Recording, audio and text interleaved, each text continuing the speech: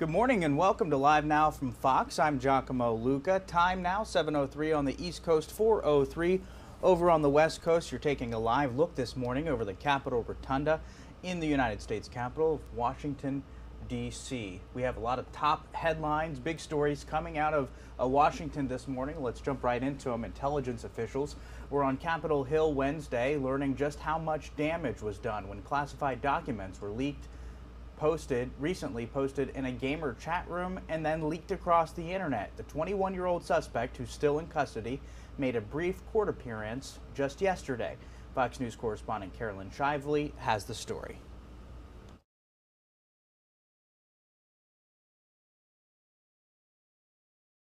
Members of Congress met with the nation's top security officials Wednesday, demanding answers on how secret military documents could have leaked online, allegedly by a 21-year-old Air National Guardsman. Congress is going to keep the pressure on the Pentagon to come back with more precise, substantive, and proactive measures. Jack Teixeira is charged with the unauthorized removal and retention of classified and national defense information.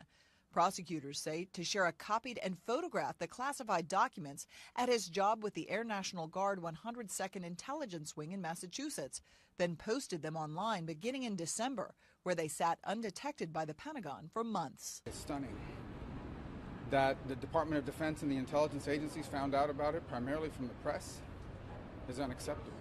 The leaked documents made public some of the nation's most closely held military secrets, including Ukrainian battlefield positions and U.S. military vulnerabilities to a cyber attack. The top members of the Senate Intelligence Committee call the leak proof of serious deficiencies in the government's security protocols. We need, frankly, a system that limits classification to really important documents and then have a process to declassify when appropriate. And we are working on bipartisan legislation on that. Teixeira's next court appearance is set for 2 weeks from now. In Washington, Caroline Shively, Fox News. All right, thank you so much to Caroline Shively for that reporting. Meanwhile, House Speaker Kevin McCarthy has unveiled a plan to raise the debt ceiling over in Washington. The stakes continuing to rise. Economists now warning the debt ceiling could come even sooner than expected. Fox's Madeline Rivera is reporting on this story this morning from Washington. Time is running out for the U.S. to avoid a disastrous default on the government's $31 trillion debt as soon as this summer. House Speaker Kevin McCarthy is putting out a plan. Would responsibly raise the debt limit into next year and provide more than $4.5 trillion in savings to the American taxpayer. The proposal slashes spending in part by pulling back unspent COVID-19 funds, cutting new IRS agents, and prohibiting student loan forgiveness for the wealthy. Multiple GOP senators say the onus is now on President Biden to join the speaker at the negotiating table. We need to claw back this wasteful government spending, and we got to get people back to work. The plan will likely be dead on arrival in the Democratic-controlled Senate. He and the mega officials are separately pushing for more tax giveaways and overwhelming benefits to the wealthiest Americans and biggest corporations.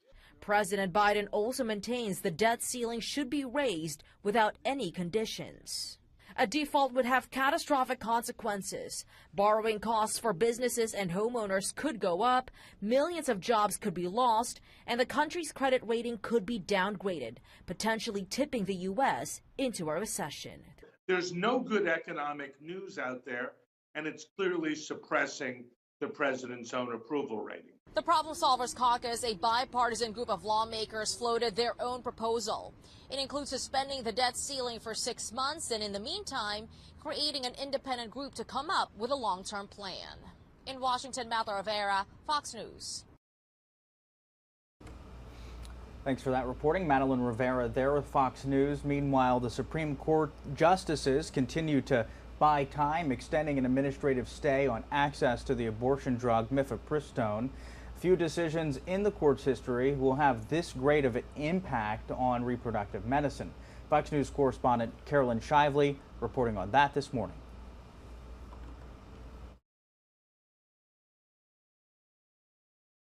The Supreme Court is putting off its decision on a widely used abortion pill for another 2 days, allowing women continued access to mifepristone until at least Friday. That ruling could have a major impact on reproductive medicine. What was the standard of care yesterday might not be available to you today. The Food and Drug Administration approved the drug mifepristone in 2000, but earlier this month, a federal judge in Texas rolled back that approval, saying the ban would take place a week later. I believe the first time that a judge has so substantively second-guessed the FDA's scientific conclusions. Then an appeals court reinstated it, but with major restrictions. The Biden administration quickly appealed to the high court, where Supreme Court Justice Samuel Alito extended that stay until midnight tonight. Administration officials say it's not just mifepristone at stake. The entire FDA approval process could be affected. You're talking about a decision that is going to have very direct, immediate, and national impact. And the court is proceeding with circumspection, which is what it needs to do. Republican officials have been fairly quiet on the fight. I'm telling you, it's not about whether you're pro-life or pro-choice. It's about the terrible messaging. Mifepristone has been used by more than 4 million women since its approval 23 years ago. Outside the Supreme Court, Caroline Shively, Fox News.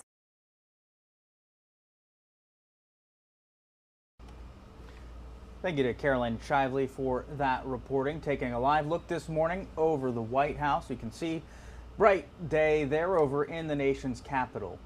Two people from Tuskegee, Alabama, behind bars today, both facing charges for the mass shooting at a Sweet 16 party over the weekend. Fox News senior correspondent Steve Harrigan is following that for us this morning. I want to be clear, okay? Make no mistake. This is Alabama. And when you pull out a gun and you start shooting people, we're going to put you in jail. Two teenagers arrested and charged with 4 counts of reckless murder for the shooting at a Sweet 16 party in Dadeville, Alabama over the weekend. Investigators say they arrested the pair Tuesday night. While a motive is still under investigation, the teens will be tried as adults, and both will likely face additional charges in the coming weeks. We've got a lot more victims in this. We've still got 4 that are in hospital, 4 that are in critical condition. There'll be pending charges coming regarding all those. 4 people were killed and another 32 people were wounded in Saturday's shooting at a dance studio. Among the victims, the birthday girl's brother, Phil Dowdell. And I said, can you check for my brother pulse? And he checked for my brother pulse, and I was like, is he alive or is he dead? And the people didn't want to tell me, so they just gave me like a certain look, and I just knew like he was just gone. And so then that's when I walked out the door, and I just started crying, and people was holding me up. Police continue asking the public for any videos or pictures from the party. They also want to speak to everyone who attended as they build their case. This is absolutely the beginning. This is not the end. There is a tremendous amount of work that is yet to be done. Prosecutors say they will ask a judge to hold the 2 teens arrested without bail. In Atlanta, Steve Harrigan, Fox News. All right, thank you so much to Steve Harrigan for that reporting there. Meanwhile, 3 months after Tyree Nichols was brutally beaten during a traffic stop in Memphis by officers from the Memphis Police Department, his family now filing a lawsuit against the city of Memphis. Attorneys say it's another step in getting justice for that 29-year-old. Fox News correspondent Jonathan Seary following this story this morning for us now. The family of Tyree Nichols suing the city of Memphis, its police department, and other emergency personnel over a traffic stop that resulted in his death.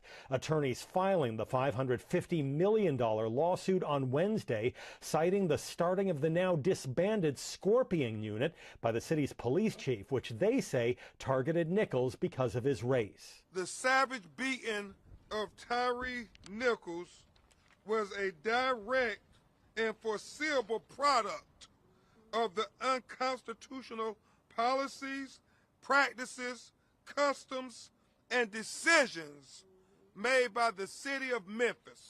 Nichols died in January, 3 days after a brutal beating, allegedly by 5 officers. Body camera and surveillance footage show the 29-year-old being tased, pepper sprayed, and beaten.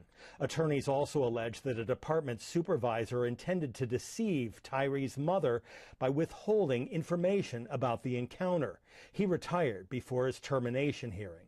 Rovan is now paying taxes to support his pension, and I hope he thinks of that every time he cashes his check, that part of that check comes from the blood of Tyree Nichols. The 5 officers involved in the beating were fired and charged with second-degree murder.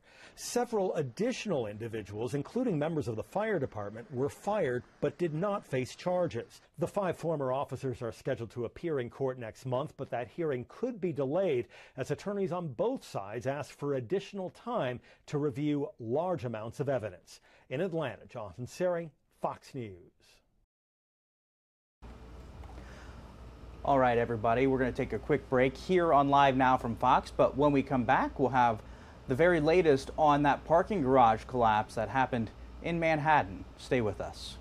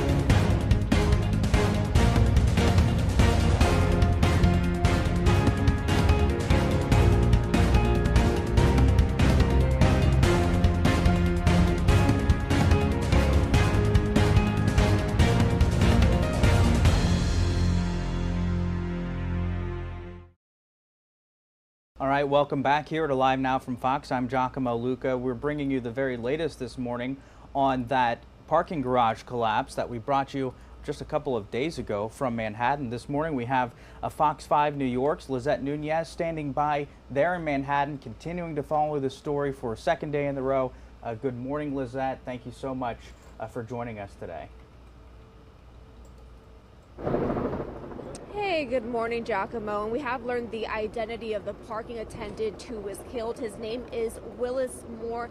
It took about 24 hours to remove the victim's body from inside the collapsed building.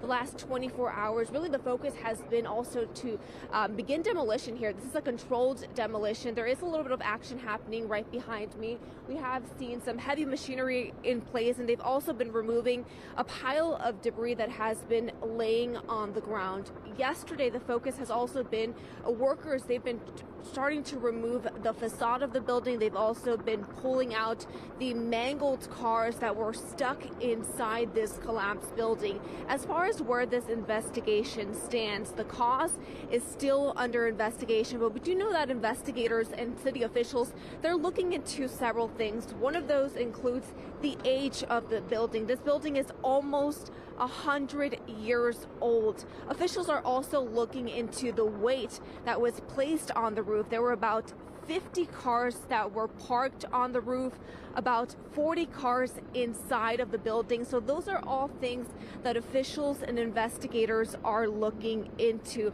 As I mentioned, the focus has been demolishing this building and also making sure that the buildings around the area are also structurally safe. We did want to mention that some folks here, there's residential buildings here in the area, and they've been asked to vacate. They have not been able to go back inside the building. I also got to tell you, from being out here reporting the last 24 hours, there's been a lot of public interest. Folks have been coming up to us. They've been snapping pictures and videos here from the scene. And one thing that they have also been asking is, are there any rules or regulations in effect that could have possibly prevented the collapse of this building? Now, we do know that there was a new city law that went into effect that requires parking garages to be inspected every 6 years, I should say. And this parking garage was due for an inspection by the end of this year. It's still unclear whether or not it was inspected before this collapse happened. Giacomo? Absolutely terrifying situation, and also something extremely rare to see in the United States, let alone New York City. How often have you seen, just from your reporting on the ground, any type of collapse of buildings or any type of infrastructure like that in your experience? Yeah, it's definitely rare, Giacomo, something that we don't see very often here. We do know that there's regulations in place to ensure that these old buildings, because there's plenty of old buildings here in New York City, that they want to ensure that they are up to code, and that there are renovations being done throughout the years. But this is something that is, fairly new here in the city, and they want to make sure that this doesn't happen again. And my understanding this morning, there is some work being done to partially remove portions of that building, likely to make it more structurally safe. And if you can, kind of describe maybe the scene around that garage itself, and what's around it. Is it cafes? Is it other large buildings? Yeah, there's really a lot of buildings here. We have Pace University, which you could probably see from this side. That building was also vacated. We do know that there's dormitories here in the area. There's also residential buildings here too. So these are buildings that are really right next to each other. So that is a concern for firefighters and also investigators. Just they want to make sure that those buildings have not been impacted. As I mentioned, some folks were asked to vacate. Still unclear when it would be deemed safe for them to go back inside. So a lot of things that we're keeping tabs on here at the scene. All right, Lizette Nunez with Fox 5 New York reporting there live from Manhattan this morning. Thank you again, Lizette, for all of your hard work there. All right, folks, continuing to move on this morning. Later today, we know that there's going to be a series of big events happening over on Capitol Hill. We know that there's a bunch of events. Again, there's a series of important congressional events as well as remarks by national leaders happening on Capitol Hill and across the country this morning. We know Treasury Secretary Janet Yellen plans to deliver remarks on the U.S.-China economic relationship at Johns Hopkins University School of Advanced International Studies in Washington. GOP leaders planning to announce in a press conference more information on the Women's and Girls in Sports Act, a proposed rule that would leave room for schools to develop policies that prohibit trans athletes from playing on more competitive teams in those policies that are designed to ensure fairness or prevent sports-related injuries. More than 40 professional Olympic and Paralympic athletes co-signed a letter to House lawmakers in opposition of the Protection of Girls and Women's in Sports Act. Meanwhile, the conservative policy organization, the Heritage Foundation, plans to host its 50th annual summit that's likely to be attended by a number of GOP leaders. Transportation Secretary Pete Buttigieg on Capitol Hill as well, meeting with lawmakers to discuss the 2024 transportation budget. Energy Secretary Jennifer Granholm will testify before the Senate as well on the Energy and Natural Resources Committee to discuss their 24 budget. The Senate plans to consider a nomination for Julie Su to be Secretary of Labor. Democratic House Minority Leader Hakeem Jeffries plans to hold his weekly press briefing. The U.S. Holocaust Memorial Museum plans to host a day of remembrance, and the White House Press Secretary Karine Jean-Pierre expected to hold a briefing there at the White House. You can see in that live shot this morning. That's expected later today, as well as Defense Department Secretary Vedant Patel holding a briefing over at the Pentagon. Lots of big events happening, live, raw, and unfiltered. When those feeds come in, if they come in, we'll make sure to bring them to you live, raw, and unfiltered here on Live Now from Fox.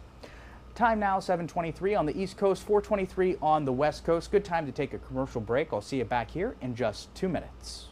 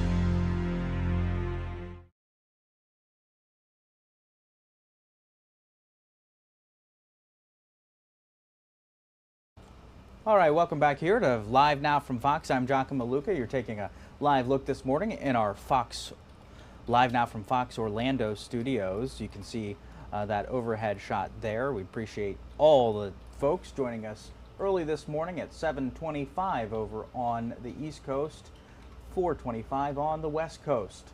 A New York man accused of fatally shooting a woman who accidentally turned into his driveway appears in court. Fox News correspondent Laura Ingle is following that story for us this morning.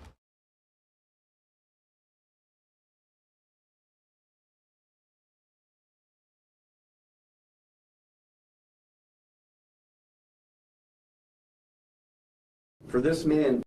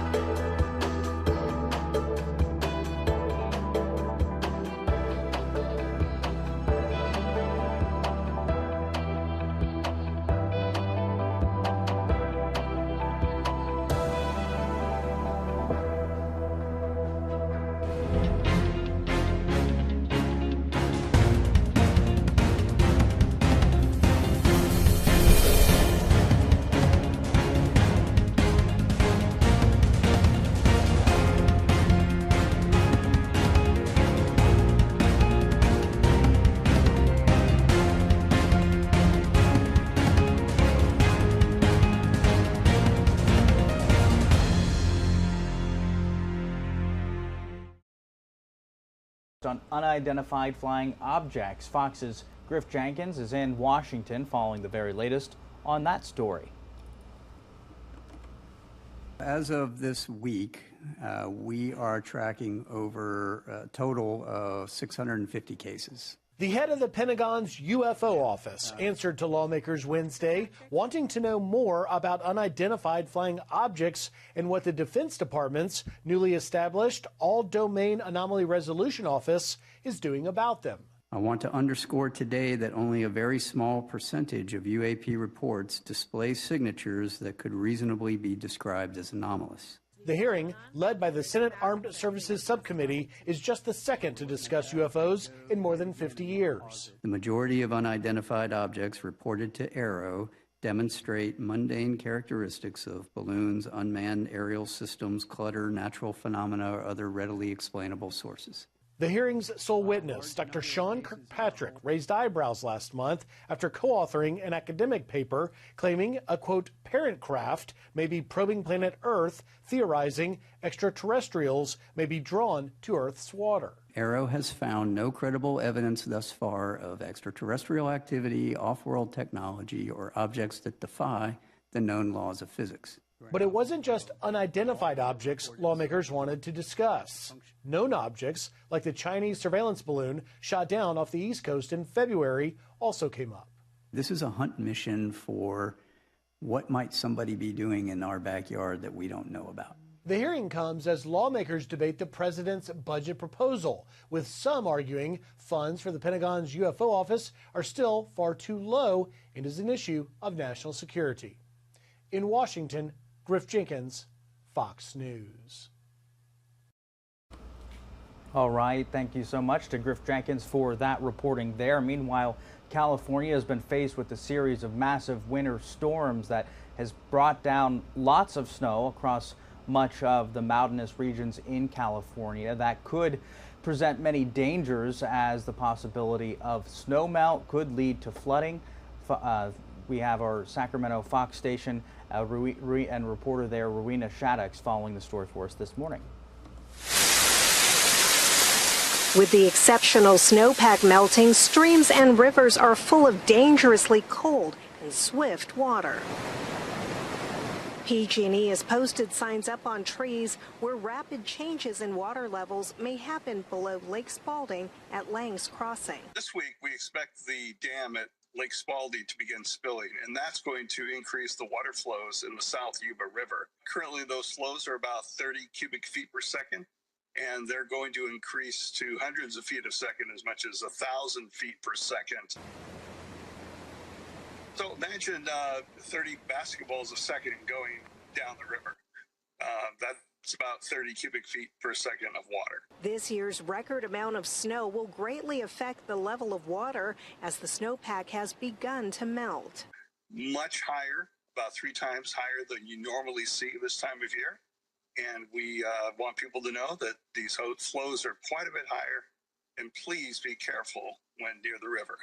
Between here and like 50 miles that way. Locals say this area is popular for hiking, camping, and fishing. Last year we hiked it in June, or was that 2 years ago, and it was snowy. That was in May. And it was snowy. If you go along the Bear River or the Yuba, first of all, this time of year you never want to go swimming, because if you go swimming this time of year, like too many people just disappear. So we do urge those who are recreating in or near the river to exercise caution.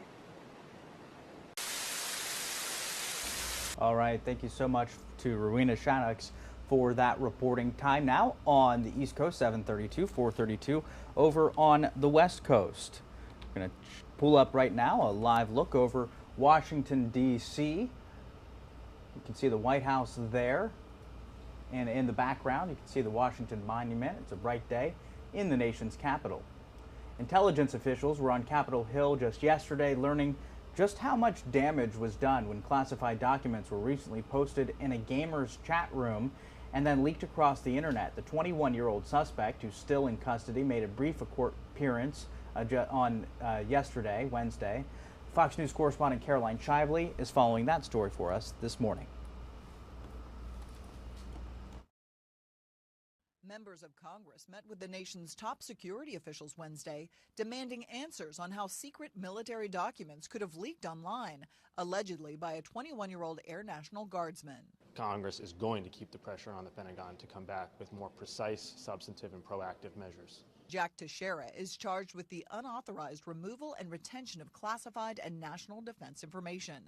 Prosecutors say Teixeira copied and photographed the classified documents at his job with the Air National Guard 102nd Intelligence Wing in Massachusetts, then posted them online beginning in December, where they sat undetected by the Pentagon for months. It's stunning that the Department of Defense and the intelligence agencies found out about it primarily from the press is unacceptable. The leaked documents made public some of the nation's most closely held military secrets, including Ukrainian battlefield positions and U.S. military vulnerabilities to a cyber attack.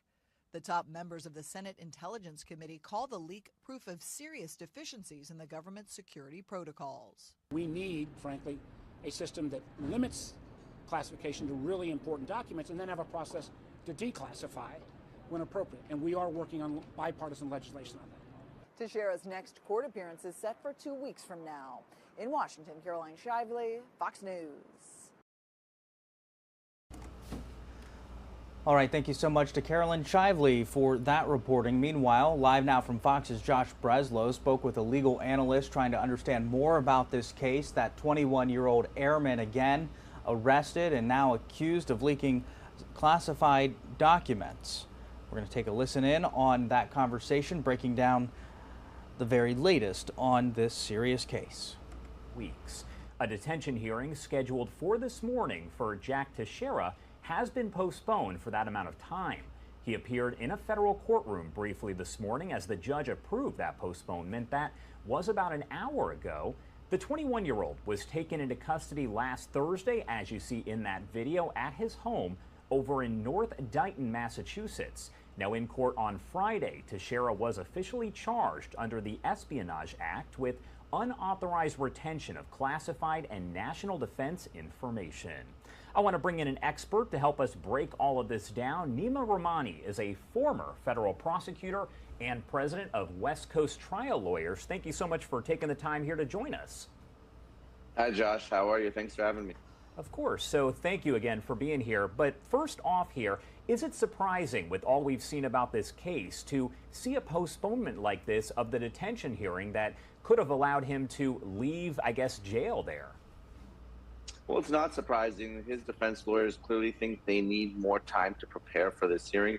Normally, you have detention hearings within 3 to 5 days of a defendant's initial appearance in court. And what the government will argue if they want to detain someone is say that they are a risk of flight or a danger to the community. Those are generally the two bases where you can hold someone without bail. What happens, generally speaking, during a detention hearing? Is it fairly quick? There's no testimony or anything of that nature, right? Well, you can't have testimony, especially when you're dealing with surety. So there's multiple types of bonds. So what the government has to prove is that there are no condition or combination of conditions that can ensure that the defendant will appear in court. So sometimes what defense attorneys will put on, will say family members that the defendant can live with, that can guarantee his appearances.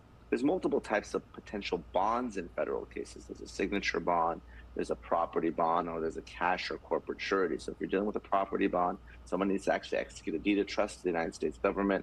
Cash or corporate surety, someone needs to put up money. So the court may want to hear testimony from individuals that are going to put up cash or property to keep someone out of federal prison. And I know you've been following this case very closely, as so many people across the country have been doing the same. Based on what you've seen and your experience here working as a federal prosecutor, is it likely this guy is going to be out of custody or will likely stay in custody there until this possibly goes to trial? Well, there is a presumption of bond in most cases. Now, there are some types of crimes, for instance, drug trafficking, that is a presumption of no bond. But even though this is an Espionage Act case and there's a 30-year potential sentence or even a death penalty, I mean, I'm not saying the government's going to pursue that, but this is such a serious offense. On one hand, I think the judge is going to have to weigh that this individual is likely going to spend decades potentially in federal prison. And on the other hand, you're talking about an individual who's 21 years old, who has no criminal history, who was able to get top secret military clearance. So I think it's going to be a toss-up in this type of case. It's not something that you typically see. These types of cases are rarely charged. But if I had to lean one way or the other, I would lean on the government, and I would think that this defendant is going to be detained. And as you said, he's just 21 years old. Does age play any sort of factor in that? I mean, it certainly does. I mean, the judge needs to look at the totality of the circumstances. This is someone who's not only young, just a few years removed from high school. He enlisted in the U.S. military, but he's posting this information on video game chat rooms. So that just goes to show, I mean, obviously he's an adult, but he's just a few years removed from being a kid. So I think if, you know, their parents or other family members and the judge is comfortable that they have control and he's going to be living somewhere and going to be making his court appearances, I think that's a factor that's going to help him if he is actually granted some sort of bond. And this case right now, to my knowledge, is considered a federal case. Could it be a court-martial at some point? Could we see the case change altogether? Absolutely. I mean, he is active duty military, so this is something that military officials, the JAGs, could get involved. They could prosecute him. I mean, the penalties there are even more significant. So this is something that we could see moving forward into court-martial proceedings. And is it possible this all never actually goes to trial? Could there be some type of settlement here and have everything kind of just end? I think the chances of settlement in this case are high, and the reason is this: there is an overwhelming amount of evidence. You have that digital footprint where, you know, this defendant is not only, you know, downloading documents, he's posting them on this Discord chat room, and, you know, he's circulating. I mean, it first started with him just posting information, but now that the documents have been posted, some of which were actually modified, it's going to be very difficult to defend this case on the merits if you're his lawyers. And what happens next after the detention hearing there that'll take place in about 2 weeks or so? What is the next step in all of this? The next step will either be a preliminary hearing in which the judge has to find probable cause for the case to move forward to a jury trial, or what's likely going to happen is the government will skip that preliminary hearing by going to the grand jury and getting an indictment. If the federal government is able to get that indictment, then we can skip that preliminary hearing phase and set the case for trial. All right, Nima Rahmani, thank you so much for taking the time here to join us, provide some perspective there from your experience. Is there anything else that you want to add about all of this before I let you go?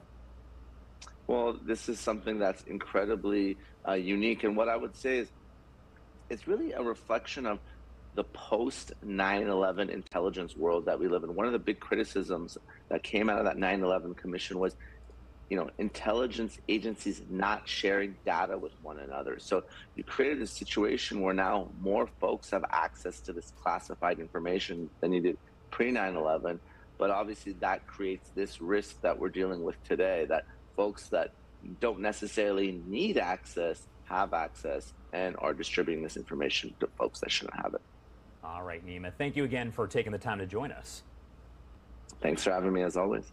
The Massachusetts airman accused of leaking classified military documents will stay in custody for at least another 2. Time is running out for the U.S. to avoid a disastrous default on the government's $31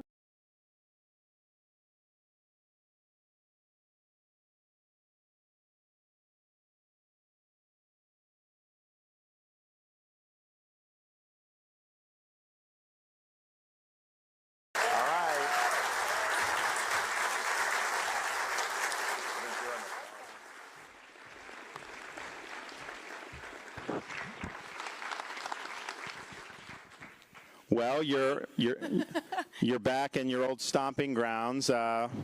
Any reflections as a graduate of College of Charleston? I remember, so I was born in Ohio, and I grew up there, and I remember the weather that we have outside is exactly like what I experienced when I visited South Carolina from Ohio when I was looking at colleges. I got off the plane, and it was 75 and sunny, and there were palm trees, and I'm like, you can go to college in places like this? And so I know I'm not the only Ohioan that has done this, who's come from Ohio down to South Carolina, But it was so great. So my parents were in Ohio, and they kept coming down to Charleston because they wanted to, visit me, but secretly they were falling in love with Charleston as well. So my dad ended up moving down here, working for MUSC, and then my sister, who is a C-17 Air Force pilot, and her husband, who is also a C-17 Air Force, they ended up moving down here. So the whole family was in Charleston for a good time. And I'll tell you what, as he has learned, you can never go hungry in Charleston. Some of the best restaurants, wherever you go, you just have to wait 4 months for a reservation, but once you schedule it, it's good to go. Yeah, I mean, I had not spent much time prior to us meeting, and we were dating, and I was active duty in the Navy at the time, and we did have this was before, I think, the joint base. They were just in the process of doing what they have now. So I did come up for the Navy at one point, but then we would come up and we'd spend a lot of time, and really great area, and a really great state, and so we're happy to be back. Tell them, so she is. So we got elected 2018. We had a 2-year-old and a 9-month-old when we got into office. We had a third child while governor right at the beginning of COVID. So this is the first child born in the governor's mansion, I think, in like 60 years. So now we have 3. She fought and defeated breast cancer during the first term, which is not easy to do. Really served as an inspiration for a lot of people. And so you would think, like, being a mother, having to go through that, all these other things, that would be that you'd have your hands full. But she's also done all these great initiatives as First Lady that have really made a difference throughout the state of Florida. So can you tell everybody?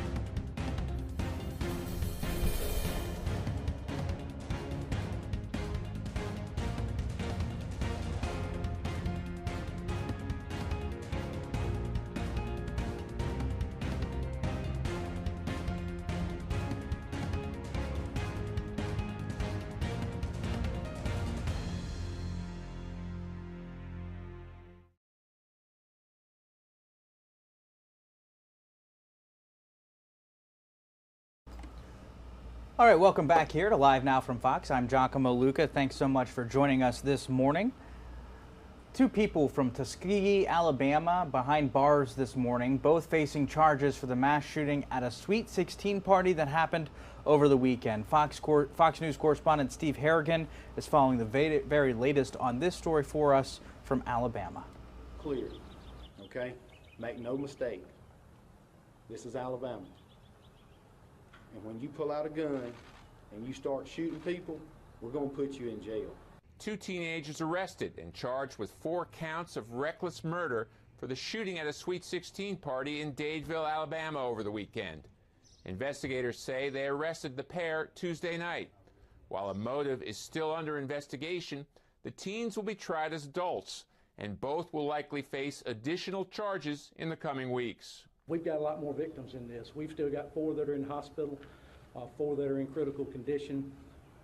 There'll be pending charges coming regarding all those. 4 people were killed and another 32 people were wounded in Saturday's shooting at a dance studio. Among the victims, the birthday girl's brother, Phil Dowdell. And I said, can you check for my brother pulse? And he checked for my brother pulse, and I was like, is he alive or is he dead? And the people didn't want to tell me, so they just gave me like a certain look, and I just knew like he was just gone. And so then that's when I walked out the door, and I just started crying, and people was holding me up.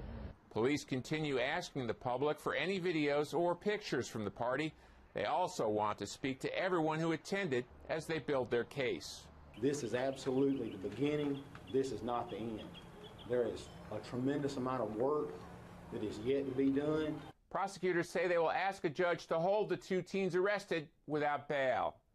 In Atlanta, Steve Harrigan, Fox News. All right, thanks so much to Steve Harrigan for that reporting. Meanwhile, 3 months after Tyree Nichols was brutally beaten during a traffic stop, his family is now filing a massive lawsuit against the city of Memphis. Attorneys say it's another step in trying to get justice for that 29-year-old.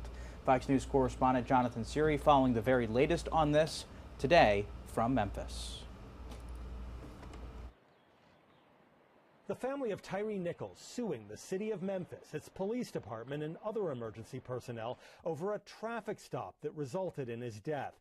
Attorneys filing the $550 million lawsuit on Wednesday, citing the starting of the now disbanded Scorpion unit by the city's police chief, which they say targeted Nichols because of his race. The savage beating of Tyree Nichols was a direct and foreseeable product of the unconstitutional policies, practices, customs, and decisions made by the city of Memphis.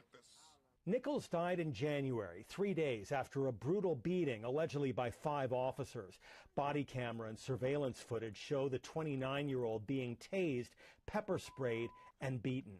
Attorneys also allege that a department supervisor intended to deceive Tyree's mother by withholding information about the encounter.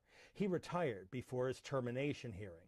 Rovan is now paying taxes to support his pension, and I hope he thinks of that every time he cashes his check, that part of that check comes from the blood of Tyree Nichols. The 5 officers involved in the beating were fired and charged with second-degree murder. Several additional individuals, including members of the fire department, were fired but did not face charges. The 5 former officers are scheduled to appear in court next month, but that hearing could be delayed as attorneys on both sides ask for additional time to review large amounts of evidence. In Atlanta, Jonathan Siri, Fox News.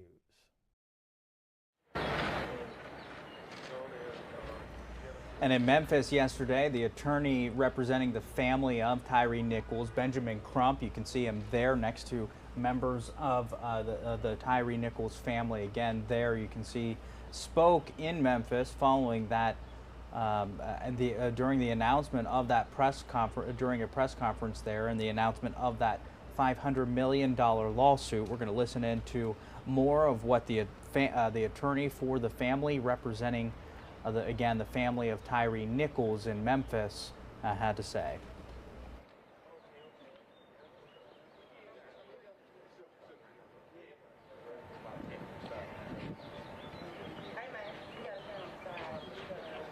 Okay, ladies and gentlemen, we are going to get underway. You will hear from Attorney Ben Crump, Attorney Antonio Romanucci, and then, of course, Ravon and Rodney Wells, the parents of Tyree Nichols. We will take questions at the end. Thank you.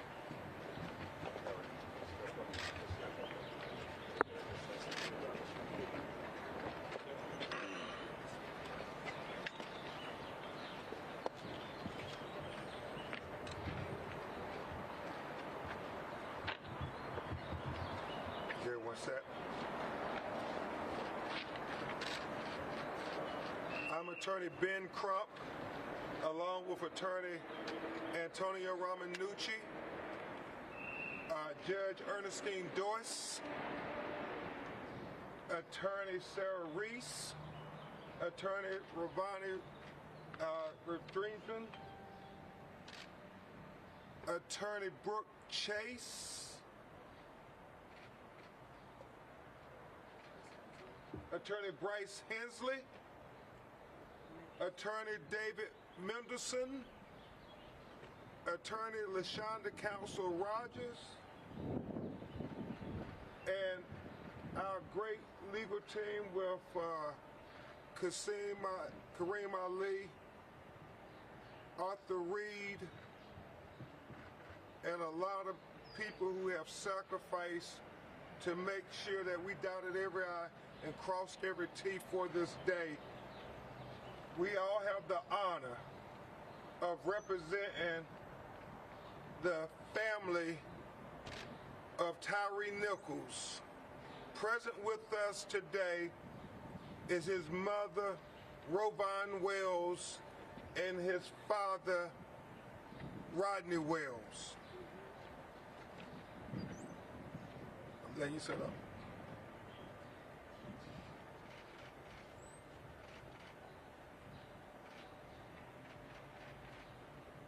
Today, we announce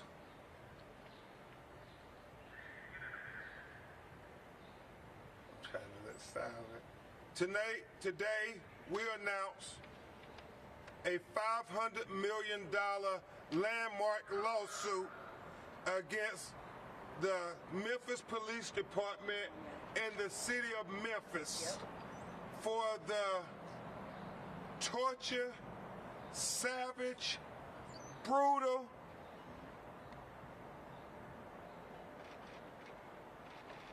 dehumanizing, extrajudicial killing of Tyree Nichols.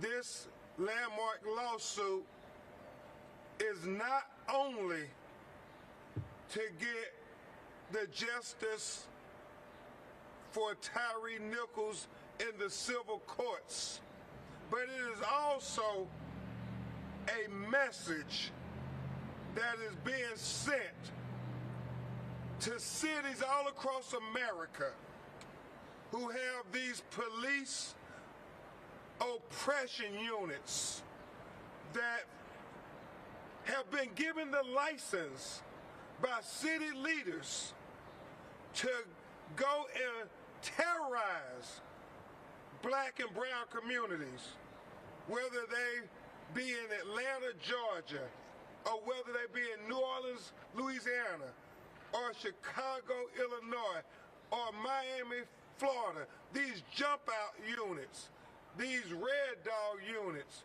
these proactive police units, these brave units, these scorpion units that we're going to talk about in particular. Many of us in the black community know them as the jump out boys. Many of our white brothers and sisters have never heard of the jump out boys, but the jump out boys are known far too often in black communities as police officers, Jennifer, who are given license to harass and brutalize black people and brown people. And this lawsuit and the amount that we're suing for is a message that if you keep giving license to these gang-minded police officers to perpetrate acts of terrorism on black and brown people, then we're coming to your city. And we're going to bring these lawsuits in every city where there is a George Floyd that is savagely killed at the hands of law enforcement, where there is an Ivo Otieno savagely killed at the hands of law enforcement, where there's a Tyree Nichols savagely killed at the hands of law enforcement. If it happens in your city, we're coming to your city too. Because, let me be clear and unambiguous about it. It is our mission to make it financially unsustainable for these police oppression units to unjustly kill black people the future. We want to make them where they can't even afford it, where they're going to train their officers differently, where they're going to get rid of these units because they're going to say, we don't want what happened in Memphis, Tennessee with Tyree Nichols to happen to my city. That's right. Come on now. Right on. That is what Rovine talks about when she talks about the legacy of Tyree Nichols. It's not just about getting justice for him, but it's also about preventing any of the families having to look in that hospital bed and see their child projecting the image that Emmett Till projected 70 years ago. The savage beating of Tyree Nichols was a direct and foreseeable product of the unconstitutional policies, practices, customs, and decisions made by the city of Memphis. Attorney Ramanucci is about to address you in just a few minutes, and you will see this landmark lawsuit goes into great detail about how from the top down that this was foreseeable because this were the policies and the procedures of the Memphis Police Department. How does this horrific and unconstitutional treatment of black men and women by law enforcement continue to happen? Tyree's condition in the hospital can be likened to that of Emmett Till 70 years ago, who was also beaten unrecognizably by a lynch mob. But Tyree's lynch mob was dressed in department-issued sweatshirts and vests, sanctioned by the entities that ran the Memphis Police Department. Please, Memphis.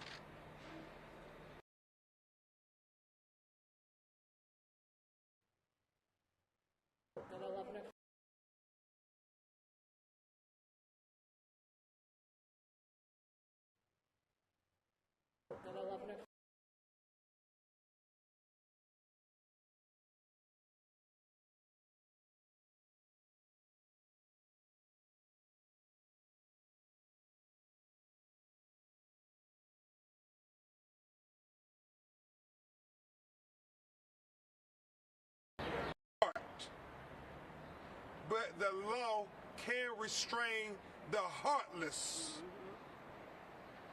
And he said, this is why we say we must have legislation, policies, and accountability to be able to deal with the evil and the injustices of the world. Today, we are sending a message that in Tyree's name, in Tyree's legacy, we're going to have meaningful legislation and meaningful accountability to the point where we will not have any other individuals killed in the manner that Tyree Nichols was killed. That is the assignment that Ms. Rovine talks about with such conviction. Will you join us in this assignment? Yes. And now you will hear from a great lawyer, an extraordinary lawyer, a person cut from the same vein of the Thurgood Marshall. Big news out of the entertainment world and the music industry tonight. Frank Ocean All right, everybody, thank you for tuning in here to Live Now from Fox. You've been paying attention to watching and listening in on that press conference out of Memphis just yesterday. Again, that was Benjamin Crump, an attorney representing the family of Tyree Nichols, continuing to speak there again following the announcement of a lawsuit planned against the city of Memphis. We'll continue listening into this here on Live Now from Fox. Tyree Nichols in this horrible tragedy. I do want to give special thanks to the remainder of the legal team. Bhavani, Bryce, Sarah, Dave, Brooke, thank you so much for all that you've done. So I'm here to talk a little bit more about the lawsuit and why it's landmark. Because today, for those of you who are here, you are at the beginning of the witness of history. This lawsuit is landmark not only for the monetary compensation that will be awarded in this case, but it's because of the depth and the breadth of the indifference that we saw on January 7th. But you have to understand one thing. Tyree died much longer than before he sustained that savage beating on January 7th. The decision-making process that went into what the Scorpion unit did on January 7th happened months and years earlier than that because of the deliberate indifference of the chief of police of this city, Saralyn Davis. Right on. Come on. She put that Scorpion unit in place because she thought that because you put the word peace, you embed peace within Scorpion, that you were going to get peace. But instead, that Scorpion unit was a stinger, and they only had one mission. Right on. And we know what that mission was, and we're going to call it out right now.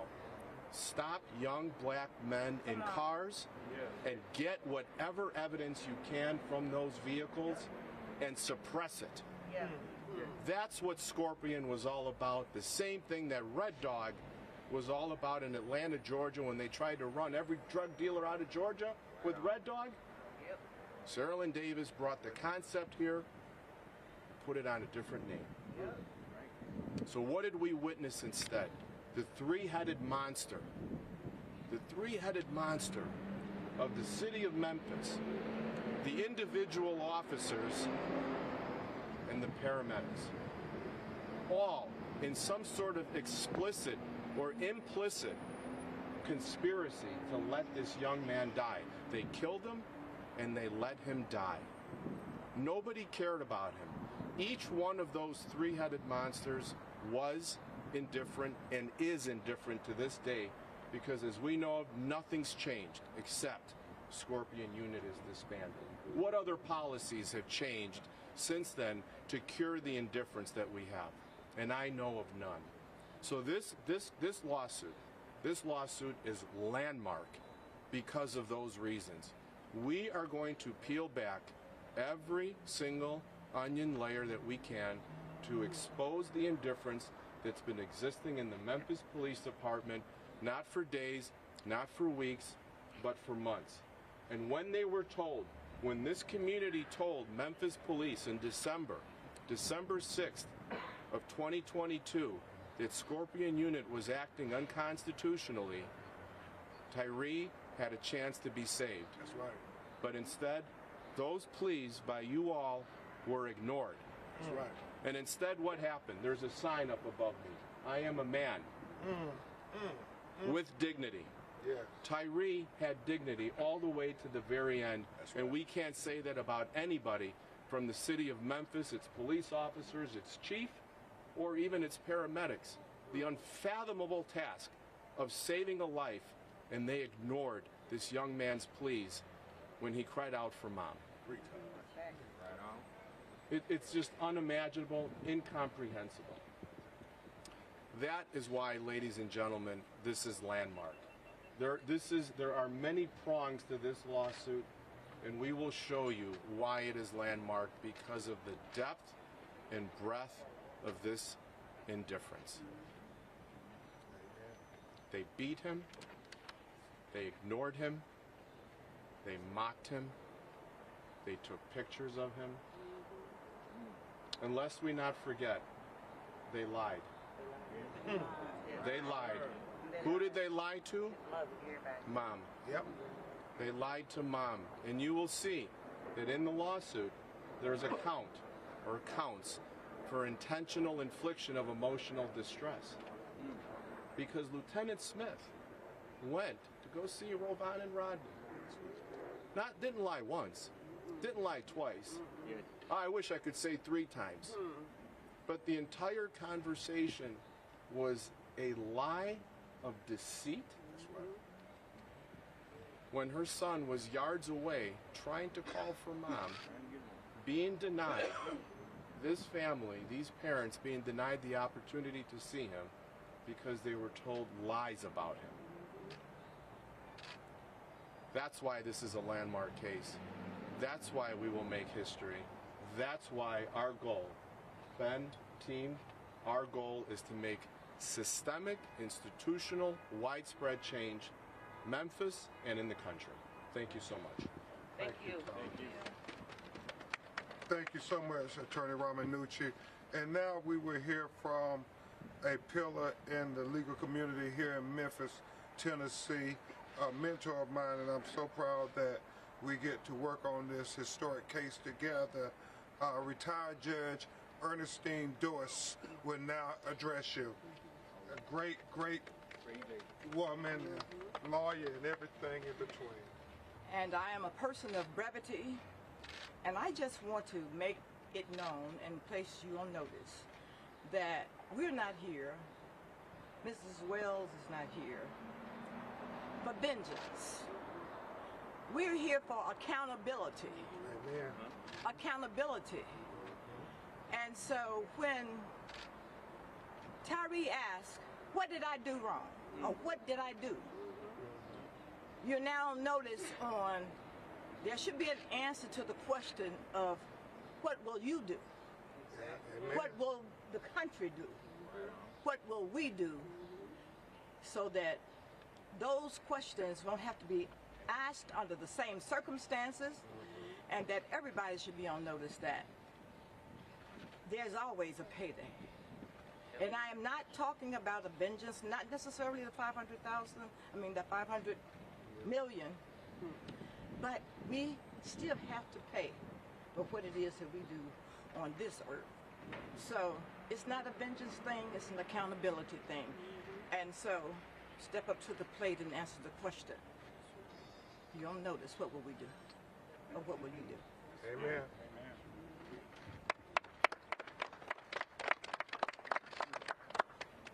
Thank you, Judge.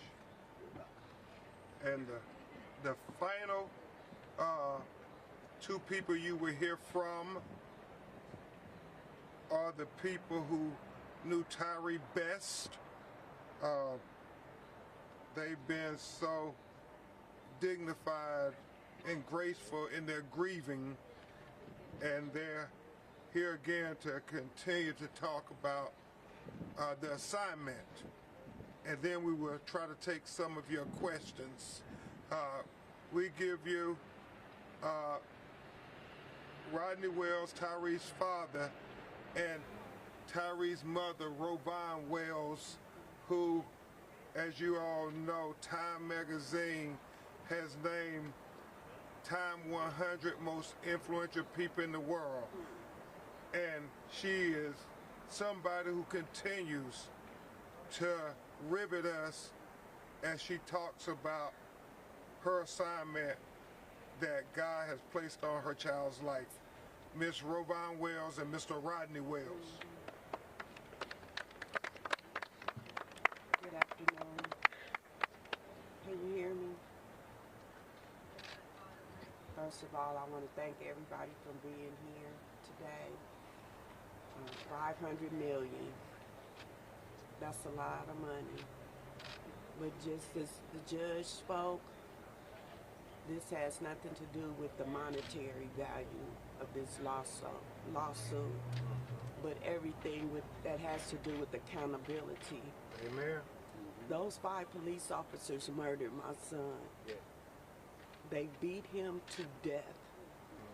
and they need to be held accountable along with everyone else that has something to do with my son's murder. I never thought in a million years that I would be in this place standing here. But I can tell you this, as I've said before, my son was here on an assignment, and he's fulfilled that assignment. God took him home, but now it's my turn to make sure that my son's death does not go in vain. And we have to do some things, push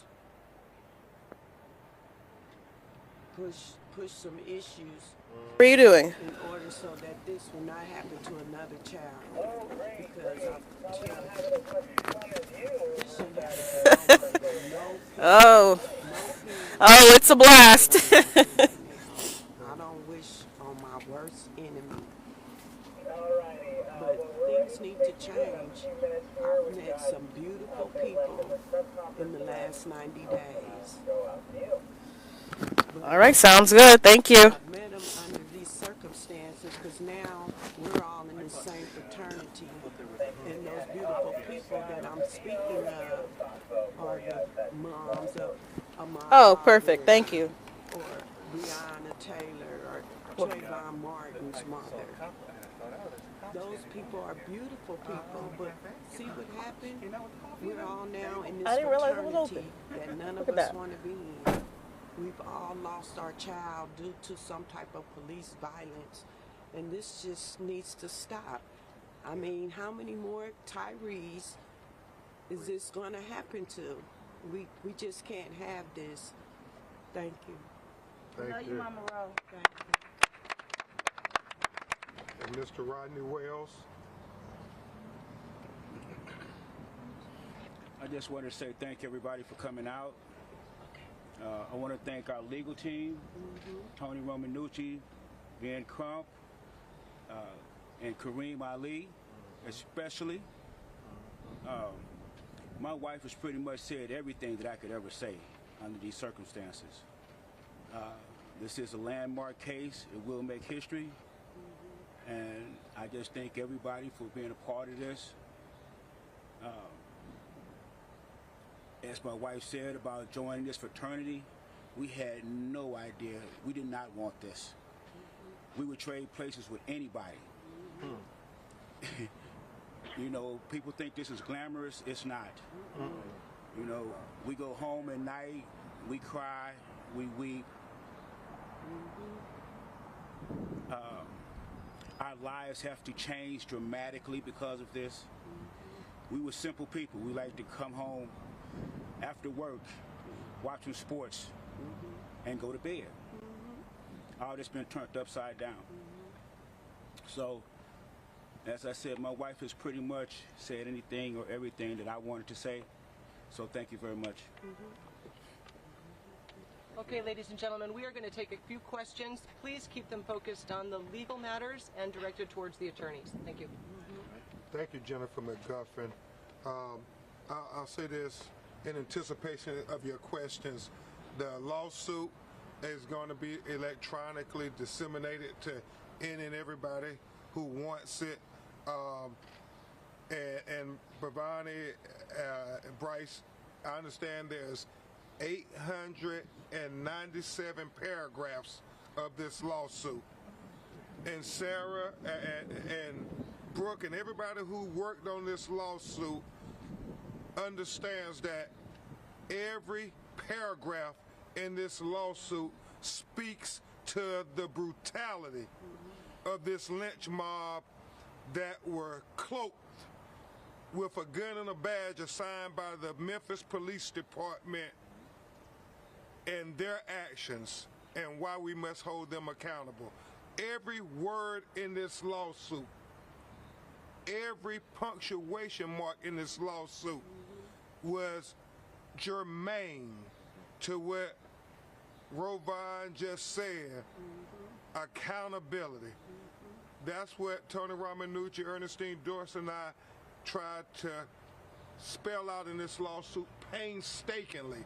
We went back to in Atlanta in 2006 when the 92-year-old grandmother was killed by the Red Dog unit because it was foreseeable, right, Attorney Ramanucci?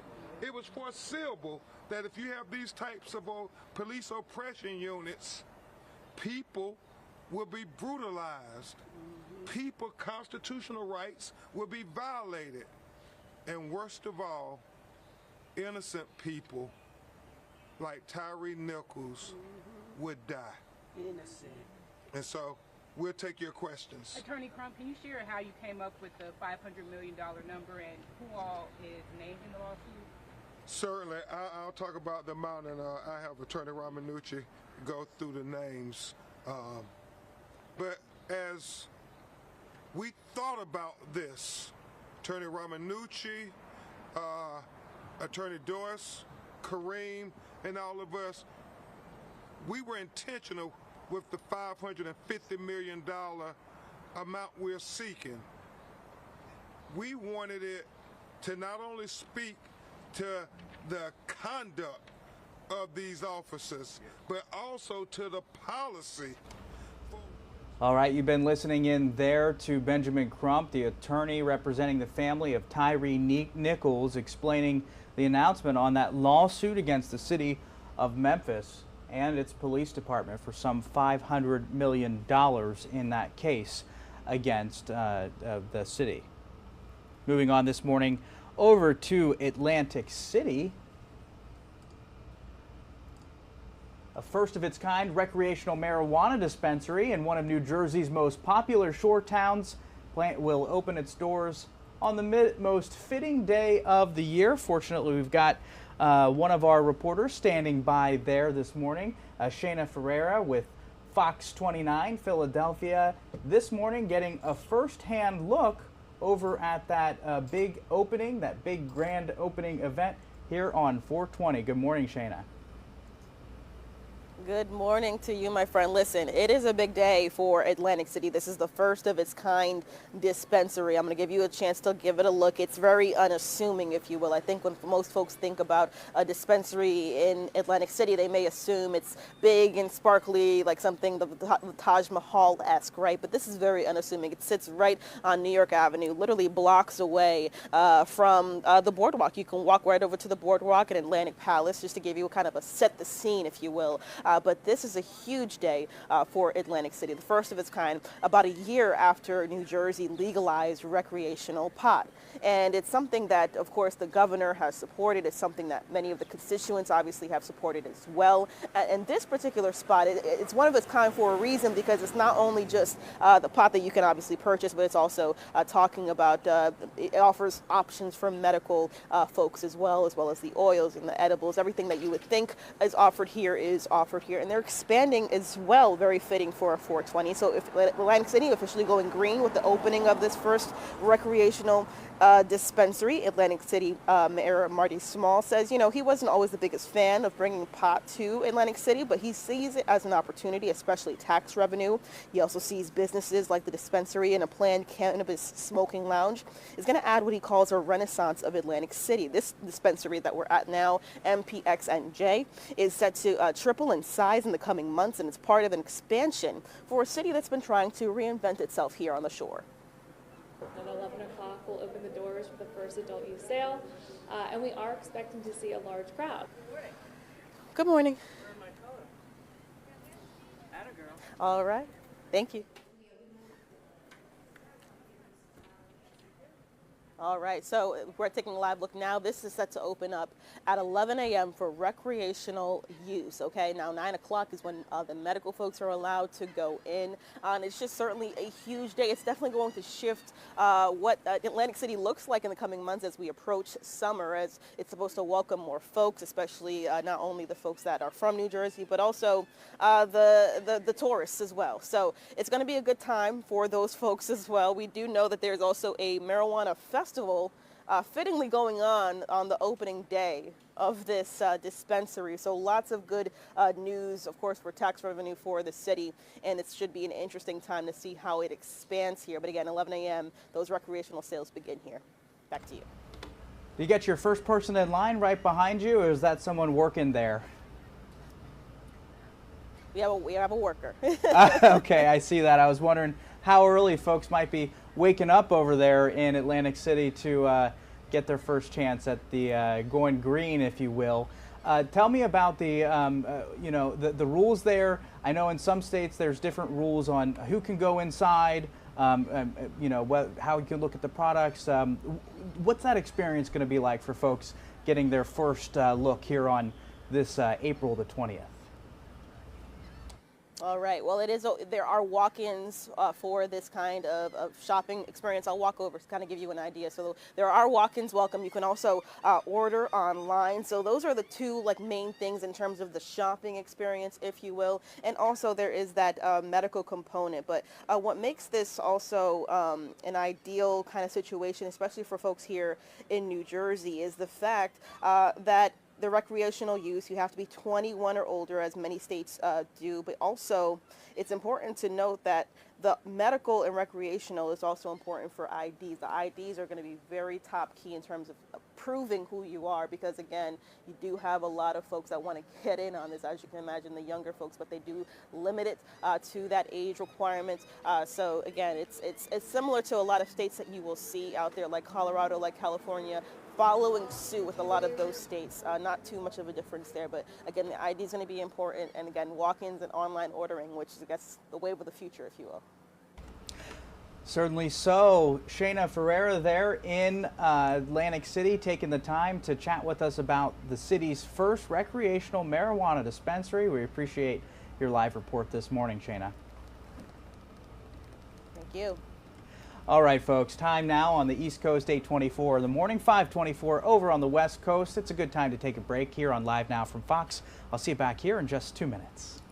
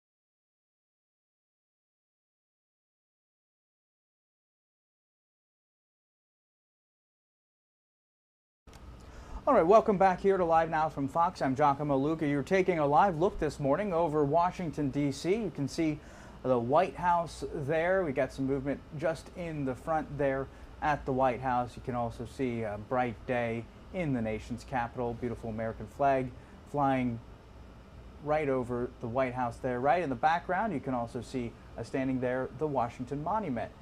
Meanwhile, intelligence officials were on Capitol Hill Wednesday learning just how much damage was done when Classified documents were recently posted in a gamer chat room and then leaked across the internet. The 21-year-old suspect, who's still in custody, made a brief court appearance just yesterday. Fox News correspondent Yellen China is following the very latest on this story.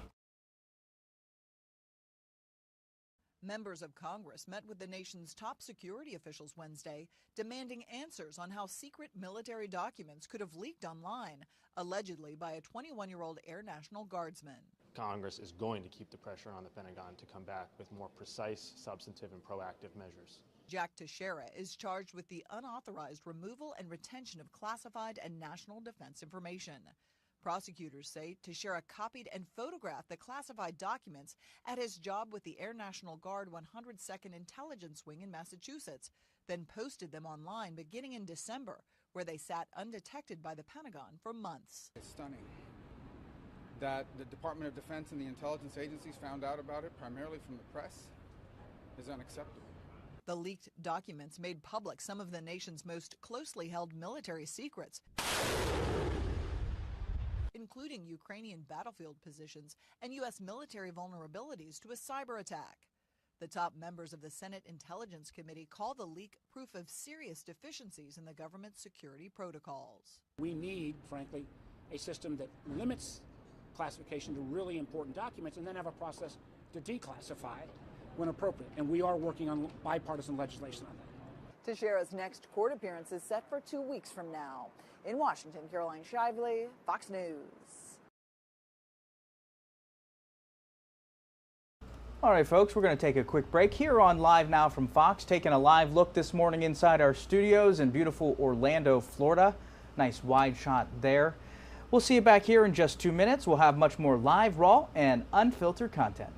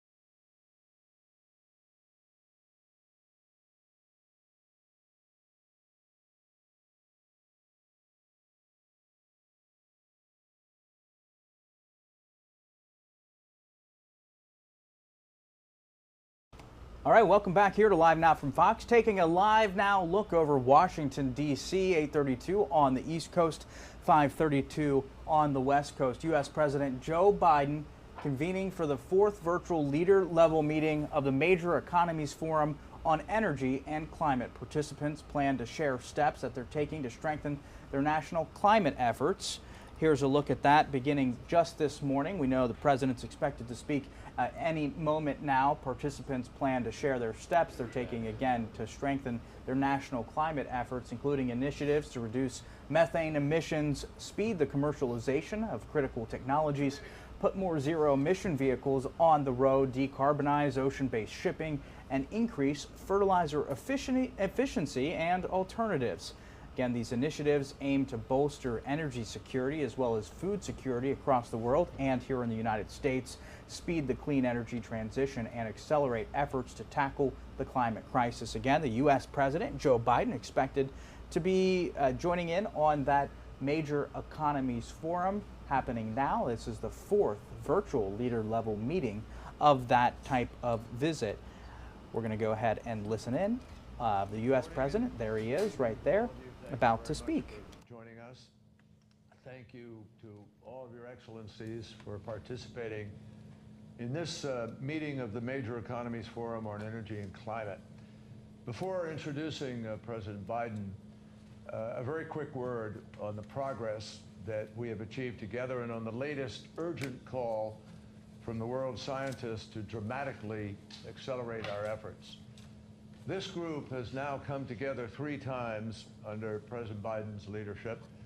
The first time 2 years ago, we were on course for 3 degrees or more of warming, hotter than the planet has been at any time in human history. At the same time, new science made clearer than ever the catastrophic risk to nations and to nature of exceeding even 1.5 degrees of warming. When President Biden first reconvened the Major Economies Forum, we resolved together, all of us, to do everything in our power to keep that 1.5 degree limit within reach. We are now on a better course, though we are not yet where we need to be. The International Energy Agency advises us that if all the targets and commitments established to date at the various COPs are fully achieved, we could limit warming to 1.7 degrees. That is progress, the possibility. Yet our actions do not yet match our stated ambitions. The policies presently in place still leave us on a path to 2.5 degrees of warming. So we must strengthen both our action and our ambition. And the latest findings of the Intergovernmental Panel on Climate Change just last month made crystal clear that time is running short. The stark message from the IPCC cannot be overstated. First, the planet is warming at an unprecedented rate. Second, this warming is already impacting us in unprecedented ways. And third, the window for decisive action is very rapidly narrowing. The decisions we make now, the actions we take during this critical decade, will determine whether we stay within 1.5 degrees or venture dangerously beyond. Your presence here today reaffirms your commitment to build on that progress that we've made to date and to accelerate our efforts in the time remaining. It's my privilege to welcome all of you. It's also my privilege to work for a president who had passion for this issue as a parent and grandparent, and conviction and certitude about this challenge as a senator, as a vice president, and now as president. He has organized his entire government with a charge to treat the climate crisis as the existential challenge that it is. It's my honor to introduce President Joe Biden. Thank you, John. Thank you so much for all of you being here. Good to see you all up on that screen. Today, we have to do more than recognize the climate challenges we face. It seems to me we have to recommit ourselves to action while we still have the time. John laid it out pretty clearly. We have to step up our ambitions. We're going to have to stand together to meet great challenges, and we will preserve our plan in the future. That's the question. I think we will. We think we will, but we have to. We're not there yet. History's going to judge us on how we answer these questions. And today, I hope we all answer them loudly and clearly as a yes. Yes, we're committed to following the science. Yes, we are determined to strengthen our ambition and our actions. And yes, we're willing to do the hard work to limit global warming to 1.5 degrees Celsius. That's what today's all about.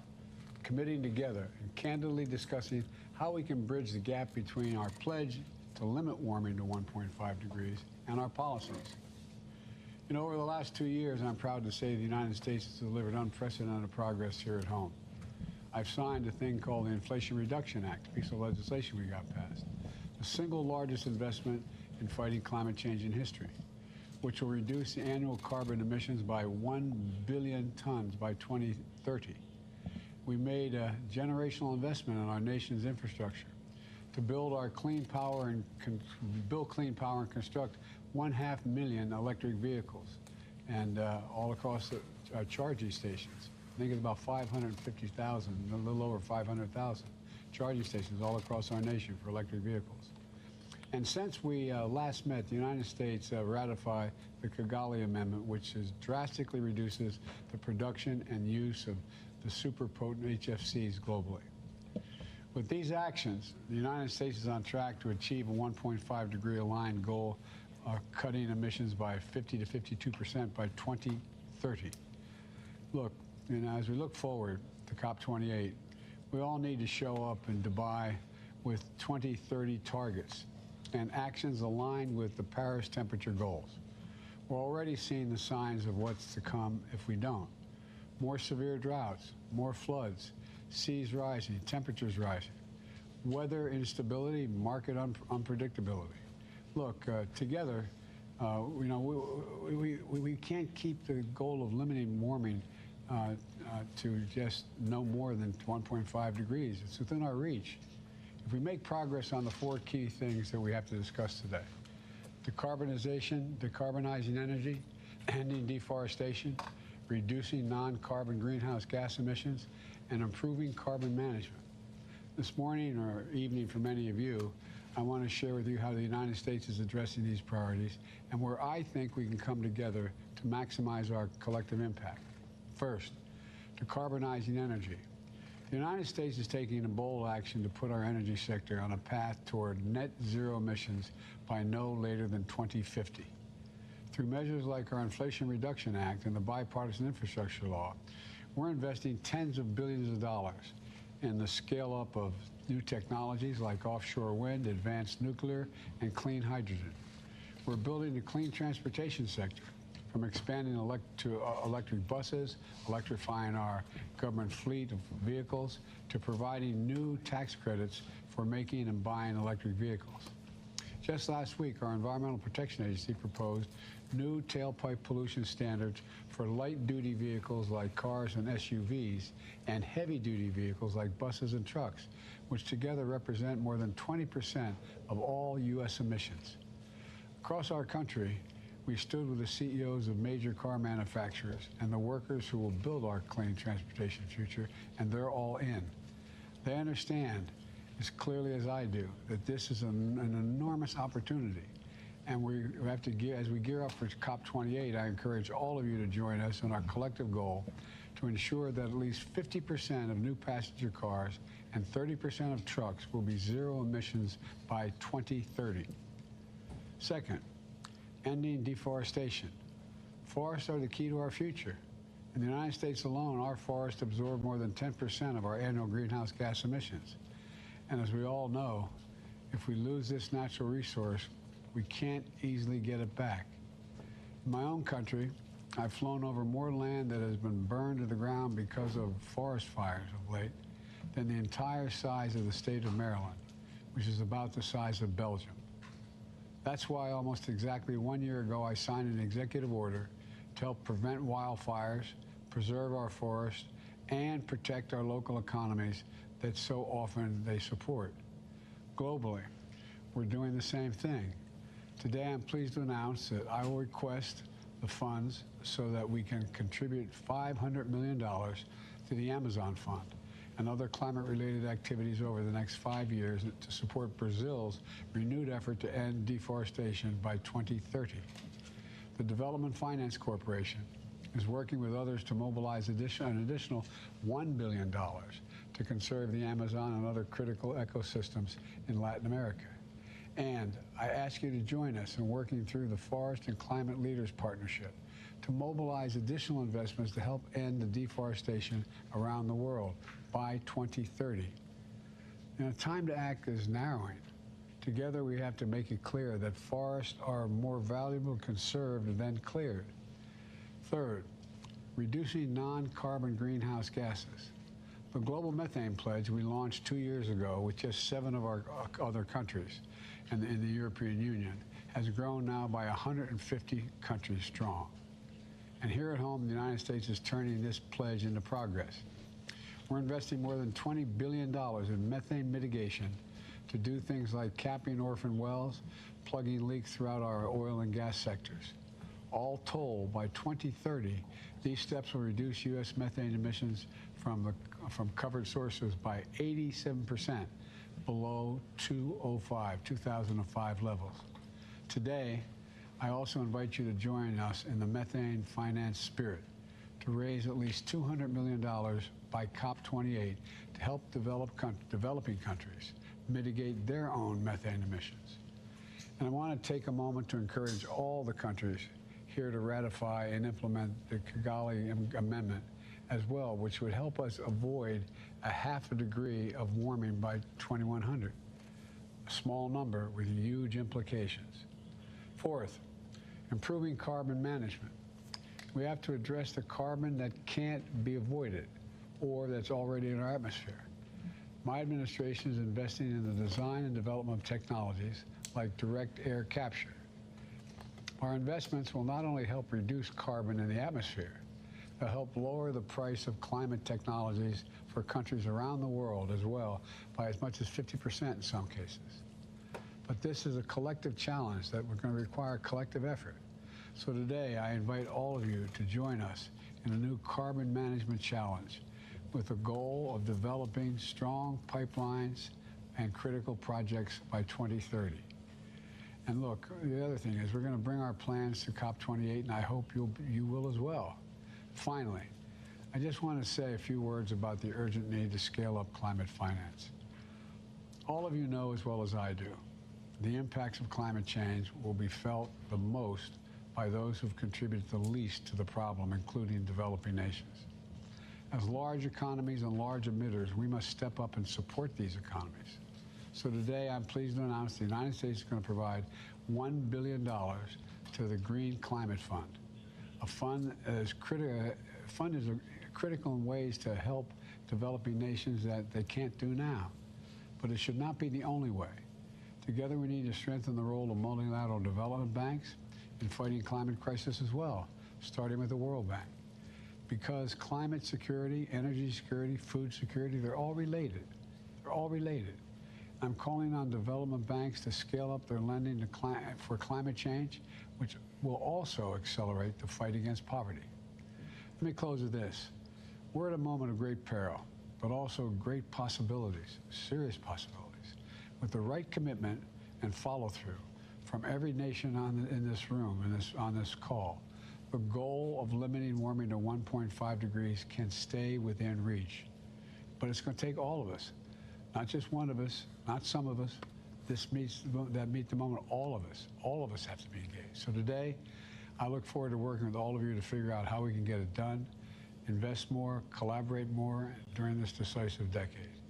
John, I turn it back to you, and thank you for recognizing me. Appreciate it. Thank you.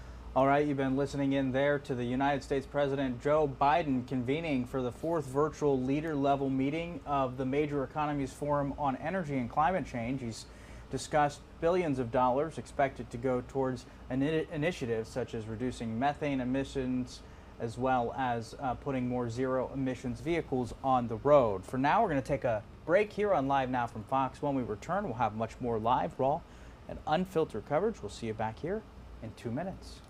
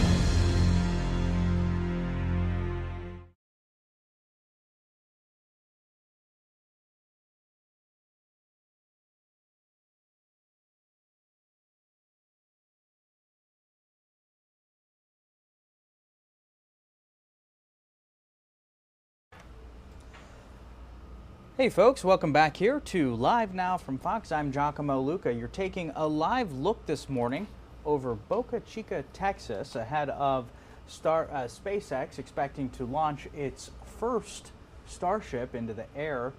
It's the first test flight of a fully integrated Starship and Super Heavy rocket from its star base there in Texas. You can see, look at all the folks gathering there around the water ahead of the launch. That's just across that body of water that you can see there. That Starship is a fully reusable transportation system designed to carry both crew and cargo to Earth's orbit. It also has goals of returning to the moon and eventually on to Mars. Now, this was supposed to launch on Monday, but has been delayed a couple of times. We haven't got exact reasons on why that is, but it does appear to be back on again this morning. SpaceX hoping to learn a great deal by this launch. The Starship, much like the Falcon 9 rockets that you've seen many of those launches on our programming here on Live Now from Fox, they'll be able to take off and eventually land safely to the Earth, though the catch part is not going to be a part of this initial launch. That's something that'll come down the road. This specific Starship is expected to land safely over the ocean. Again, it will be launched from the world's largest rocket launch catch tower, standing at nearly 500 feet tall. SpaceX saying ahead of this launch that they, quote, "As we venture into new territory, we continue to appreciate all of the support and encouragement we have received from those who share our vision of a future where humanity is out exploring among the stars." Again, the Starship, this first launch will be a part of a much larger, grander scale mission that will eventually take humans back to the moon and perhaps beyond past Mars. Taking a live look this morning, again, live, raw, and unfiltered, here on Live Now from Fox, of those crowds gathering to watch that Starship launch this morning. We're going to take a quick break here on Live Now from Fox. I'll see you back here in a couple minutes.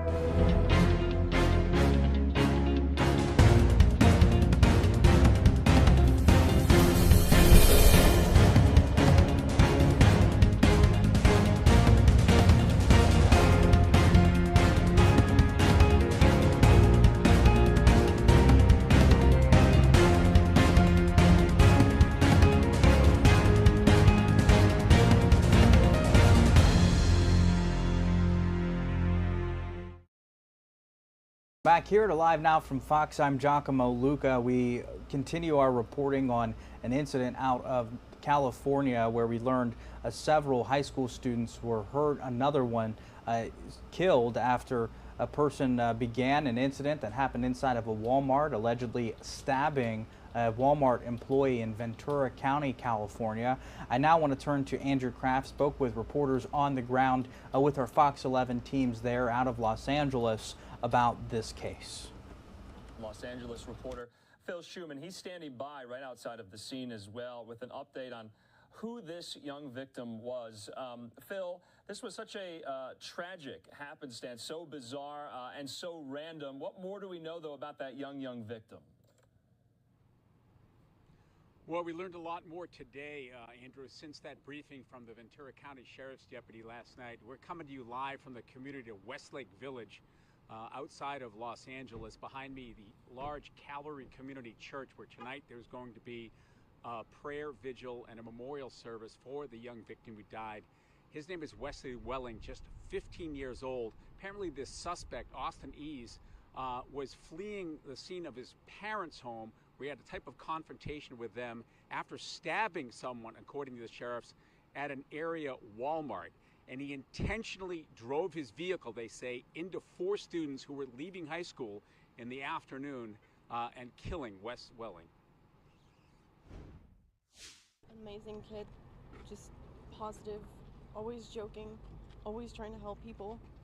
Everybody loved him, and I'm finding out how many more people loved him than I even knew about from this whole thing. Arms around her family, Wesley's mother came back to the school today, left behind a picture of her son from years ago with his brother and sister. The sister was waiting with him at the bus stop when it happened, calmly described it. We were like at the bus stop where it happened. We usually wait for the bus, but I was farther away from the bus seating area, and I heard the skid, and like everything happened so fast. Lots of emotion outside the high school today as the all-too-familiar makeshift memorial continued to grow. Some felt classes should have been canceled.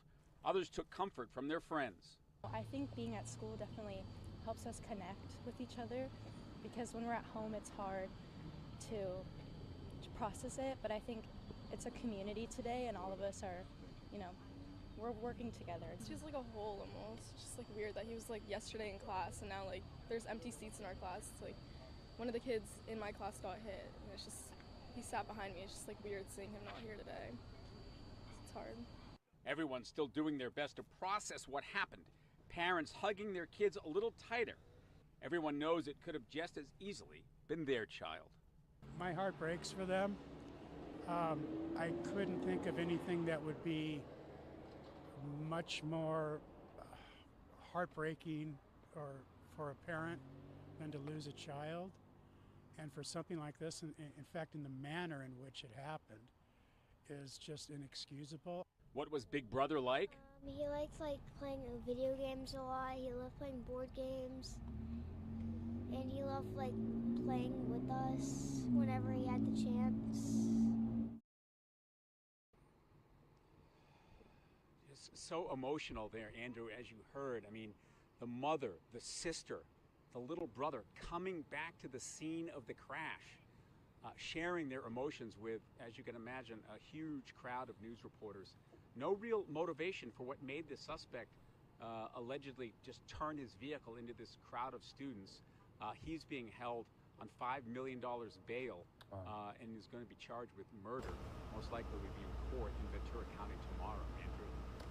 All right, we thank Andrew Kraft for that reporting, as well as our Fox team over in the Los Angeles area. Now turning to that SpaceX launch expected to happen within the next couple of hours here.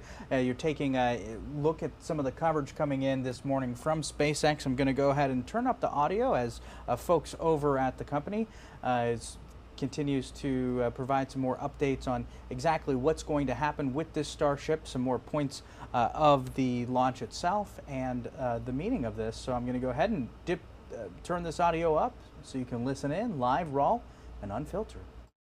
We are not really expecting many camera views after separation. That is to say, if we even make it that far.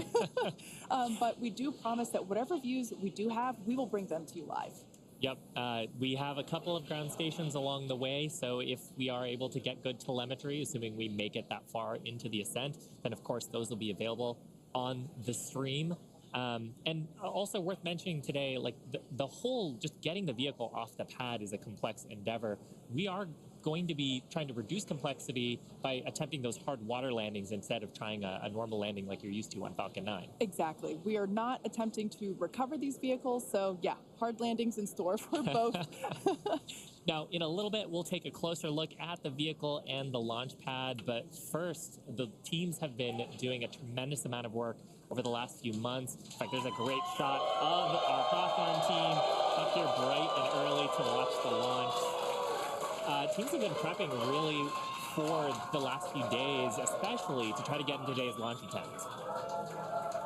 And here you can see a live view of the South Padre Amphitheater, where both SpaceX employees, friends and family, and members of the public are gathering to watch Starship lift off. And we can see the crowds are gathering there as well. And of course, we want to give a shout out to the SpaceX team. You see them there on screen, members of our launch command, our Star Command Center. That is our Star-based Launch Control Center. Yep, those are the operators today who are going to be reviewing all the data and, of course, giving us the go, no-go poll, checking the status to try to get in today's launch attempt just around 27 minutes from now. And one thing I do want to mention, I misspoke. It's not the South Padre Amphitheater, it's the Cameron County Amphitheater. Now, the entire Starship structure on your screen is made from stainless steel. When it's stacked, it stands about 120 meters tall. It's about 9 meters around. And we have this awesome video that shows you just how big that is. You can see one of our technicians there doing some final prep work in advance of today's test. And man, there's the 120-meter monster. The person just keeps getting smaller and smaller. Now, just like Falcon 9, Starship has 2 stages, which we'll talk more about those in a minute. In addition to those 2 stages, Starship actually has a 3rd stage, which we call Stage 0. It consists of all the launch pad infrastructure built around the rocket, as you can see there on your screen, and it's truly an engineering feat in its own right. Yeah, we've got a great shot there of the various different components of it, the pad, the infrastructure, all that is required to get into filling the tanks. Now, let's talk about the Super Heavy. Its name says everything. It's super, it's heavy, it's super heavy. When it's operational, it'll be responsible for providing the power to escape that mighty gravitational pull of Earth that we've got here and take Starship into orbit. The booster itself stands about 70 meters tall and is roughly the same height as a fully integrated Falcon 9, which is just so crazy to me. But this Super Heavy booster has a diameter roughly 2.5 times that of Falcon 9, and with 33 much larger engines. We have a beautiful view here. This is one of my favorite views that we're going to get today. Those are our 33 Raptor engines at the base of the Super Heavy booster. Yep, and you can see they're in a couple of different rings here. So we've got the outer ring of 20 static engines. They're going to be providing a huge amount of thrust today to lift off the entire stack. But then we've got the 13 gimbaling engines in the middle, and they're going to be providing the tilt maneuvers and also helping to reorient the booster as it comes back later in today's flight. Yeah, and when we say gimbal, it's basically tilting or almost wiggling the engines a few degrees in either direction to allow the booster to steer itself, just as you said, Shiva. And we'll get some great shots later of actually a wiggle test that we perform ahead of liftoff, just to make sure that all of those engines are able to control their full range of control authority. One thing to note, those Raptor engines are completely designed and manufactured in-house. They are, as many of you know that have been following along, they are a reusable methane oxygen staged combustion type engine. So it's a lot of words there. And ultimately, that staged combustion means that we combust the propellant in stages that we kind of pre-combust them in a pre-burner, and by doing so, it allows the engine to be more efficient, i.e. more powerful. Yeah. Now, like Falcon 9, the Super Heavy has 4 grid fins to assist with orienting itself in its return back to Earth. We got a shot of them there beneath the Starship's aft flaps. Now, as we talked about earlier, Super Heavy is not going to be attempting a land landing today, but with this flight test, we're still trying to get as much data as we can. We're focusing on the fundamental systems and operations, so that's the liftoff portion, but we are going to try to get some data on how the fins work for that water landing that Super Heavy is going to be making after ascent. I love that great view of the fins there. Now, Starship, or the spacecraft, is the 2nd stage, and it makes up the top portion of the vehicle. It's designed for carrying passengers and cargo to Earth orbit and beyond. It stands about 50 meters tall, which is a little taller than the Statue of Liberty. It's comprised of 6 Raptor engines, 3 sea level and 3 vacuum engines, which are optimized to operate in the vacuum of space. And they provide a maximum of 258,000 tons of thrust in vacuum. Spacecraft is also outfitted with 4 flaps to help aerodynamically control the vehicle's attitude, which you can see those 2 forward flaps there on your screen now. So they help control the vehicle's attitude during atmospheric flight and enable precise landing at the intended location. Now, one thing we got to mention, the heat shields. They are iconic. Starship is wrapped in a heat shield, which is composed of 18,000 hexagonal ceramic tiles designed to insulate the vehicle during that atmospheric entry. And that's really important because the temperatures can be as high as 2,600 degrees Fahrenheit.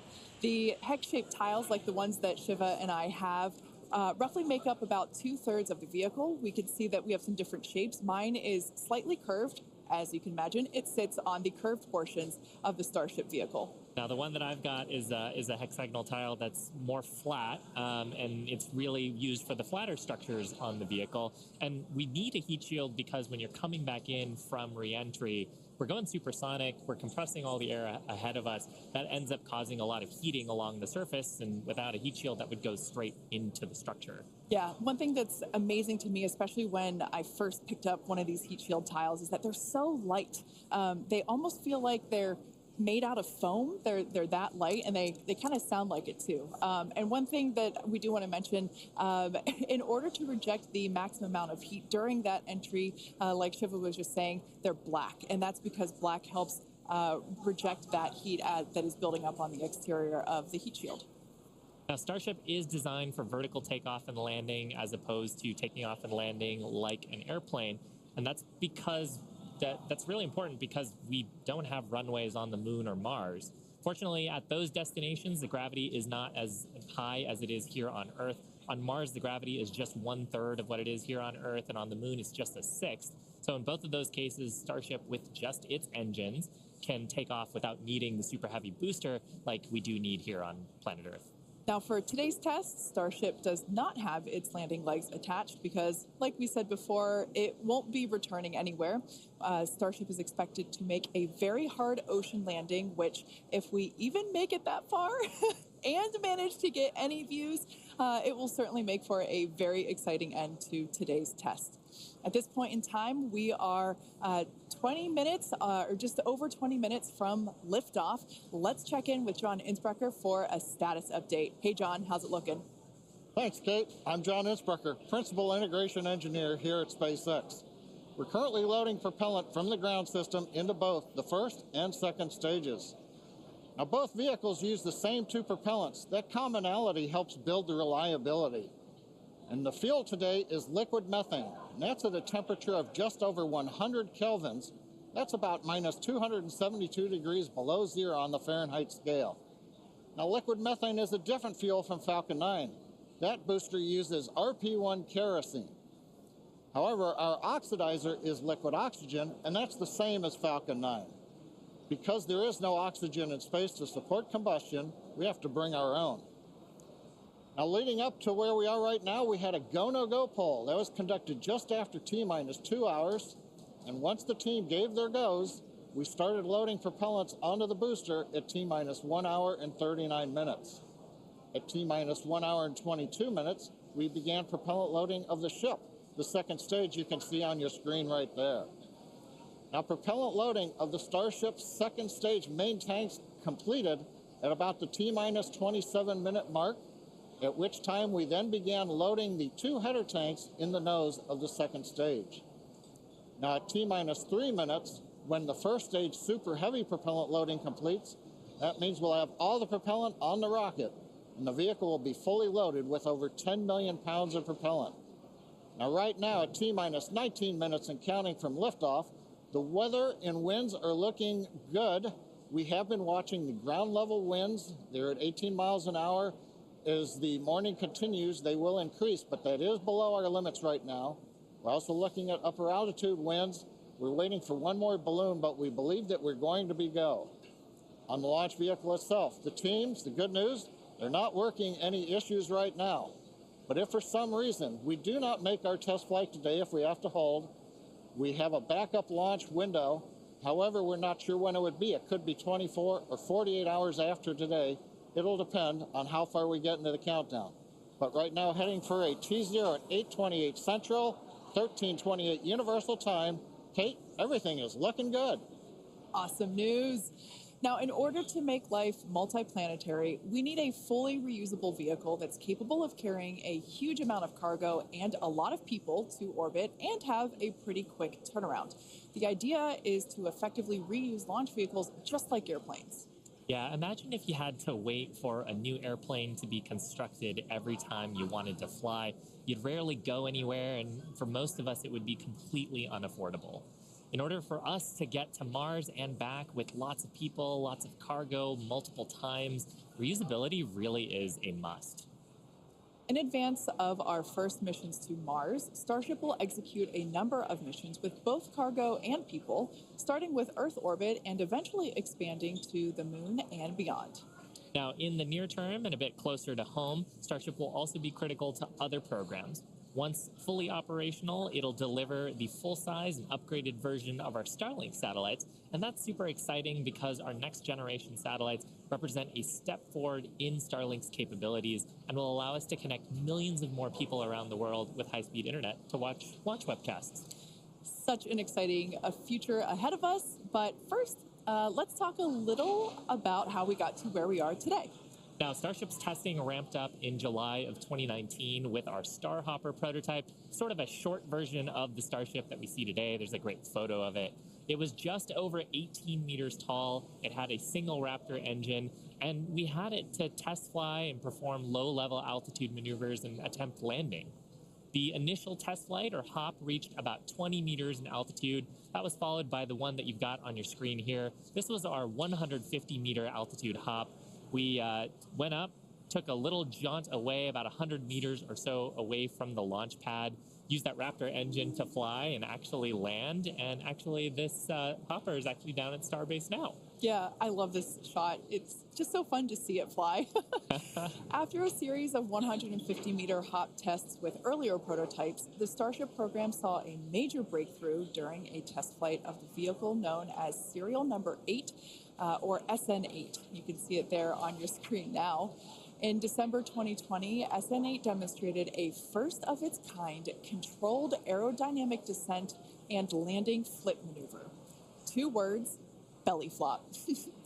The SN8 prototype rose through an altitude of 12.5 kilometers or 7.8 miles and conducted a belly flop maneuver, which you see there, during its descent. While it didn't stick the landing, the test was a major milestone in the development of Starship. In fact, we should be able to see that unfortunately failed landing. Boom. It was fun to watch, though. Rapid unscheduled disassembly, but learned a lot of data. Now, the testing continued on to prototype serial number 9. It took a 10-kilometer flight. That's about 6.2 miles up. In February of 2021, we had a nominal ascent. We executed the engine cutoffs once we got to the top of the altitude window.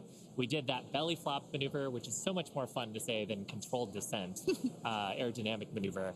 That was all stable, but unfortunately... And if you are just joining us here on Live Now from Fox, we're listening into some of that coverage from SpaceX as they prepare to launch the Starship. That should be happening here pretty soon. Right now you see on your screen a little demo of how it's all supposed to work. Hopefully it works as expected. Actually, it's crashing right there.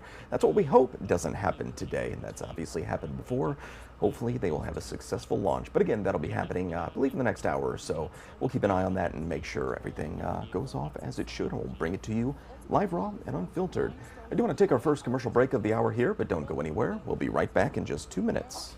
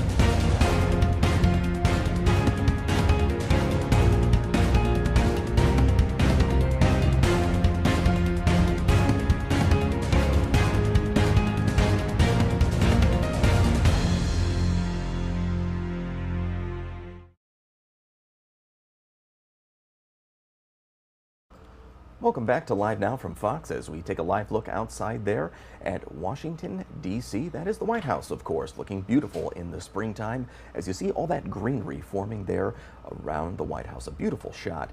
Let's switch gears and talk about the latest on the abortion pill here. The future of an abortion pill is still in the hands of the Supreme Court as they extended the use of Reproductive, I believe I pronounced that correctly, until Friday. The legal battle over abortion pills continues. And here to break it all down for you is Elizabeth Wydra. She's the president of Constitutional Accountability Center. Thank you so much for joining us. We do appreciate you taking the time to chat about this important issue. And it's mifepristone. That's correct, right? Mifepristone, yes. There we go. Nailed it. All right. Well, let's talk about just your general impressions, where things stand right now. Where are we seeing things going at this point with regard to these abortion pills? Right. So as of today, and things can change pretty quickly in the legal landscape, the case is currently at the Supreme Court. The Supreme Court has put a stay, which means it's put a pause on the rulings from the lower courts that would have taken mifepristone off the market in the way that we're used to accessing medication abortion. And so right now, the Supreme Court has extended, the stay was supposed to expire yesterday. They extended it until Friday, until tomorrow. So we should see some sort of ruling from the Supreme Court, but that's really just about what happens in the immediate short-term future, because the lower court in this case in Texas decided that mifepristone, even though it was approved by the FDA 20 years ago for medication abortion and has been used by more than 5 million people across this country to end early pregnancies and for miscarriage care, they decided that would be, the district court in Texas decided that mifepristone would be taken off the market in a really extraordinary and unprecedented ruling. And so right now, what we're talking about is whether that ruling can go into effect or not. As of right now, the status is that mifepristone is available across the country and is still on the market. And how do you think this got to the Supreme Court so quickly? Is it just all the national attention that's been on this particular topic? Well, if the drug were to be taken off the market, it would cause chaos and confusion. We're already seeing a couple other lawsuits being filed. For example, the generic manufacturer of mifepristone has filed a suit trying to keep the generic version on the market because their understanding is that the Texas District Court's ruling taking away the FDA approval of mifepristone would mean the generic version also can't be available. So there's confusion in the drug market right now about what exactly the Texas District Court ruling would mean.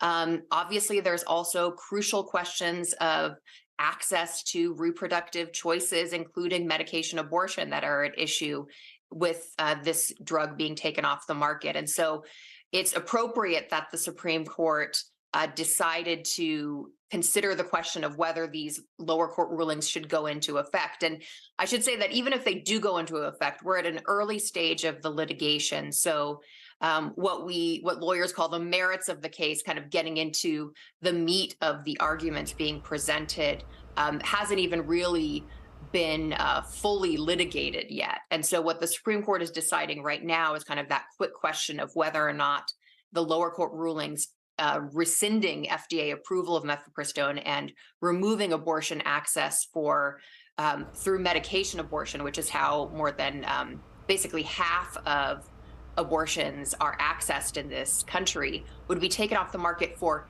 everyone in the nation. And given this extraordinary impact, it's not surprising to me that the Supreme Court has said, we've got to look at this right now. And if these medications were to be taken off the market at some point, do you think we're going to end up with a Roe v. Wade kind of situation where states will jump in and get to make their own decisions and there would be the federal piece to the whole thing? So, it's actually kind of the opposite of the argument that people who were arguing to strike down Roe versus Wade were making. The arguments that we heard from anti-abortion activists in seeking to overturn Roe was that this should be a decision left to the states, and states should be the ones to decide abortion policy. And that's what the Supreme Court suggested they were doing in overturning Roe versus Wade. But what this lawsuit brought by anti-abortion activists in Texas would do would mean that every state in the country would no longer have access to mifepristone, would no longer have access to this type of medication abortion. And again, that's how more than half of Americans access abortion care is through medication abortion. And so this would actually take the decision away from the states. This would mean that states that in the aftermath of the overturning of Roe versus Wade, states that have gone to protect abortion access would then be covered by this nationwide ruling taking mifepristone off the market and not having access to medication abortion. So this would take the decision actually away from the states and would mean that even in states that have worked to protect abortion access, they wouldn't have access to medication abortion. And that is really an extraordinary decision. And again, it is kind of contrary to what anti-abortion activists said they were looking for in having Roe overturned, which was to leave it to the states. But now they're saying, no, the states can't have, no state can have access to mifepristone. So that's an extraordinary result. It also would have an extraordinary impact on the nationwide drug market, because the way that the pharmaceutical economy works in this country and the way that FDA approval works is that you have approval of a drug based on science and based on evidence of a safety record. And here there's a more than 20-year record of safety and efficacy for mifepristone. So you look at the science, you approve the drug based on whether it's safe and effective. And then there's one nationwide market. And so what this decision could do, taking away FDA approval 20 years after the drug was initially approved, it could throw the nationwide pharmaceutical market into chaos, because there wouldn't be that understanding that drugs are going to be on the market based on science and based on safety, but instead could be taken off the market even 20 years after approval based on, frankly, a political interest. And with so many people using these medications to have abortions, that safety piece, kind of the same vein of safety, do you think it opens the door for unsafe practices to maybe fill in the gap if these medications are not made available to people? Well, certainly. We know from history, and certainly pre-Roe versus Wade history, that making abortion illegal will not stop abortions from happening. It will simply stop abortions from being safely accessible to people.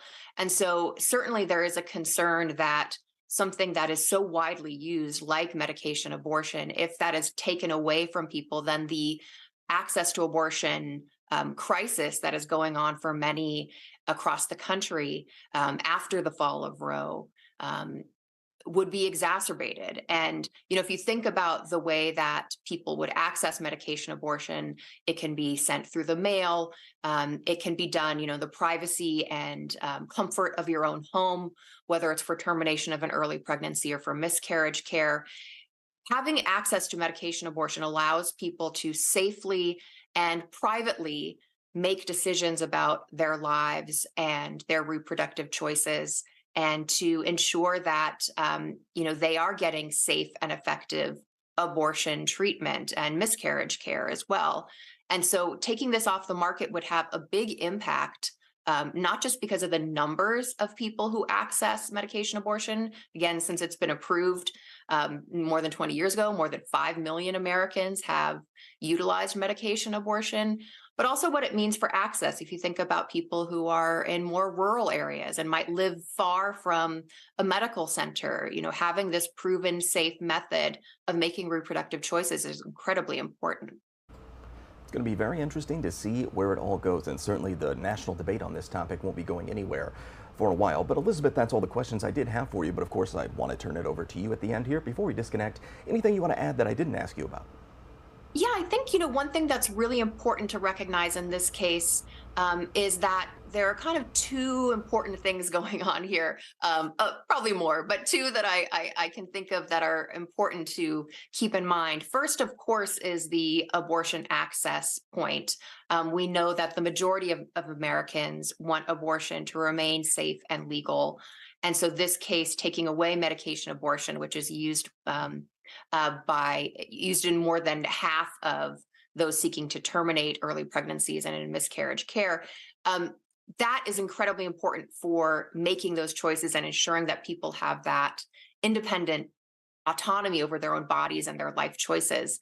But second, this case, in a way that kind of overturning of Roe didn't, has broader implications than just sort of the very important concerns of equality and liberty and abortion access.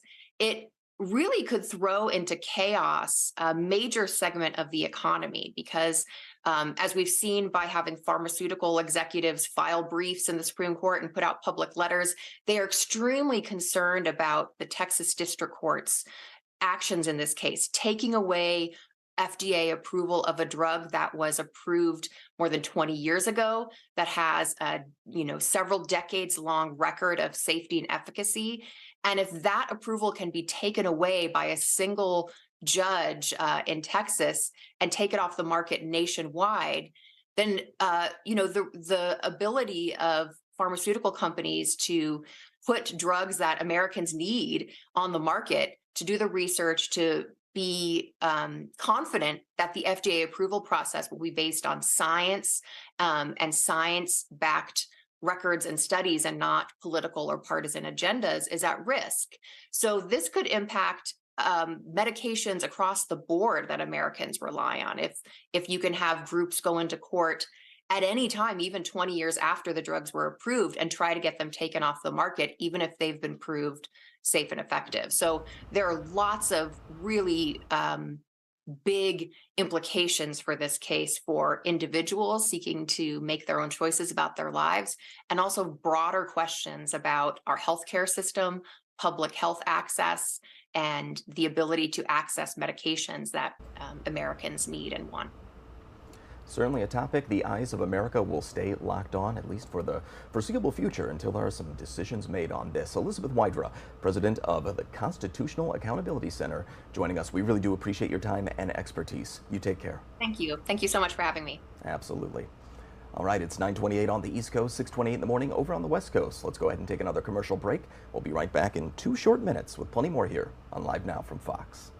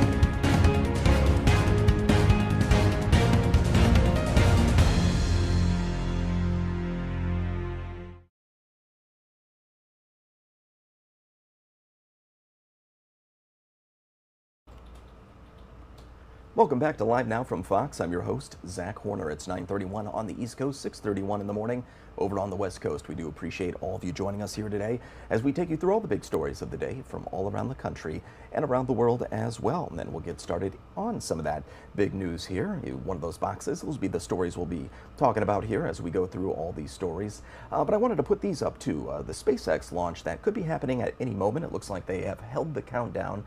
They were at about T-minus 3 seconds, but there's a hold there as they're doing some checks.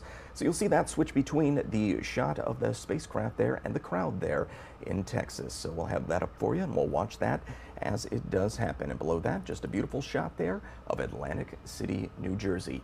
But let's talk about the debt ceiling. The national debt ceiling standoff is heating up in Washington with a potential crisis just weeks away. Republicans have a new offer on the table, but the White House is blasting it this morning. Fox News correspondent Doug Luzader has more from Capitol Hill. Well, these dates are never certain, but the Treasury Department thinks it can hold out until June 5th. And sometime after that, we could see a first ever default. President Biden at a union hall in Maryland taking a preemptive shot at a Republican plan to prevent a debt crisis in the weeks ahead. It's not about fiscal discipline. It's about cutting benefits for folks that don't seem to care much about. And a statement from the White House early this morning. MAGA House Republicans are holding the American economy hostage in order to take a hatchet to programs Americans rely on every day to make ends meet. America has a $31 trillion debt, and Washington is on the clock. A Republican House Speaker Kevin McCarthy offered up a plan to lift the debt ceiling to allow the government to keep paying its bills after a deadline this summer. The staggering national debt and annual deficits are looming as a big issue. And the GOP plan would seek to limit government spending by paring back some of Biden's big-ticket items. Goldman Sachs just did an analysis, and they say the savings from ending these green giveaways are as much as $1.2 trillion. And we would prohibit President Biden's student loan giveaway for the wealthy. Biden says he won't negotiate, that Congress should simply agree to raise the debt limit without spending concessions. But at this point, these are just the opening salvos. And right now you see it happening on your screen. That SpaceX launch is happening. It looks like they just fired up the engines and that should be lifting off. So we'll listen in and see how the launch goes.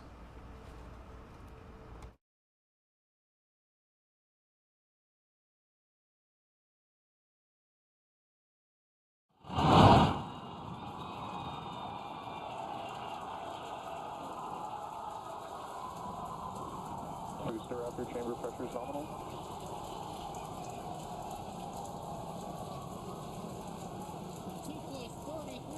Into the test flight of the inaugural Starship vehicle, tower cleared, we're into pitch over.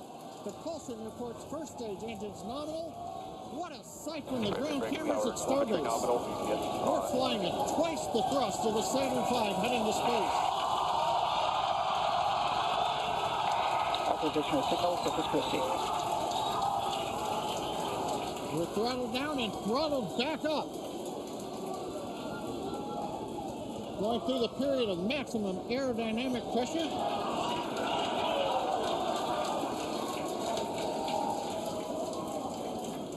As the velocity increases, the density of the atmosphere is decreasing. Max Q. Lessening stress on the vehicle. The call out, max Q now.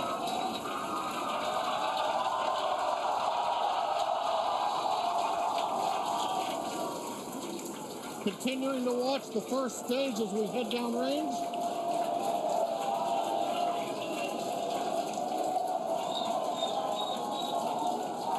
Seconds into flight. Our next major activity is going to be shutdown of the first stage. The Houston tracking station now acquiring the vehicle. With shutdown, we will get separation of Starship from Super Heavy and ignition of the Starship engines. When Starship separates, we light up 6 engines in a staggered sequence. And if all goes well, those 6 engines will burn for almost 6.5 minutes. Onboard view from Starship. And there's views of the Raptor engines on the second stage as we prepare for stage separation. Now after stage separation, the first stage will flip and begin a boost back maneuver for landing in the Gulf.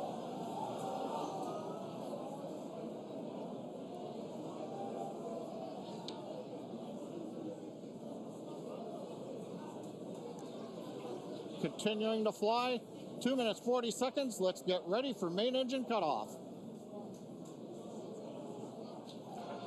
Booster engine cutoff. Beginning to flip for stage separation.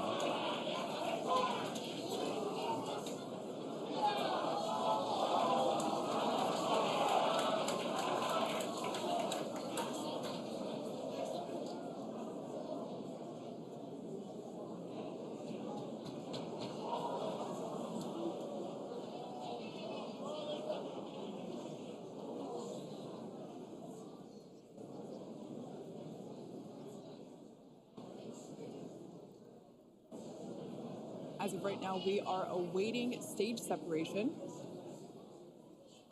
where Starship should separate from the Super Heavy booster. Yeah, Kate, right now it looks like we saw the start of the flip, but obviously we're seeing from the ground cameras the entire Starship stack continuing to rotate. We should have had separation by now. Obviously, this is does not appear to be a nominal situation. Yeah, it does appear to be spinning, but I do want to remind everyone that everything after clearing the tower was icing on the cake. And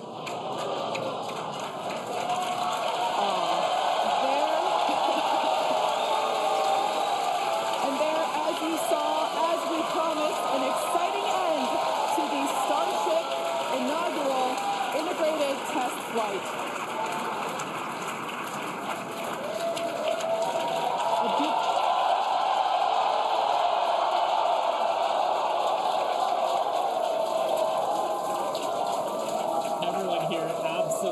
Pumped to clear the pad and make it this far into the test flight, the first integrated flight of the booster and the Starship vehicle. Live view there of our control center at Starbase, which we refer to as Star Command. As we said before, obviously we wanted to make it all the way through, but to get this far, honestly, is amazing. Well, if you're just joining us, Starship just experienced what we call a rapid unscheduled disassembly, or a RUD, during ascent. But now this was a development test. This is the first test flight of Starship, and the goal was to gather the data, and as we said, clear the pad and get ready to go again. So you never know exactly what's going to happen, but as we promised, excitement is guaranteed. And Starship gave us a rather spectacular end to what was truly an incredible test thus far. As we mentioned at the start of today's program, any and all the data that we collected during the test is going to help us with further development of Starship, and it's going to improve the vehicle's reliability as SpaceX seeks to make life multiplanetary. It's really worth noting that the flight path was designed to be over water and all the air and sea space. Along with that flight path and those surrounding areas were cleared in advance of the test. And of course, we're going to be coordinating with local authorities for the recovery operations. But honestly, what an exciting morning. Oh my gosh. We had a successful liftoff from Starbase, Texas at 8:28 a.m. Central Time. We cleared the tower, which honestly was our only hope. We cleared the tower, and all the data that we collected all the way through all those Raptor, those 33, although I think we saw that 3 Raptor engines were out, but we got all that data, and we got so far as to hoping to see the Starship, the second stage, separate from the first stage, the Super Heavy booster. And unfortunately, we didn't make that happen, but that's okay. It was the first integrated launch, and honestly, today was amazing. Absolutely incredible day. And if you are just joining us here on Live Now from Fox, what you saw there is SpaceX firing off that Starship, and it was a successful launch. I'm going to be honest, I thought at one point there was a bit of an accident, but they're saying it was a complete success. And I'm looking at SpaceX's Twitter page here. It says Starship has cleared the pad and beach. Vehicle is on a nominal flight path. Sounds like a good thing, so it appears a successful launch there for the SpaceX crew. A good time here to take our third commercial break of the hour. Don't go anywhere. We'll be right back in 2 short minutes. We have a number of live events going on today, and we'll bring them to you live, raw, and unfiltered right here on Live Now from Fox.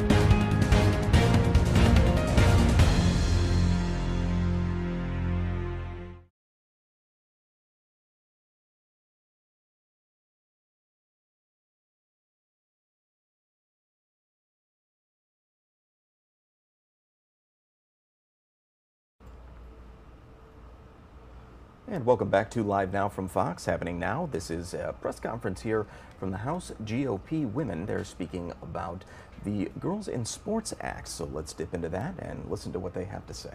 Republican majority, but I am personally proud that America elected the highest number of Republican women ever. They are strong leaders in our conference, and particularly on important days like today, we are so grateful for their effective advocacy to get this bill across the finish line. Today, we will pass this historic legislation to protect women and girls in sports.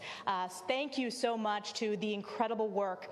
I know that there are so many personal stories, and in addition to these wonderful women members of Congress, we have tremendous women athletes who are here with us today who have talked about just the unfairness when it comes to biological males competing in women's sports. If you talk to women leaders today, so many had opportunities when it came to sports growing up. I myself played varsity lacrosse. I also rode crew in high school. And to have that opportunity to learn leadership, to learn discipline, to learn teamwork is so, so important. So this is about protecting women's sports now and into the future, and we anticipate this will be passed today, and it is a winning issue across America, standing up for the future of women and girls. You're going to hear from a number of our amazing women members. I want to first start off by introducing Beth Van Dyne from Texas. All right. Just this past weekend, the Lady Mustangs soccer team of Grapevine High School in North Texas won their school's very first state championship. The Lady Mustangs soccer team made history for their school, and we could not be more proud of them in the 24th Congressional District. Their team is made up entirely of biological girls, just as it should be. And the team they played in the championship match is also made up entirely of biological girls, just as it should be. We celebrate both teams, the training, the long hours, the hard work that all of these girls put into being able to compete at their very best and at the highest level. And this is exactly what we want to protect. Biological girls being able to fairly compete against other biological girls in the sports they love. That we must be even talking about passing the Protection of Women and Girls in Sports Act shows how stark raving mad leftists have perverted what should be a very simple subject. Biological women and girls should only be competing against other biological women and girls. And I don't care how many surgeries you have, I don't care how many chemicals you put into your body, you're not going to be a biological woman. Anyone who claims to be a feminist or believe in what feminism was founded upon should proudly stand with us and vote for this bill to protect and preserve women's sports for real biological women and girls. Thank you. And with that, I'm going to introduce, Virginia Fox from the great state of North Carolina is here with us. Come on, Virginia. Come on, Virginia. Yay. Yeah, just the chairwoman of the committee. Yes, Chairwoman Virginia Fox, our wonderful chair of Education and Workforce. Thanks. Republicans have this wonderful way of scheduling three things at the same time around here. So sorry. Today's passage of H.R. 734, the Protection of Women and Girls in Sports Act, will be a monumental win for women and girls across our country. The perverse biological fantasies of the left are both dangerous and a direct threat to women's sports and all female athletes across our country. And the Biden administration's doubling down on this insanity by pushing regulations that will upend the laws 20 states have on the books protecting women's sports. Harm is being done to women athletes, and the American people know this is wrong. So House Republicans took action to support and protect the women and girls who've come so far to get much deserved recognition for their athletic achievements. This legislation is the first step towards restoring integrity and fairness in women's sports. The strides of women in sports should never be sacrificed to appease the radical woke mobs on the left. Women and girls will win today. Let's not forget that. Thank you. Awesome. We will next hear from Diana Harshbarger from Tennessee. Thank you, Elise. It's a pleasure and an honor to be here today, and I join my colleagues in supporting this Protection of Women and Girls in Sports Act. No woman should ever be denied an opportunity, a scholarship, or a place on the podium because a biological male is competing against them. Under this legislation, it will ensure that Title IX will protect women as it was intended. Federally funded schools that allow men who are pretending to be women, that's not a movie I want to be in or even watch, to participate in all-female sports will be faced with a Title IX violation. This bill is a win for women, our family values, and it will save women's sports. You know, this Biden administration is waging war on women. Make no doubt about it. The very class of biological females that they want to uphold with abortion rulings and things like that, they are coming after you girls. They're coming after all our children. And we have to protect our young girls from gender extremists who seek to destroy all the progress we have made. And as a healthcare provider, I can tell you this. They cannot change a person's DNA. And I am proud to support this bill, and I am going to welcome my colleague from Arizona, the great Debbie Lesko. Thank you very much, Diana.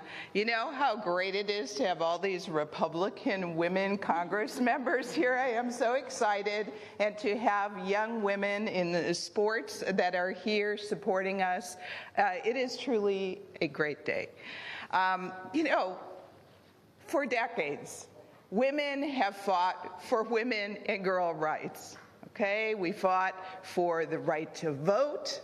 We fought for the right for Title IX so that women and girls could have some equalness in competing in sports. And who would have thought that all these years later that we would have our Democratic women colleagues join with a male president who is fighting against women's rights? This is outrageous. This is crazy. This is dangerous. This needs to stop. So it's we, the Republican women and men in Congress, who are putting forth this legislation to make this insanity stop. Republicans care about women. Republicans care about girls. It is Republicans today who are protecting women and girls' sports. It's time to stop men from participating in women and girls' sports, and that day is today. And with that, I want to introduce this fantastic woman, Congresswoman from Minnesota, Michelle. And right now, if you are just joining us here on Live Now from Fox, House GOP women there giving remarks on the Girls in Sports Act. We'll have more on this here in a little bit. I do want to take a commercial break, but we'll take that, come back, and listen to the rest of this press conference. But as I said earlier, we have a number of live events happening, as well as going through the big news of the day. So a lot to get into here, but stay with us. We'll be right back in just 2 short minutes.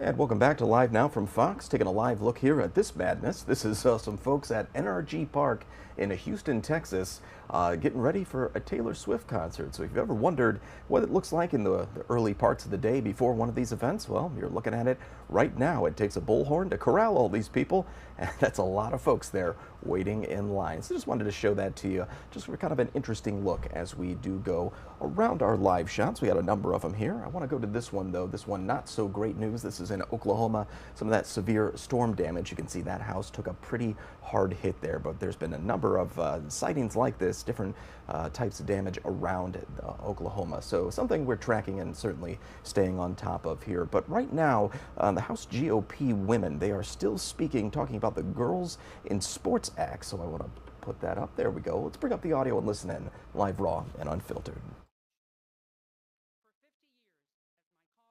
Said women have fought to have women's sports where human beings with the same biology and that same genetic code can compete against each other on a level playing field. But now the Democratic Party and many in that organization want to change the rules of that game and use science to go against nature. And we don't like it, and we don't approve of it. It's very dangerous. What's happening is very disrespectful, and it's despicable. Because you have, in this country, thank God for this country, that we have individual freedom to choose your own happiness. But that does not give you the freedom to take advantage of others. So that's why we're highly support this bill. And thank you for giving us the opportunity to speak.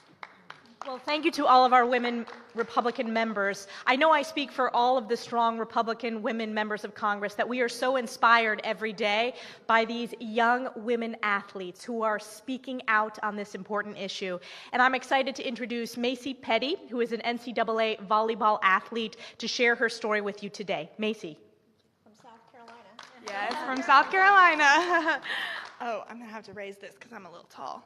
Hi, everybody. My name is Macy Petty. I am a current NCAA volleyball player and a Young Women for America ambassador. I am very proud to stand up here with all of these strong women who are willing to defend female athletics. It is something that has given me the educational opportunities that I have today. Being an NCAA athlete was not an easy accomplishment. It was something that I decided that I was willing to work and sacrifice most of my middle and high school career for. I was that girl in high school, never got to go to prom, never got to go on all these crazy vacations because my weekends were spent in the gym, traveling all around to these club volleyball tournaments to try and get recruited. And so at one of these volleyball tournaments, I walked up to the court, I looked at my opponent, and it was a boy. I did not sign up to be in a co-ed league. I signed up to be in a women's league. And I also looked around the court and saw that there were tons of college recruiters there to examine my athletic ability. This was my chance to show off all of the work that I had been training for these past couple years. I mean, my whole life for. And so I would also like to note that a men's volleyball net is over 7 inches higher than a women's volleyball net. So when we were competing against this athlete, the boy was playing on a net 7 inches shorter than he should have. So these college recruiters, instead of being able to examine the skills that I had been working for my whole life, they watched this boy slam the ball in our faces. I am blessed by God to stand here as an NCAA athlete, which I am very proud of because of all the hard work that I've put in and all the opportunities that women have been fighting for me. And I'm proud to stand here and hopefully continue to fight for the next generation of female athletes. And I'm so proud to stand up here with all of these strong voices who hear the female athletes and are willing to stand up for us. So thank you all so much. Thank you. Thank you to Macy. Thank you all for being here today. There'll be members who are able to conduct interviews. This is a day that is so important for women across America, and House Republicans are leading the way. Thank you very much.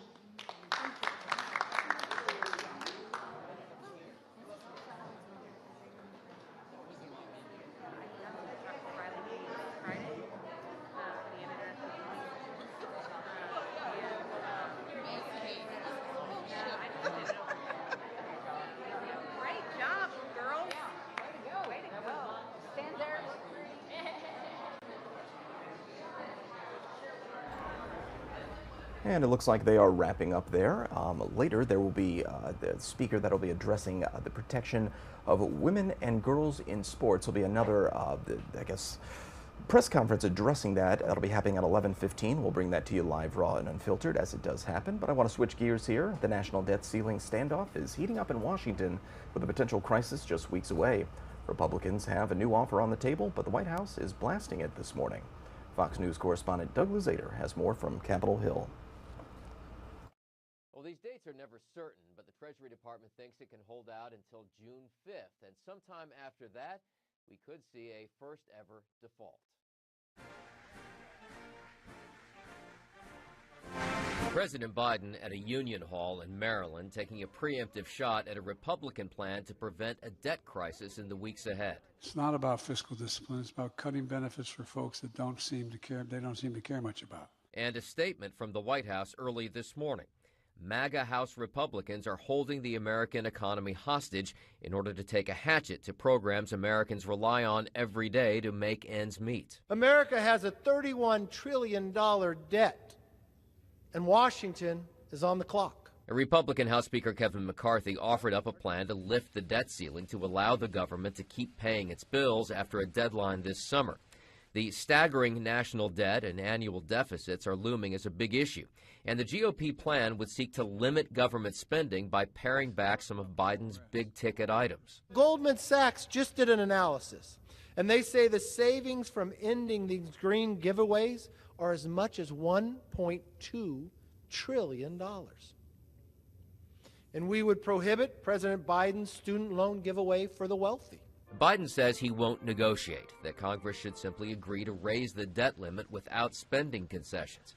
But at this point, these are just the opening salvos. Historically, neither side gets everything they want. That's what usually happens. So my guess is we will again have some kind of compromise. Now, Republicans plan to vote on their plan next week in the House, but it will be a non-starter with most Democrats. In Washington, Doug Luzader, Fox News. Well, today, April 20th, or 420, marks the day where cannabis enthusiasts around the world celebrate marijuana. But not everyone is feeling festive, with a number of legal marijuana growers saying their industry could be going up in smoke. Fox News' Ted Linder takes a look. The future of the legal marijuana industry is looking murky, especially for growers out west. I don't know any companies that are really making money. Temperate weather along the West Coast provides the perfect growing conditions for the plants. The problem? Even though 21 states have legalized recreational pot for adults, federal law bans the interstate sale of marijuana, leaving many farmers in California, Oregon, Washington State, and Colorado with too much supply and not enough demand. Everybody's just trying to manage their losses, and the most successful companies tend to be the ones that were able to raise the most capital and survive the longest downturn. The oversupply is causing growers and cannabis shops to slash prices. It's good for consumers, but bad for business, with the legal marijuana industry already having to compete for profits with illegal sellers nationwide. The illicit market is booming. There's more money to be made there. And, ultimately, those are our biggest competitors right now. To combat the surging stock of pot and boost declining revenues, growers are hoping the federal government will approve marijuana trade throughout states where it's legal. Many are surprised it's taken this long. I don't know if I would have, really been all in or done this, really, if I would have known it was going to take this long for federal legalization to happen. Ted Linder, Fox News. Intelligence officials were on Capitol Hill Wednesday learning just how much damage was done when classified documents were recently posted in a gamer chat room and then leaked across the internet. The 21-year-old suspect, who is still in custody, made a brief court appearance yesterday. Fox News correspondent Caroline Shively has that story. Members of Congress met with the nation's top security officials Wednesday, demanding answers on how secret military documents could have leaked online, allegedly by a 21-year-old Air National Guardsman. Congress is going to keep the pressure on the Pentagon to come back with more precise, substantive, and proactive measures. Jack Teixeira is charged with the unauthorized removal and retention of classified and national defense information. Prosecutors say Teixeira copied and photographed the classified documents at his job with the Air National Guard 102nd Intelligence Wing in Massachusetts, then posted them online beginning in December, where they sat undetected by the Pentagon for months. It's stunning that the Department of Defense and the intelligence agencies found out about it primarily from the press is unacceptable. The leaked documents made public some of the nation's most closely held military secrets, including Ukrainian battlefield positions and U.S. military vulnerabilities to a cyber attack. The top members of the Senate Intelligence Committee call the leak proof of serious deficiencies in the government's security protocols. We need, frankly, a system that limits classification to really important documents and then have a process to declassify when appropriate. And we are working on bipartisan legislation on that. Teixeira's next court appearance is set for 2 weeks from now. In Washington, Caroline Shively, Fox News. It is 10:04 on the East Coast, 7:04 in the morning over on the West Coast. I'm your host, Zach Horner, as we go through all the big stories of the day from all around the country and around the world as well. We got a number of different stories to get into here as we take a live look outside. Don't usually have this one, but this is Boise, Idaho, or at least what you can make out of it. Looks a little hazy there, but one of the many live shots we can dip into here all around the country. Let's go ahead and take our first commercial break of the hour. We'll be right back in just 2 short minutes with plenty more here on Live Now from Fox.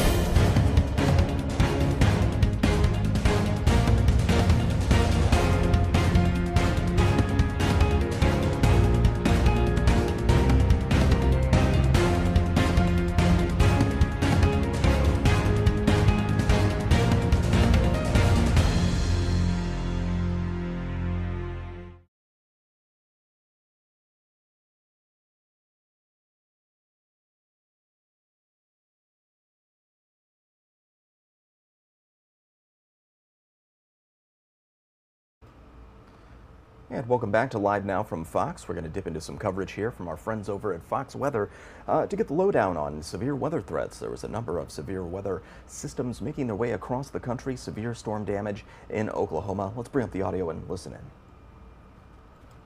Player today than it was yesterday. But even still, ahead of the cold front, we could still see a few isolated, discrete thunderstorms pop up. And those independent thunderstorms, they can produce huge hail. So I do think the cold front's going to be a bigger player in here, but we do need to look out for Texas for hail. And these are big cities, Amy. We're talking about the Metroplex, Waco, Austin, San Antonio. And the timing for this, everything's going to ignite around 2 or 3 o'clock in the afternoon. After school pickup, after school activities, getting yourself home from work. York. We're talking about major thoroughfares, Interstate 35 and Interstate 45, right in the middle of this threat. So something to look at. Now, whatever does or does not pop this afternoon, the cold front is going to catch up to those storms, and then that becomes the focus. And again, to Amy's point, that's the concern when we're talking about these overnight hours when everyone's sleeping. You don't have to have daylight to hold this together. It's going to do it on its own. I want to pause the clock at about 10 p.m. into midnight. Look at this line that stretches from Hill Country all the way through Louisiana up into West Tennessee. Along that line, we're going to have very strong gusty winds. Super concerned about the heavy rain. Street flooding is going to be a real deal. So with these overnight hours, if you have a neighborhood that takes on water when storms move through, don't leave your car out on the street because we could see some street flooding. In terms of the tornado risk, it's still there. Sometimes in these setups, we get QLCSs or a little quick spin up tornado within this line. So we have to look out for that threat.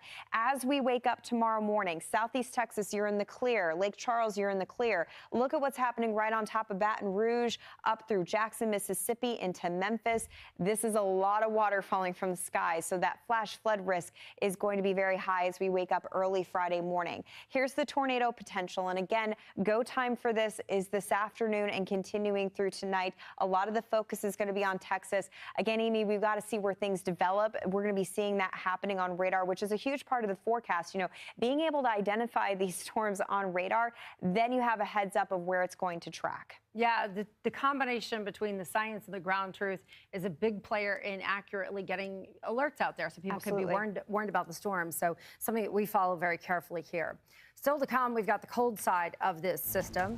It does bring more chart-topping snow to the northern plains. One city now has officially made their all-time snowiest winter as far as the record books go back. Weather Command shows you that place coming up next. New record coming up for Duluth. And looks like they're going to a break there, but we'll dip back into them periodically. Our friends over at Fox Weather to get the latest on all that severe weather making its way across the country. I do want to take another quick commercial break as we take another live look outside. Why not? We'll take another look there at Boise, Idaho. And again, you can't really see a whole heck of a lot. Looks like an airport. I can make that much out, but a lot of haze there and gray there in the background. Let's go ahead and get that commercial break out of the way. It'll be our second one of the hour, but don't go anywhere. We'll be right back in just 2 short minutes.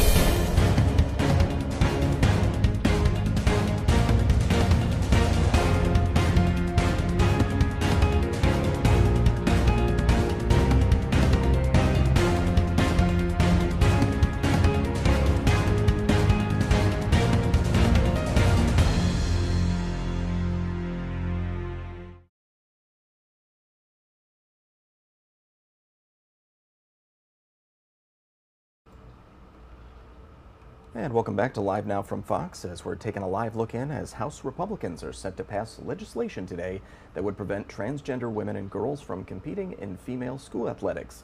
It's called the Protection of Women and Girls in Sports Act. The bill generally prohibits school athletic programs from allowing people born male to take part in programs that are for women and girls, calling it a violation of Title IX. Now, Title IX prohibits discrimination on the basis of gender in federally funded education programs or activities, including public elementary and secondary schools, as well as colleges. The bill identifies sex and gender as a person's reproductive biology and genetics at birth.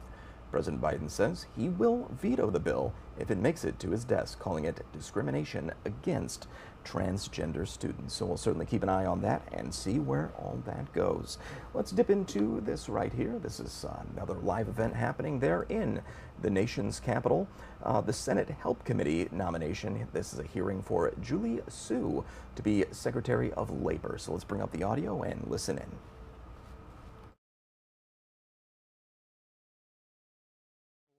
Unionization that would strip that flexibility away.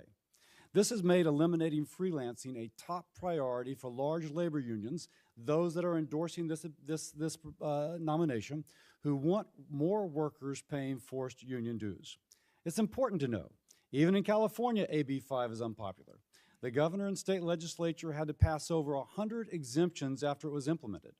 In fact, the statutory exemptions are longer than the text of AB 5 itself. 59% of Californians voted to further erode the law, which naturally labor unions challenged in court. In 2019, Ms. Su described employers who opposed California's overreaching law as not understanding the economy that, quote, her quote, we want in California. As acting and Deputy Secretary of Labor, Ms. Su is overseeing the Biden's administration push to eliminate independent contracting via federal executive rulemaking to the detriment of workers. If finalized, the new regulation would strip 21 million individuals of their ability to be independent contractors, enjoying the flexibility this provides. A law rejected in California is not a policy that should be spread across the nation. I also wish to hear Ms. Su's position on the Department of Labor's effort to uproot the franchise model. She had said privately that she will not pursue this, but the franchise model employs over 8 million Americans. She has made public comments in support of a new joint employer rule, which would impact the almost 800,000 franchises operating in our communities. Saddling franchisors with liability for thousands of franchise owners that operate as small businesses would be a sure way to destroy the system of franchising.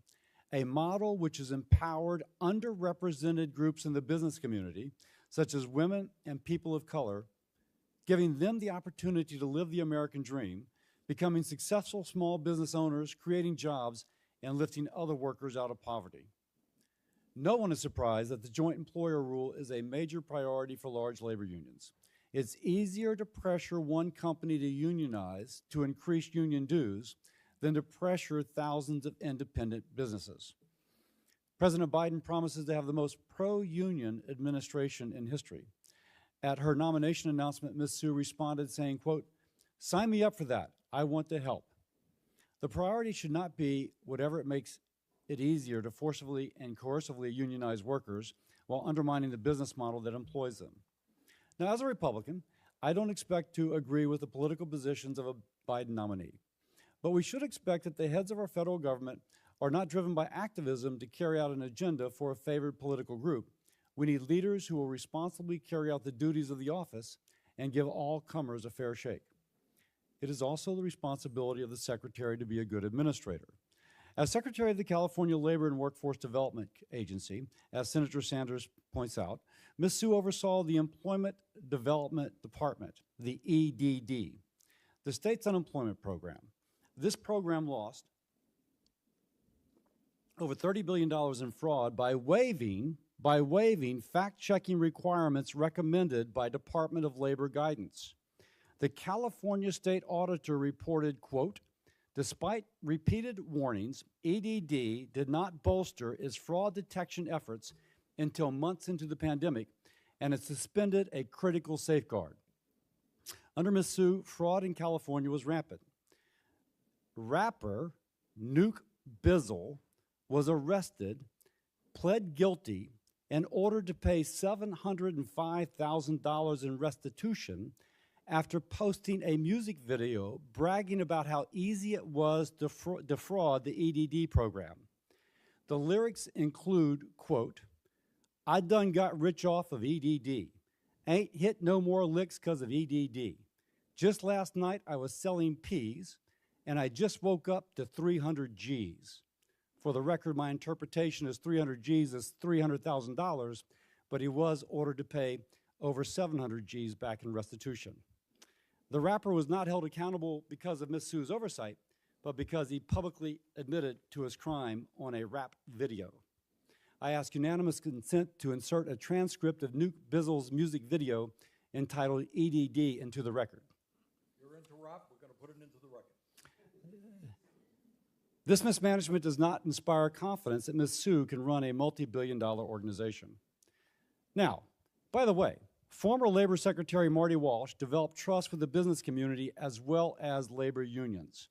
Setting his politics aside, Marty Walsh had significant experience in negotiations and managing organizations. That experience is important. But now with 150 labor contracts expiring this year, the potential of replacing him with someone who has a history of bias and no direct experience handling labor disputes should be concerning to all. I look forward to hearing from Ms. Sue as she addresses these concerns of the committee. With that, I yield. Thank you, Senator Cassidy. I'd now like to welcome our nominee.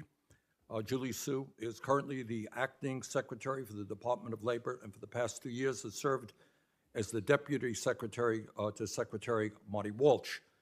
I thank her for being here with us today, and now I turn it over to Senator Padilla from California to introduce her. Thank you, Mr. Chair and Ranking Member Cassidy, for allowing me to introduce Acting Secretary of Labor, Julie Sue. Julie is a proud Californian, and as you will continue to hear, a champion for workers everywhere. Julie is indeed was a tireless advocate for workers in California for years, so much so that 2 months after I joined the Senate. And we're going to switch gears and go to this event happening at Johns Hopkins University there. Secretary of the Treasury, Janet Yellen, she'll be speaking here momentarily about U.S. and China economics, so a very important topic. Should be pretty interesting. She should be taking the stand there at the podium here soon. But let's listen in and hear what he has to say there. Policy in our country, as a longtime leader in the academic community, as the president of the American Economic Association, and as a scholar here just up the street at Brookings. So it's particularly fitting that we are able to host her here. And it's particularly fitting that we're able to host her on this issue that she's going to discuss today, which is one of the most consequential issues of our time. So I know you're all eager to hear from her, and so I'd ask you to join me in welcoming Secretary of the Treasury, Janet Yellen.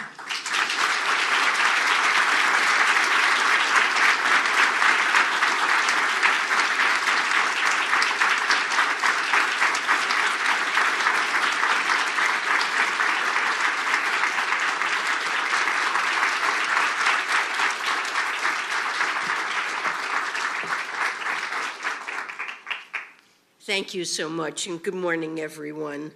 Dean Steinberg, thank you for your kind introduction, and thank you for your service to our country.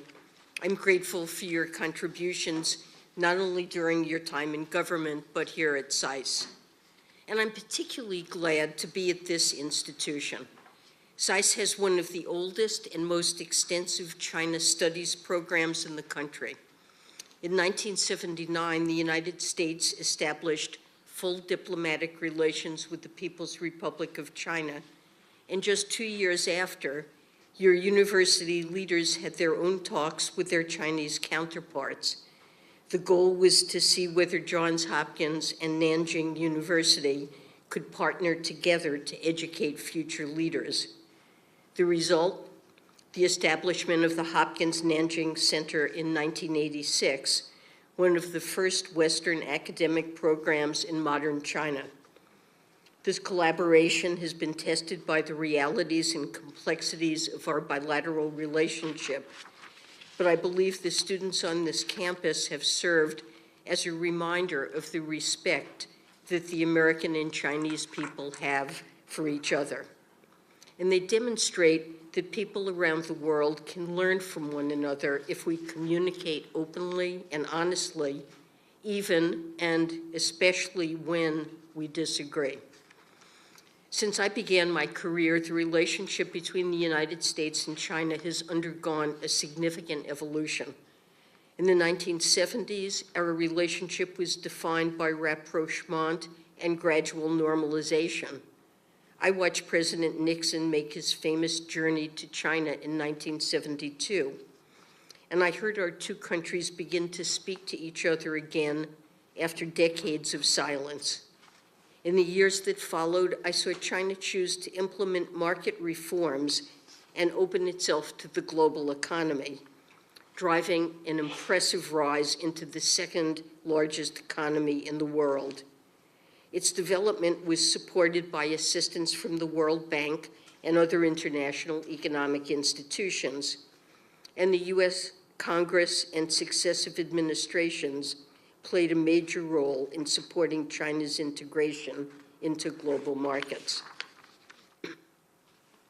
But in recent years, I've also seen China's decision to pivot away from market reforms toward a more state-driven approach that has undercut its neighbors and countries across the world.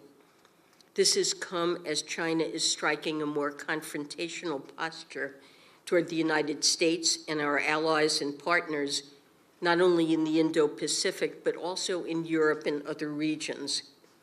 Today, we're at a critical time.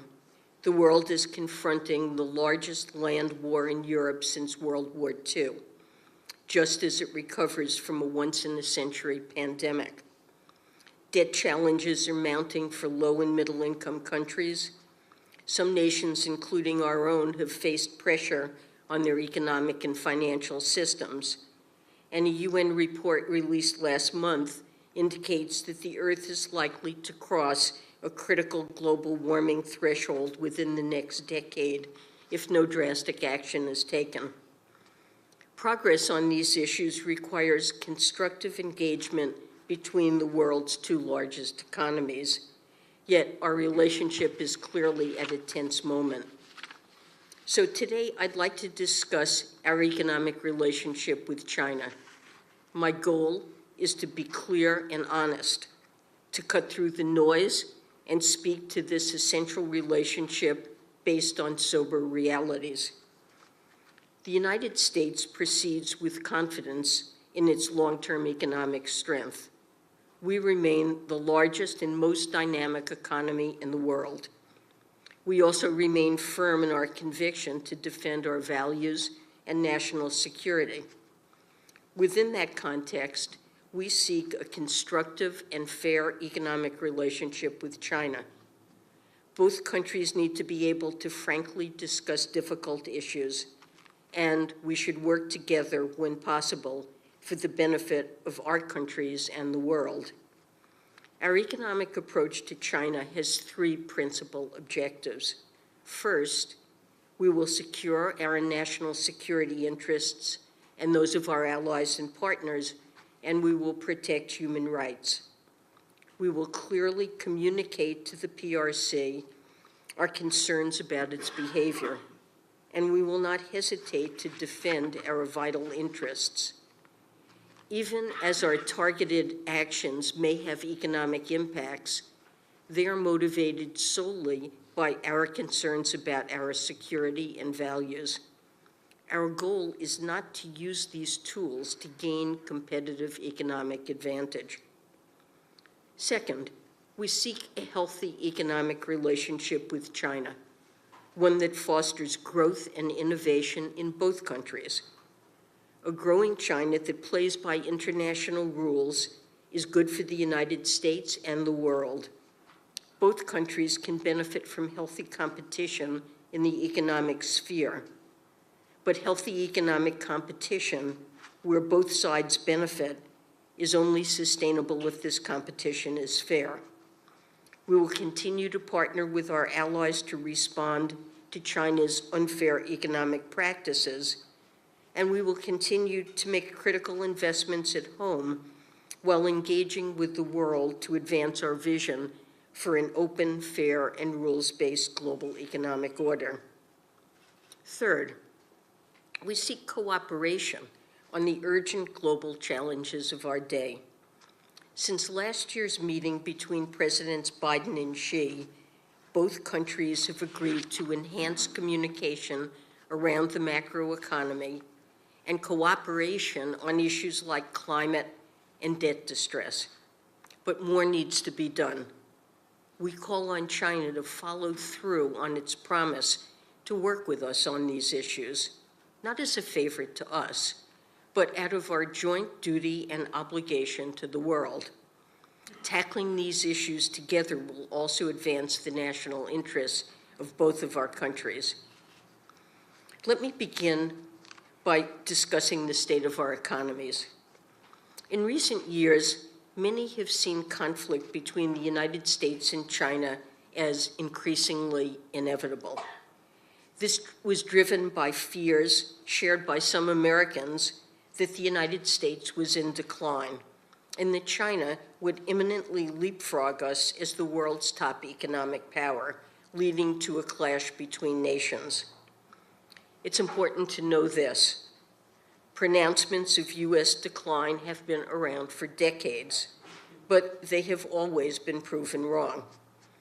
The United States has repeatedly demonstrated its ability to adapt and reinvent to face new challenges, and this time will be no different, and the economic statistics show why. Since the end of the Cold War, the American economy has grown faster than most other advanced economies. And over the past 2 years, we have mounted the strongest post-pandemic recovery among major advanced economies. Our unemployment rate is near historic lows. Real GDP per capita has reached an all-time high. And we've experienced the strongest 2-year growth in new businesses on record. This recovery is made possible by the strength of our economic fundamentals. Of course, this does not mean that our work is finished. Our top economic priority is to rein in inflation while protecting the economic gains of our recovery. A few weeks ago, the United States took decisive action to strengthen public confidence in the banking system after the failures of 2 regional institutions. The U.S. banking system remains sound, and we will take any necessary steps to ensure the United States continues to have the strongest and safest financial system in the world. Over the past few decades, China has experienced an impressive economic rise. Between 1980 and 2010, China's economy grew by an average of 10% per year, and this led to a truly remarkable feat, namely the rise of hundreds of millions of people out of poverty. China's rapid catch-up growth was fueled by its opening up to global trade and pursuit of market reforms. But like many countries, China today faces its share of near-term headwinds. This includes vulnerabilities in its property sector, high youth unemployment, and weak household consumption. In the longer term, China faces structural challenges. Its population is aging, and its workforce is already declining. And it's experienced a sharp reduction in productivity growth amid its turn toward economic nationalism and policies that substantially increase the government's intervention in the economy. None of these recent developments detract from China's progress or the hard work and talent of the Chinese people. But China's long-run growth rate seems likely to decline. Of course, an economy's size is not the sole determinant of its strength. America is the largest economy in the world, but it also remains an unparalleled leader on a broad set of economic metrics, from wealth to technological innovation. U.S. GDP per capita is among the highest in the world and over 5 times as large as China's. More than resources or geography, our country's success can be attributed to our people, values, and institutions. American democracy, well, not perfect, protects the free exchange of ideas and rule of law that is at the bedrock of sustainable growth. Our educational and scientific institutions lead the world. Our innovative culture is enriched by new immigrants, including those from China, enabling us to continue to generate world-class, cutting-edge products and industries. Importantly, our economic power is amplified because we don't stand alone. America values our close friends and partners in every region of the world, including the Indo-Pacific. In the 21st century, no country in isolation can create a strong and sustainable economy for its people.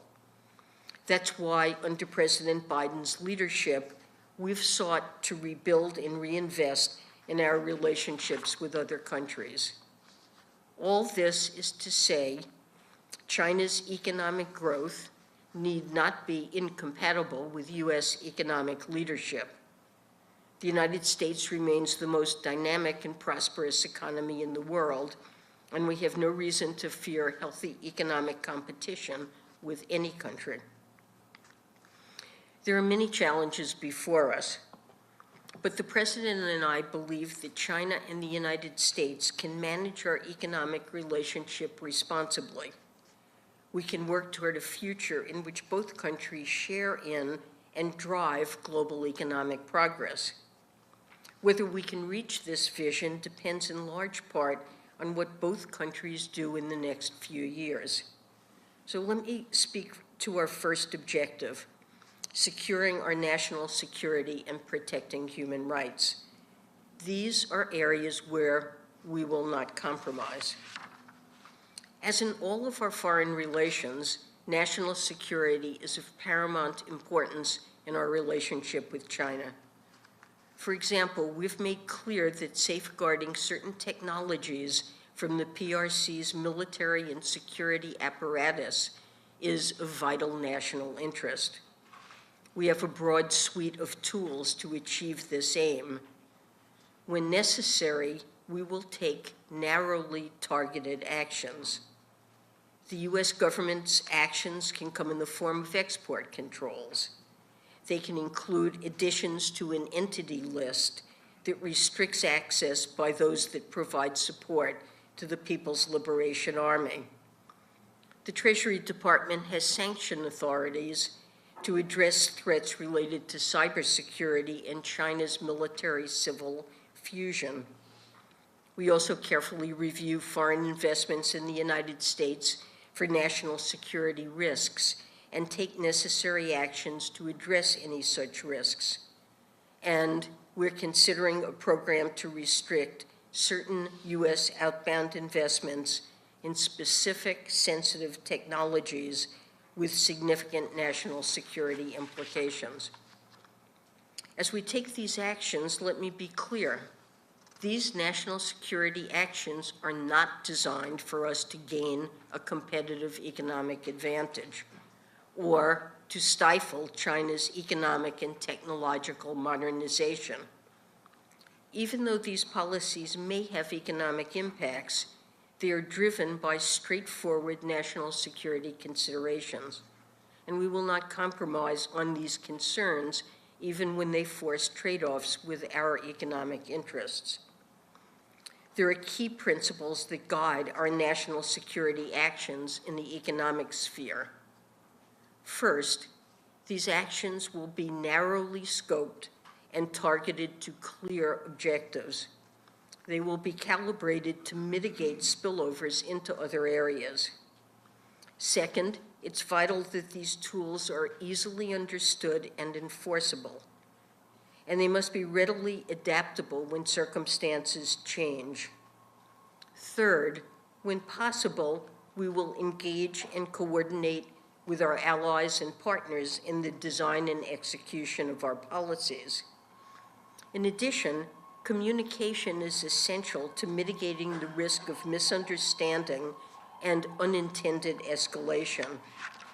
When we take national security actions, we will continue to outline our policy reasoning to other countries, and we will listen and address concerns about unintended consequences.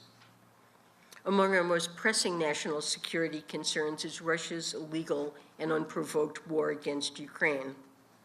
In my visit to Kyiv, I saw firsthand the brutality of Russia's invasion. The Kremlin has bombed hospitals, destroyed cultural sites, attacked energy grids to cause widespread pain and suffering among civilians. Ending Russia's war is a moral imperative, and it will save many innocent lives. As I've said, it's also the single best thing we can do for the global economy. To help end Russia's war, we have mounted the swiftest, most unified, And if you are just joining us here on Live Now from Fox, we're listening into Secretary of the Treasury Janet Yellen speaking on U.S.-China relations, focusing on economic relations between the U.S. and China. You look in one of your other boxes, though, you see that live event there. Joseph Eaton, age 34, he confessed to killing 4 people, including his parents, and then firing on motorists on Interstate 295 just days before being released from prison. This happening in May. He's making his, or just made his first court appearance. That's what we were just watching live as we were listening to the Secretary of the Treasury speak there. But Joseph Eaton, he was released on Friday from the Maine Correctional Center in Wyndham, where he was picked up by his mother after he had just completed a sentence for aggravated assault. Looks like that picture has just dipped out there. So we'll continue to follow that case, bring you anything new, of course, if we do learn anything new. But I do want to take our third commercial break of the hour. Stay with us. We'll be right back with plenty more here on Live Now from Fox.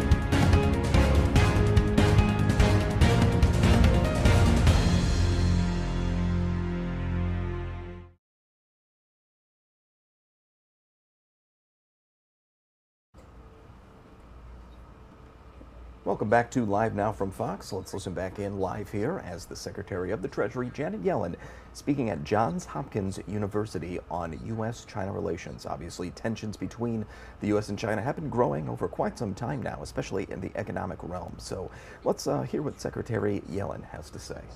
China are each other's most significant scientific collaborators, and China remains among the top sources for international students in the United States.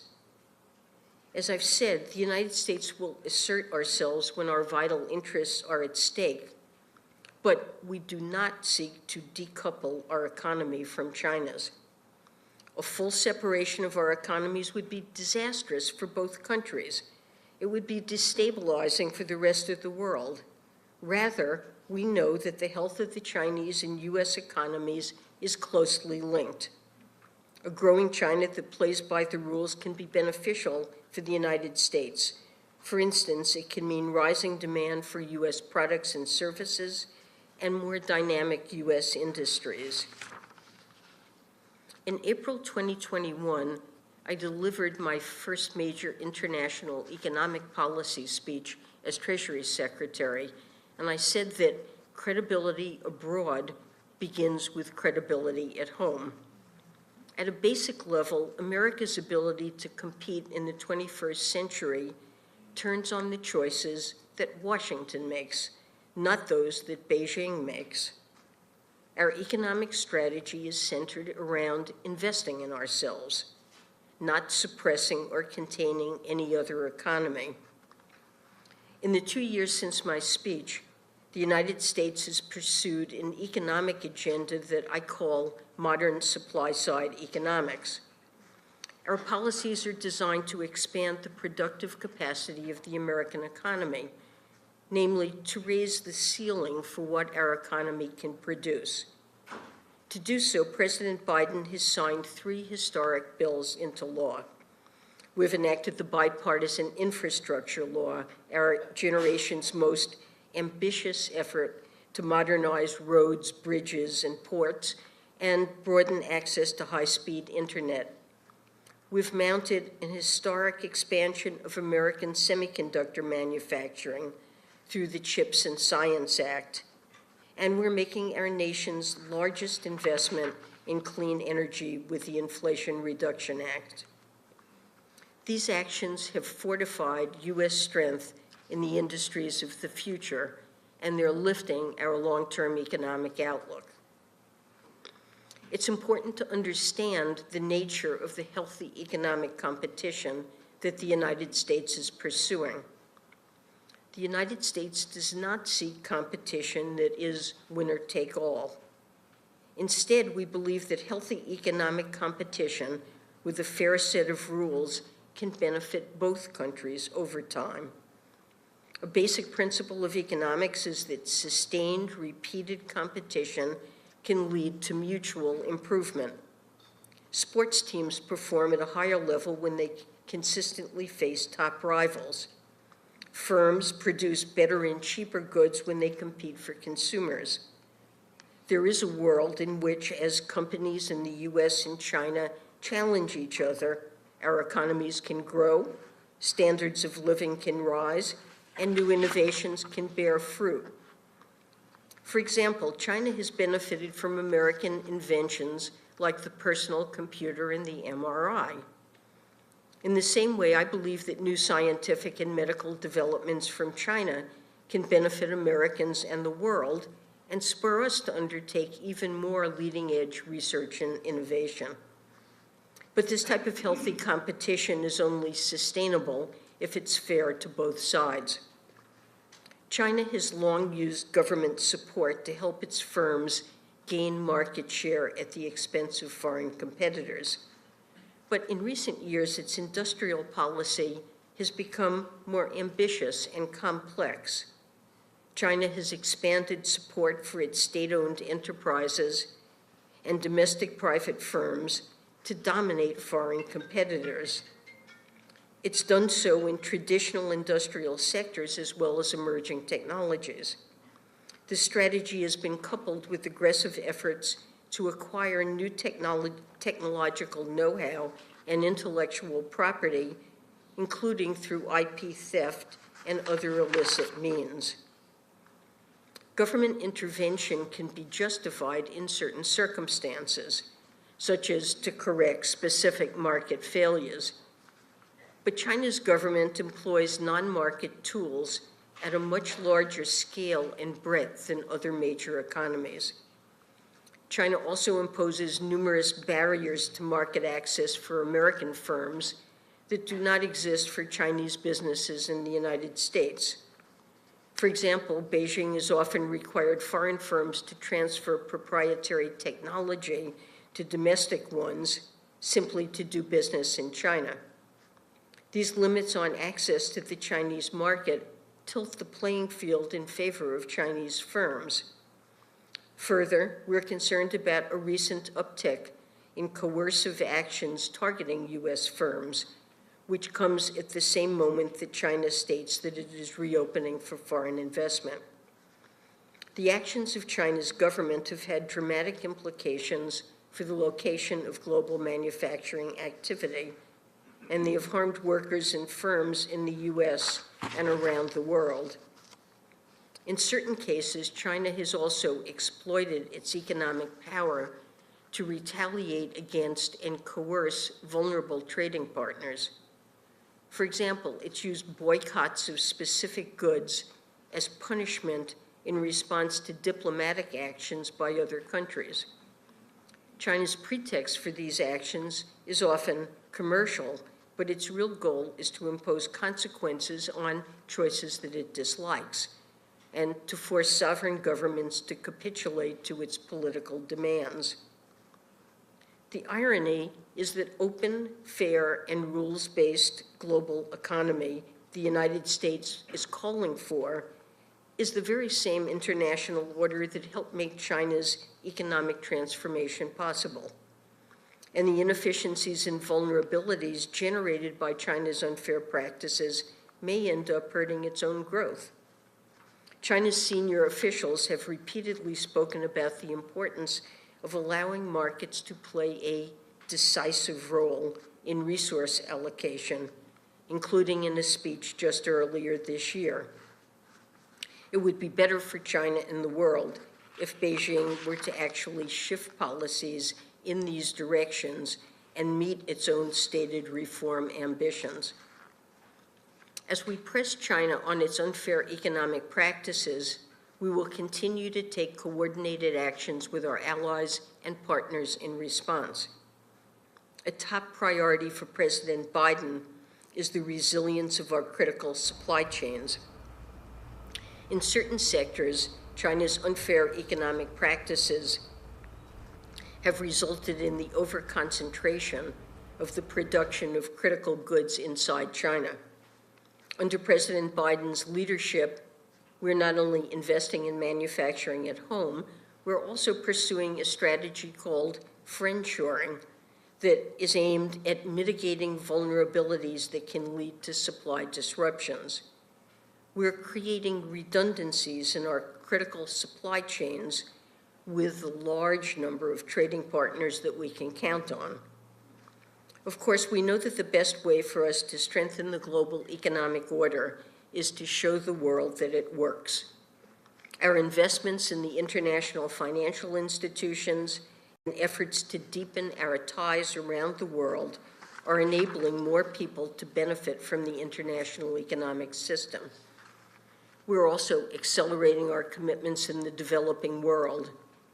For example, the United States and the rest of the G7 aim to mobilize $600 billion in high... And we're just listening to Secretary of the Treasury there, Janet Yellen, talking about U.S.-China relations with a focus on economics there, of course. And like I said, we do have a number of live events happening at 11:15. House Speaker Kevin McCarthy, he'll talk about the protection of women and girls in sports. We did hear from House GOP women talking in support of that earlier today, so we'll hear some more on that. The White House press briefing, of course, at 1 o'clock, and then at 3:30 this afternoon Eastern Time, President Joe Biden will meet with the Colombian president at the White House. So a lot to keep an eye on and track here at Live Now from Fox. But I do want to take our last commercial break of the hour. We'll go ahead and get that out of the way. Stay with us. We'll be right back.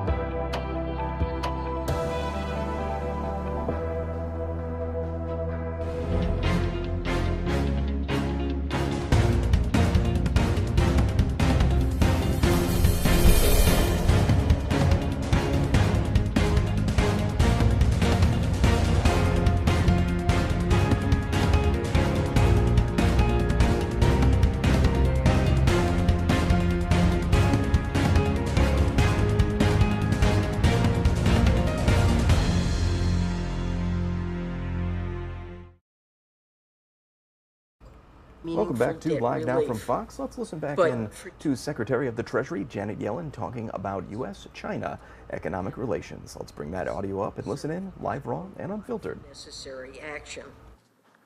Earlier this year, I felt the urgency of debt relief firsthand when I visited Zambia.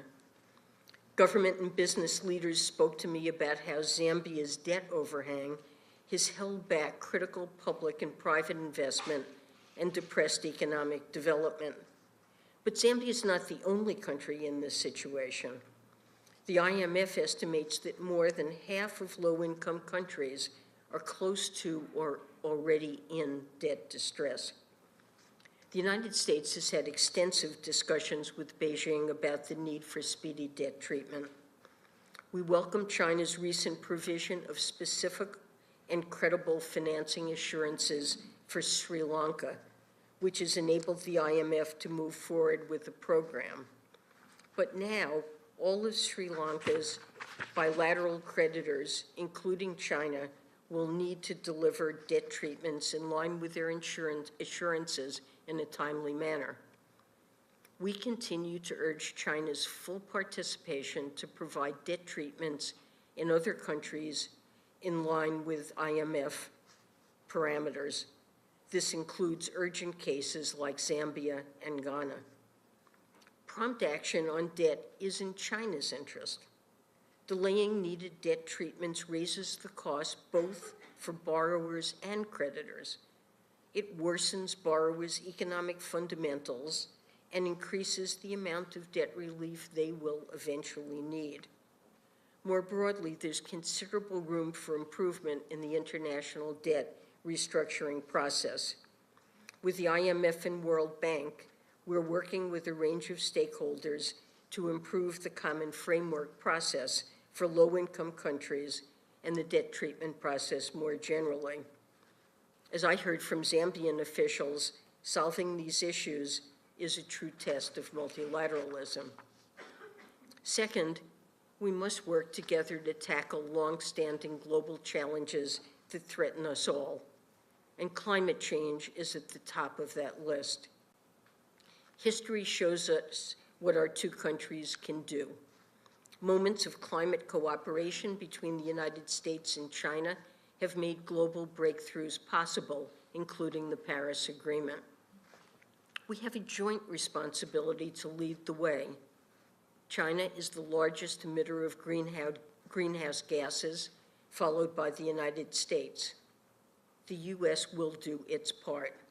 Over the past year, the United States has taken the boldest domestic climate action in our nation's history. Our investments put us on track to meet U.S. commitments under the Paris Agreement and achieve net zero by 2050. And they will have positive spillovers for the world, including through reductions in the cost of clean energy technologies. We're also working abroad to help countries make a just energy transition to reduce their carbon emissions. These transitions will also help expand energy access and provide economic opportunity for impacted communities and workers. We expect China to deliver on its commitments in our joint Glasgow Declaration. This includes meeting mitigation targets and ending overseas financing of unabated coal-fired power plants. China should also support developing countries and emerging markets in their clean energy transitions. Further, we look forward to working together to boost private capital flows as co-chairs of the G20 Working Group on Sustainable Finance. We stand ready to work with China on the existential challenge of climate change, and we urge China to seriously engage with us and deliver on its commitments. The stakes are too high not to. Well, some see the relationship between the U.S. and China through the frame of great power conflict, a zero-sum bilateral contest where one must fall for the other to rise. President Biden and I don't see it that way. We believe that the world is big enough for both of us. China and the United States can and need to find a way to live together and share in global prosperity. We can acknowledge our differences, defend our own interests, and compete fairly. Indeed, the United States will continue to proceed with confidence about the fundamental strength of the American economy and the skill of American workers. But as President Biden said, we share a responsibility to prevent competition from becoming anything ever near conflict. Negotiating the contours of engagement between great powers is difficult, and the United States will never compromise on our security or principles, but we can find a way forward if China is also willing to play its part. All right, what you're listening to right there is Treasury Secretary Janet Yellen. She is speaking there at Johns Hopkins, talking a lot about U.S. and China relations. We're going to have more of that coming up later today here on Live Now from Fox. In the meantime, I do want to get to another story that we have been following here. The Stand Your Ground law has been mentioned in 2 recent high-profile cases. Over in the Kansas City area, investigators say 16-year-old honor student Ralph Yarl was shot when he went to his 84-year-old neighbor's door by mistake, thinking it was the home where, of course, he was supposed to pick up his younger brothers here. Also over in upstate New York, 20-year-old Kaylin Gillis was fatally shot when the car she was in pulled into the wrong driveway. I do want to bring in Duncan Levin, a former federal prosecutor and managing partner over at Levin & Associates, to talk more about this. Thank you so much for taking the time here to join us. Hey, Josh, how are you? Thanks for having me on. Appreciate it. Of course. So first off here, kind of break down for me what the Stand Your Ground law even is. Sure. Well, this all comes from the common law, and there's something called the Castle Doctrine, which has been around for hundreds of years. And that basically just says that your home is your castle, and you have the right to use reasonable force, including deadly force, if somebody is trying to intrude into your home. And over the years, this has been codified by state legislatures and expanded upon, and every state has some little variation of it.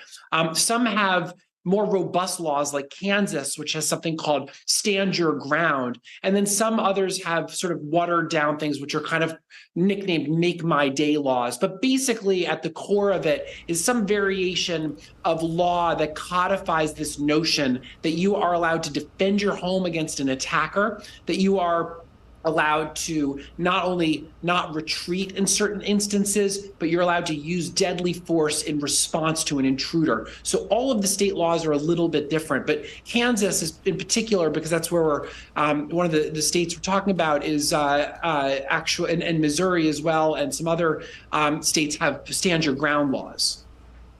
So based on this legal principle here and just the definition of that, is that a likely defense that would work in either of these cases that we are talking about?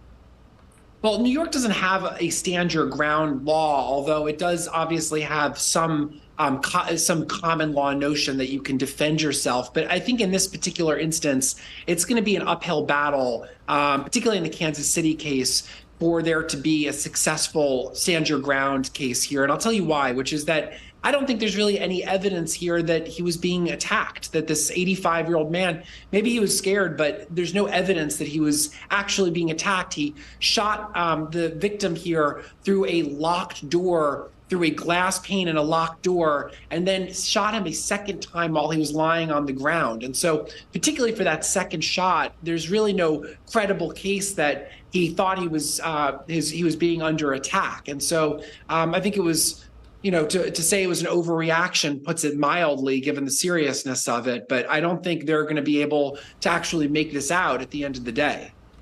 And do you think this is going to lead to any sort of change, whether you're talking about at the local level, state level, federal level? We do know that this has come up a lot, especially over the last several days and weeks here. Is there the possibility this leads to any kind of change? It's hard to tell. I mean, a lot of these laws have been around for hundreds of years. This notion of Stand Your Ground in Florida, though, is relatively new. It was passed in 2005. So some of the laws are new, but the underlying doctrine's been around for a long time, this Castle Doctrine. And so I don't know whether it's the laws are going to change, but I do think the application of it is going to get more and more under scrutiny, because as we see these cases, I think jurors are understanding now that they have to look beyond somebody just saying, oh, I was feeling scared, because a lot of it is pretextual, and they have to look at that and judge whether this person's actually telling the truth or not. That just comes down to evidence. So I think on a case-by-case basis, we'll see jurors are going to become more skeptical of stand your ground claims. And do you think overall people don't fully understand what stand your ground laws are? They think they understand it, but don't necessarily fully comprehend it. Yeah, I think that's part of the problem, is people think that it's a license to shoot somebody who comes up their driveway. And I think a lot of people misunderstand that. It is, stand your ground laws is not a license to start shooting people who knock on your door. That is not what it is. It's never been what it is. It refers to the situation where there's an intruder in your home and saying that you have the right to use reasonable force, including deadly force, to protect yourself. But this notion of protecting yourself against an intruder in your home is very different than shooting somebody who's outside your door or who's driving in your driveway. That does not give you license to use deadly force. And I think a lot of people don't understand that and say that they're standing their ground when that's really not what the law is talking about at all. Any idea why we've seen so many of these types of shootings recently, and why so many people are saying, you know, this is related to the stand your ground law? Is there any reasoning behind it? And also, kind of another question here, do you think that in the near future, now that people do kind of understand the stand your ground law just a little bit further, that maybe it will be used less as a defense in cases like this? I think we're seeing it because we have too many guns in the street and everybody has a gun. And so with the proliferation of guns, we're going to see more and more senseless shootings. And we're going to see people who don't understand the law but have a gun take the law into their own hands. And you're going to see more cases like this. It's not just a proliferation of shootings involving police officers. It's shootings involving people who are not police officers. And so I think we're seeing a rise in gun violence across the country. This is another symptom of the problem. And you know, people are going to try to excuse their actions by pointing to the law. And that's why I think they need to be held to account in every instance that stand your ground is a very narrow category of defense. And it doesn't really apply to many situations where people are misusing handguns. All right. Thank you so much, Duncan Levin. We appreciate you taking the time to join us, as always. Anything else you want to add about all of this before I let you go? I appreciate it. Thanks for having me on. Of course. All right, everyone, the time now is 11:07 over on the East Coast, and it is 8:07 on the West Coast. My name is Josh Breslow, and I'm here to bring you all of your top stories from across the country and across the world. A lot going on, so let's take a quick 2-minute commercial break, and on the other side, we're going to get right back into your headlines. You're watching Live Now from Fox.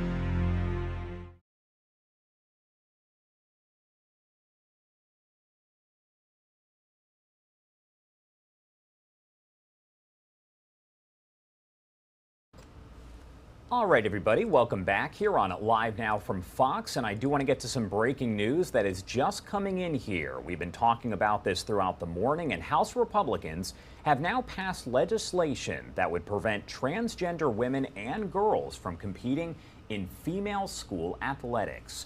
It is called the Protection of Women and Girls in Sports Act, and the bill generally prohibits school athletic programs from allowing people born male to take part in programs that are for women and girls, calling it a violation there of Title IX.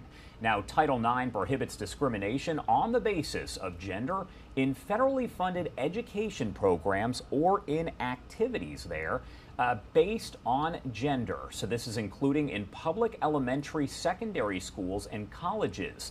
The bill identifies sex and gender as a person's reproductive biology and genetics at birth. President Biden has said that he will veto that bill if it does make it to his desk, calling it, quote, discrimination against transgender students. So again, we can tell you here that House Republicans have passed that legislation moments ago that would prevent transgender women and girls from competing in female school athletics.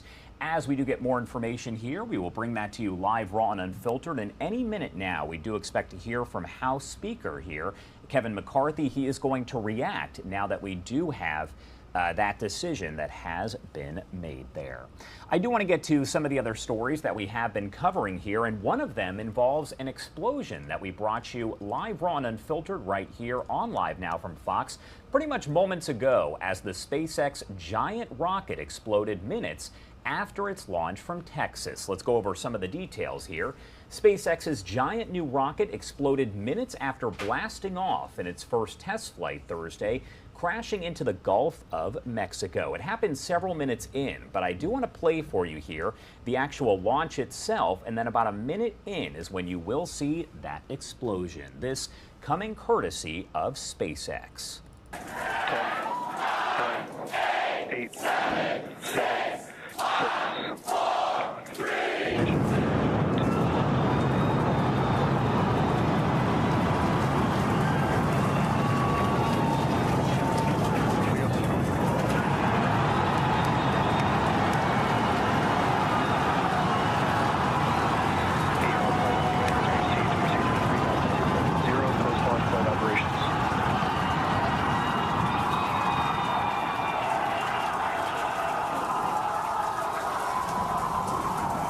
Upper chamber pressure is nominal.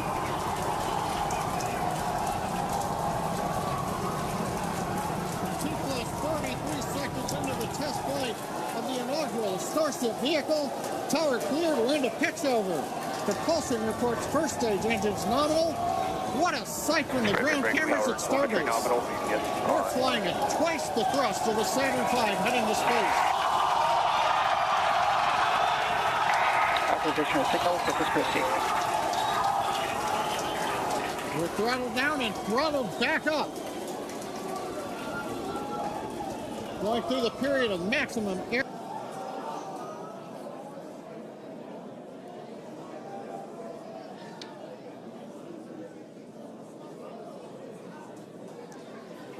Continuing to fly, 2 minutes 40 seconds. Let's get ready for main engine cutoff. Booster engine cutoff. Beginning the situation. Yeah, it does appear to be spinning, but I do want to remind everyone that everything after clearing the tower was icing on the cake.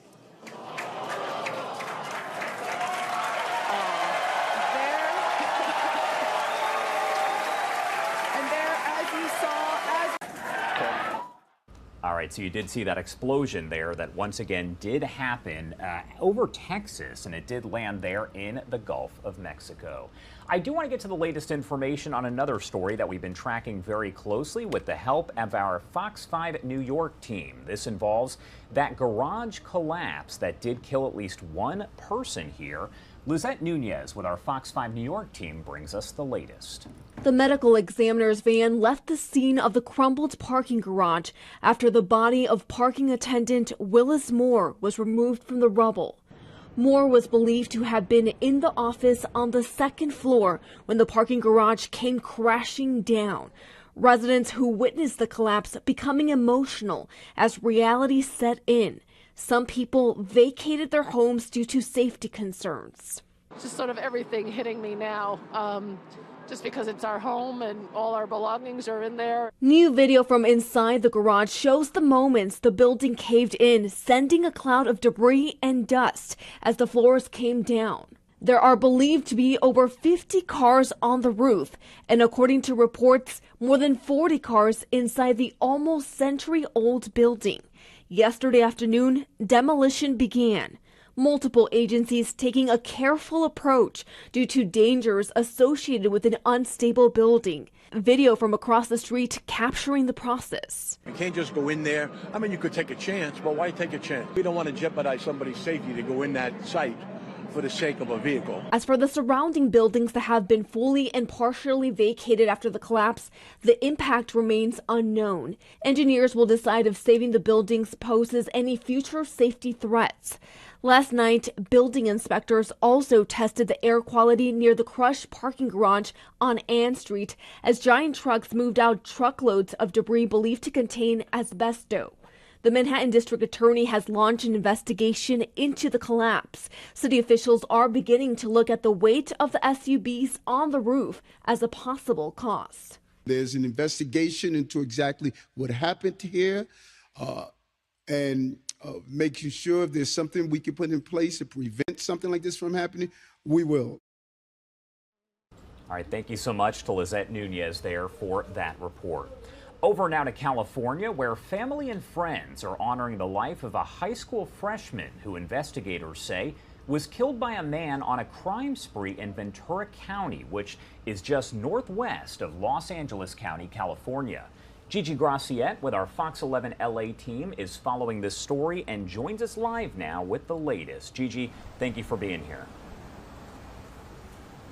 Josh, good morning from Thousand Oaks in Ventura County, as you mentioned, just north of Los Angeles. We're outside Westlake High School, and this is the high school where the victim, 15-year-old Wesley Wellings, attended. As a matter of fact, he was just across the street waiting for the bus after school when police say the suspect intentionally slammed his car right into that bus stop. And you can see the memorial here, which continues to grow. And today is a big day because that suspect, identified by police as 24-year-old Austin Ice, which we have since learned once attended Westlake High School, is due to face the judge this afternoon. He is behind bars this morning. His bail set at $5.5 million. He is facing multiple felony charges. We're talking about murder, attempted murder. He's not only charged with ramming his car into the group of teenage students waiting for the bus, but before that, he was at a Walmart in another city here in Ventura County in Simi Valley. That's home to the Ronald Reagan Presidential Library, if you're familiar with that city. There at a Walmart, he's accused of stabbing one employee and attacking another, pepper spraying her. He then appeared at his parents' house in another city here in Ventura County with what everyone thought was a gun. It turns out today to be an airsoft gun. That gun was found in his car. And we've also learned that he apparently was living out of his car. He was homeless. So Austin Ice, the suspect, the man police say is behind so much heartbreak and devastation here. A 15-year-old is dead, 3 other teenagers injured, 2 other adults injured. Well, he'll be in court to face a judge. Josh? All right, Gigi, thank you so much for taking the time here to join us. Thank you. All right, everyone, the time now is 11:18 over on the East Coast, and it is 8:18 on the West Coast. My name is Josh Breslow, and I'm here to bring you all of your top stories from across the country and across the world. We are going to have a lot to get to here, so let's step away for a quick 2-minute commercial break, and on the other side, we get right back into your headlines. You're watching Live Now from Fox.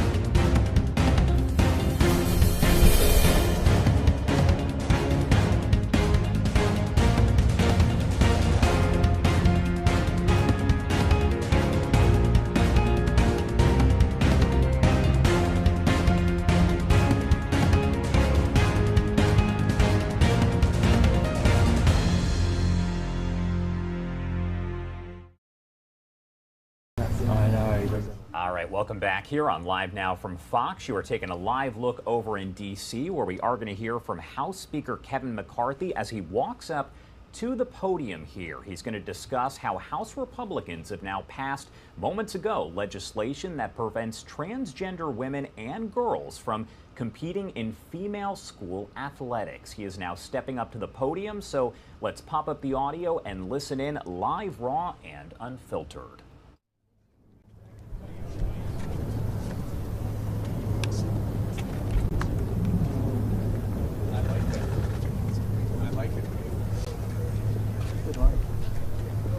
Not bad, yeah.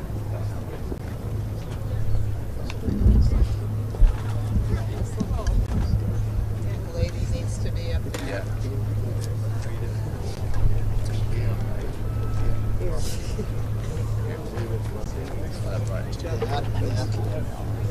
Come on, lady. I'm gonna go on this side. Ladies are balanced out. Get around here. Get around here. Oh, you identified? This is not.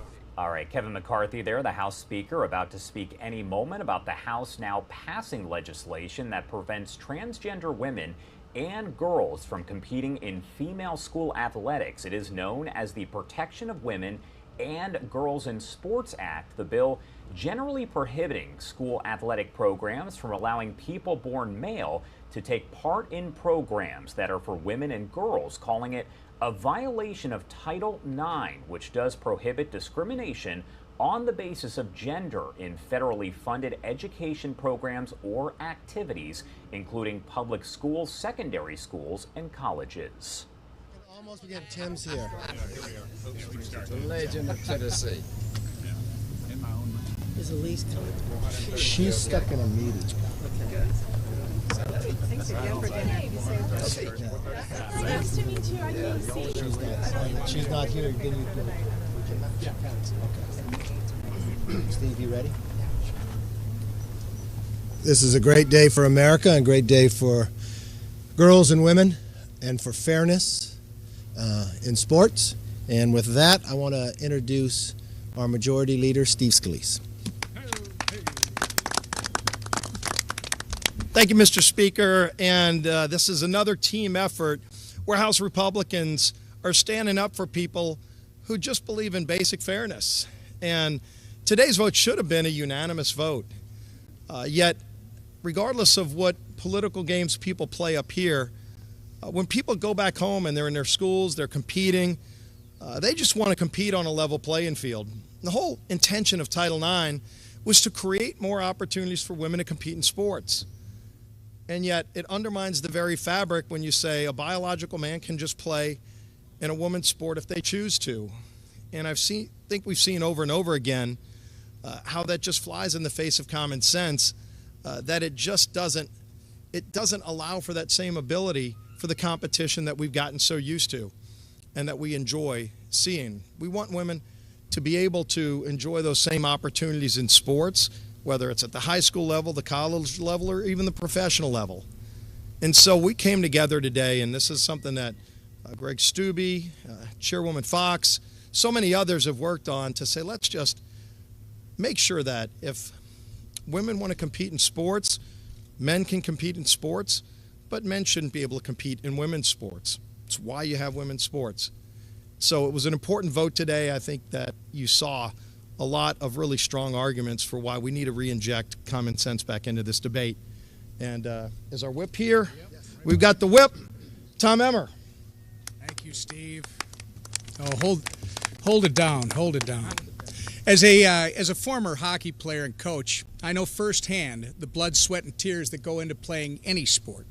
Not to mention the countless hours of training in the off season so that you can compete at your absolute very best. Now imagine being a female athlete who has worked day in and day out to win. You get to the finish line, you tie for first, but then you have to give up your trophy to a biological male. Unfortunately, it's becoming a reality for more and more female athletes across this great country. The left's lunacy is robbing women and girls of equal opportunities in the name of inclusion. That's why House Republicans today passed this bill to protect the safety and fairness that we should have in women's sports, and to make sure that no female athlete is ever forced to compete against a biological male, period. Vetoing this bill, as Joe Biden has threatened to do, would be a slap in the face to women's rights, science, and common sense. But in a House Republican majority, we're going to make sure that female athletes are given the fairness, safety, and opportunities they deserve. And we're not going to stop. But I want to introduce the lady that shepherded this legislation through the House, our chairwoman, Virginia Fox.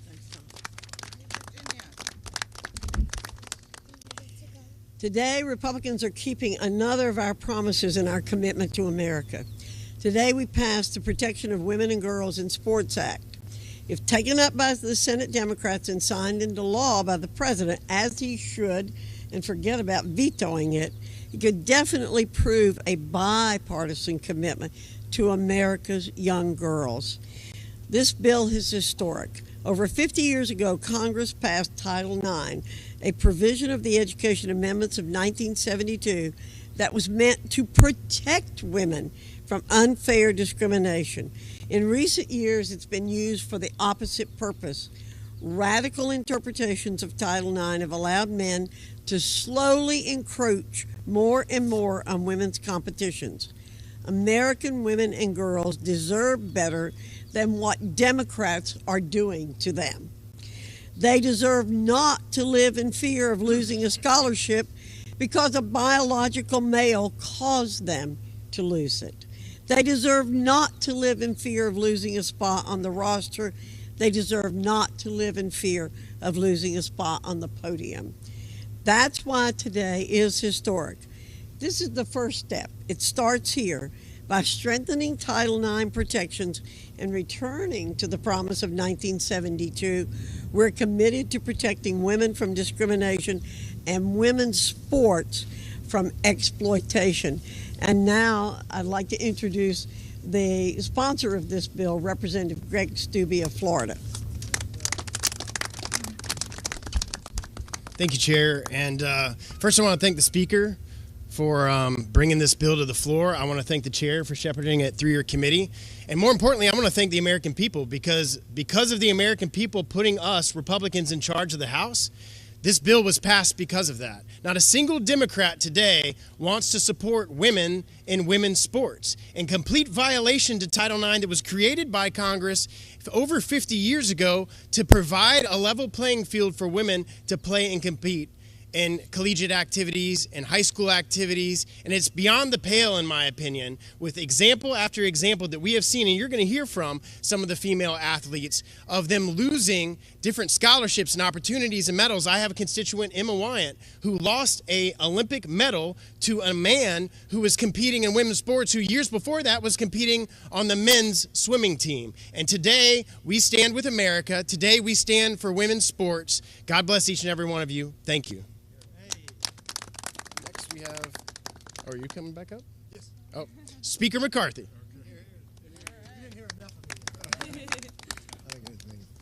Well, as I said earlier, today is a great day for America, for fairness, for families, and most importantly, for female athletes. House Republicans pledged before the last election their commitment to America to protect women and girls in sports. Today we kept that promise. I want to thank Greg Steube. He has fought long and hard to make sure this bill worked through. Why? Because he watched in his own district the unfairness. He watched women who would wake up early in the morning and train from a young age, sacrifice, only to find a biological man to compete. That was wrong, and we all know it's wrong. Unfortunately, today on the floor, not one Democrat could stand up for Title IX or stand up for women in sports. I believe that's wrong. And behind me today are just a few of the women that have experienced this. Macy Petty, Selena Soul, and Taylor Silverman. And there are so many more. These incredible women have dedicated their lives to the sports they love. We've watched it hearing after hearing to hear their stories. For years of waking up early and training late into the evening, they pushed themselves to the limit that's humanly possible, made sacrifice, and they never gave up. They strived for excellence, and they achieved it. And they learned the value of teamwork and hard work. But because they were forced to compete against biological men, they lost out on opportunities that they deserved. They watched their peers lose out on opportunities they deserved as well. So these women did something courageous. They spoke out. They spoke out for equal opportunity, for privacy, for safety, for truth, for everything the previous generations of women who fought hard for Title IX. They are the current champions of those women 50 years ago who fought for equality, who fought for fairness in sports. And today, they had victory. Today, while the left tries to silence them, intimidate them, they will not be intimidated. Not for themselves, but just like the women 50 years ago. They're going to stand for fairness, they're going to stand for the next generation, and they're going to stand for what is exactly right. And with that, I'd like to call up first Macy Petty. All right.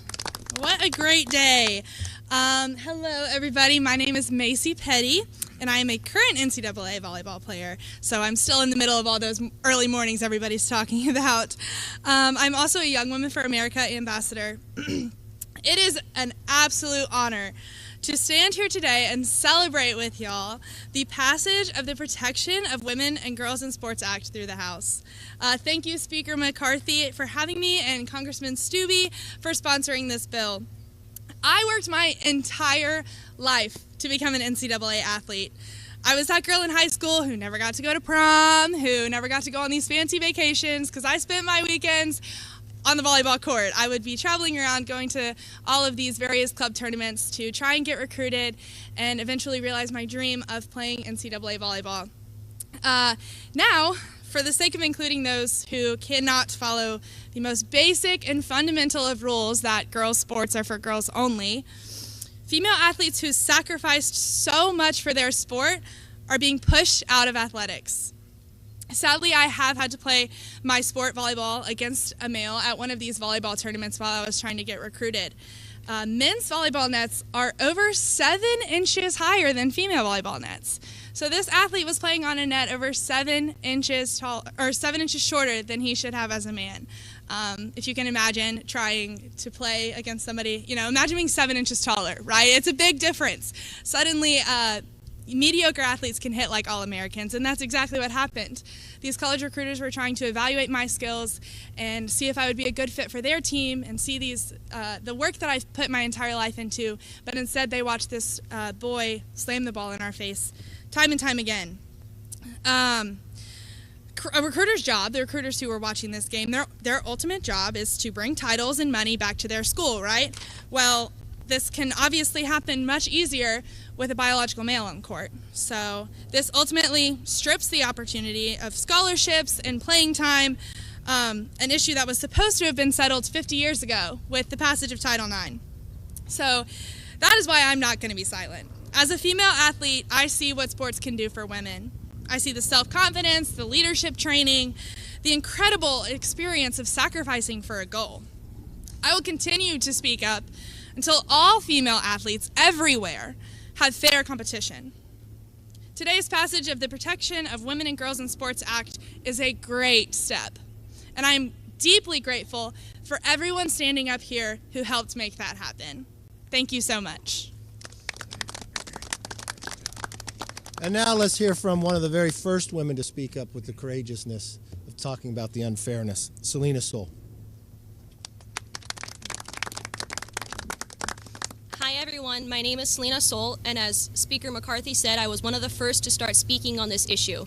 I was forced to compete against 2 biological males in track and field in my home state of Connecticut. I raced against these athletes over a dozen times, and they would beat me out by 20 meters in the 100-meter dash every single time without fail. I lost out on countless opportunities. Most notably, I missed out on qualifying for the 2019 New England regional meet. I was kicked out of the 55-meter finals and qualifying for the New England meet by the 2 biological males, and I was forced into the sidelines in my own event because I was at the New England meet and 2 other events where I received all New England honors. I am eternally grateful for the House Republicans for passing this bill to ensure that no other girl has to experience the pain and heartbreak that I went through my 4 years of high school. And I will be grateful to them for the rest of my life. And I will continue to fight for this issue for as long as it takes. Thank you. Thank you for your courage. And now let's hear from Taylor Silverman.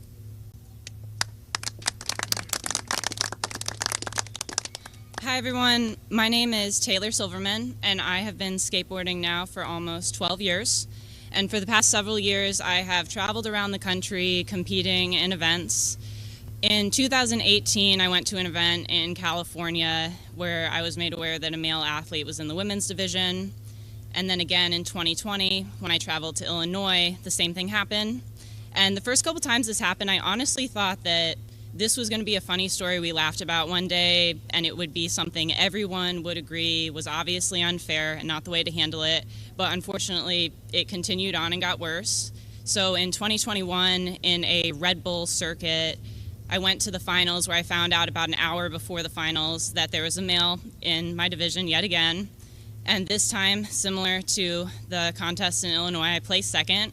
And I also lost out on thousands of dollars of prize money. This athlete took $5,000 of the prize money meant for female athletes, not only placing first in the women's division, but also taking the prize for best trick. And I knew this was wrong, but it was intimidating to speak out about it. But as time went on and my emails to Red Bull were ignored and the concerns I had raised to the judges were ignored, I realized that if I didn't speak up, nobody would. And I had seen other female athletes speak up in other sports, so I knew that if they could do it, I could do it. And I knew that my story was not unique. But a lot of these stories we don't even hear about. So the few that you're hearing today are of many. But I'm very grateful to be here today. It's an honor to be here. And I'm grateful for everyone who's fought to reinstore fairness and equal opportunity in women's sports.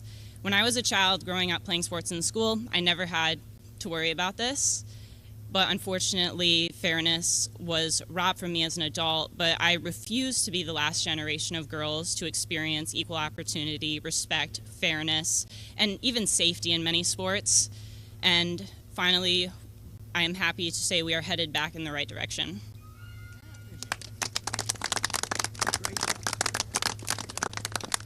These are just three of the most courageous women, but for all the young women out there, I want you to know this. We've heard you. We will fight for you, and we will continue to fight for you. We kept our promise. Last year we pledged if we had the opportunity to be in the majority, we would bring this bill forward. We would stand up for fairness, we'd stand up for you, we'd stand up for Title IX. And that's exactly what we did today. We ask others across this country to join with us to help us pass it in the Senate and get it to the President's desk. So every woman is protected in fairness and in competition. With that, let's open it up for questions. Yes, ma'am. On a different topic related to women's rights, are House Republicans going to be putting forward a ban on abortions in any form? You know, it works through a committee. The Supreme Court has made that decision. It goes to the states. The states will take up that issue. Yes, ma'am.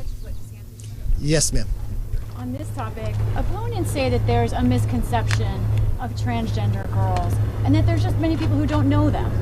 And I want to ask you all, this is an open question. Well, this is a question for the lawmakers. All right, I'll take it. But a question for the lawmakers. Well, it's not a gotcha. But your question to us right there is that you're saying that Macy doesn't know them. But that's what you have said in your question so far. I said opponents. You know what? It's not your price. Yeah. I will take the questions, and I'll decide when they ask a question. I'll decide when I answer. Go ahead. I'll start again. Sorry, I'll just make it more clear. The opponents have said, it's definitely not me saying, opponents have said that there's a misconception here, that people don't know transgender girls. And I'm curious, it's not a gotcha question, it's an open question, because I don't know which way this is going to go. But I'm curious of the lawmakers, how many of you know personally a transgender girl? I see 1, 2, 3. Okay. Yeah. And this is not the point. I would say we know them, we understand them. It doesn't have to do with it. What it plays is this is athletics, okay? When I grew up in athletics and I wanted to wrestle or you wanted to box, it's based on your weight, even though we were both biological. When we went and played football, we had to weigh in every single day. Why? Because they wouldn't have somebody when we were younger over 150 compete with somebody that's 100 pounds. Because you know what? Muscle mass made a difference. There's a difference in volleyball. Why would you have in men's sports a volleyball 7 inches higher net than below?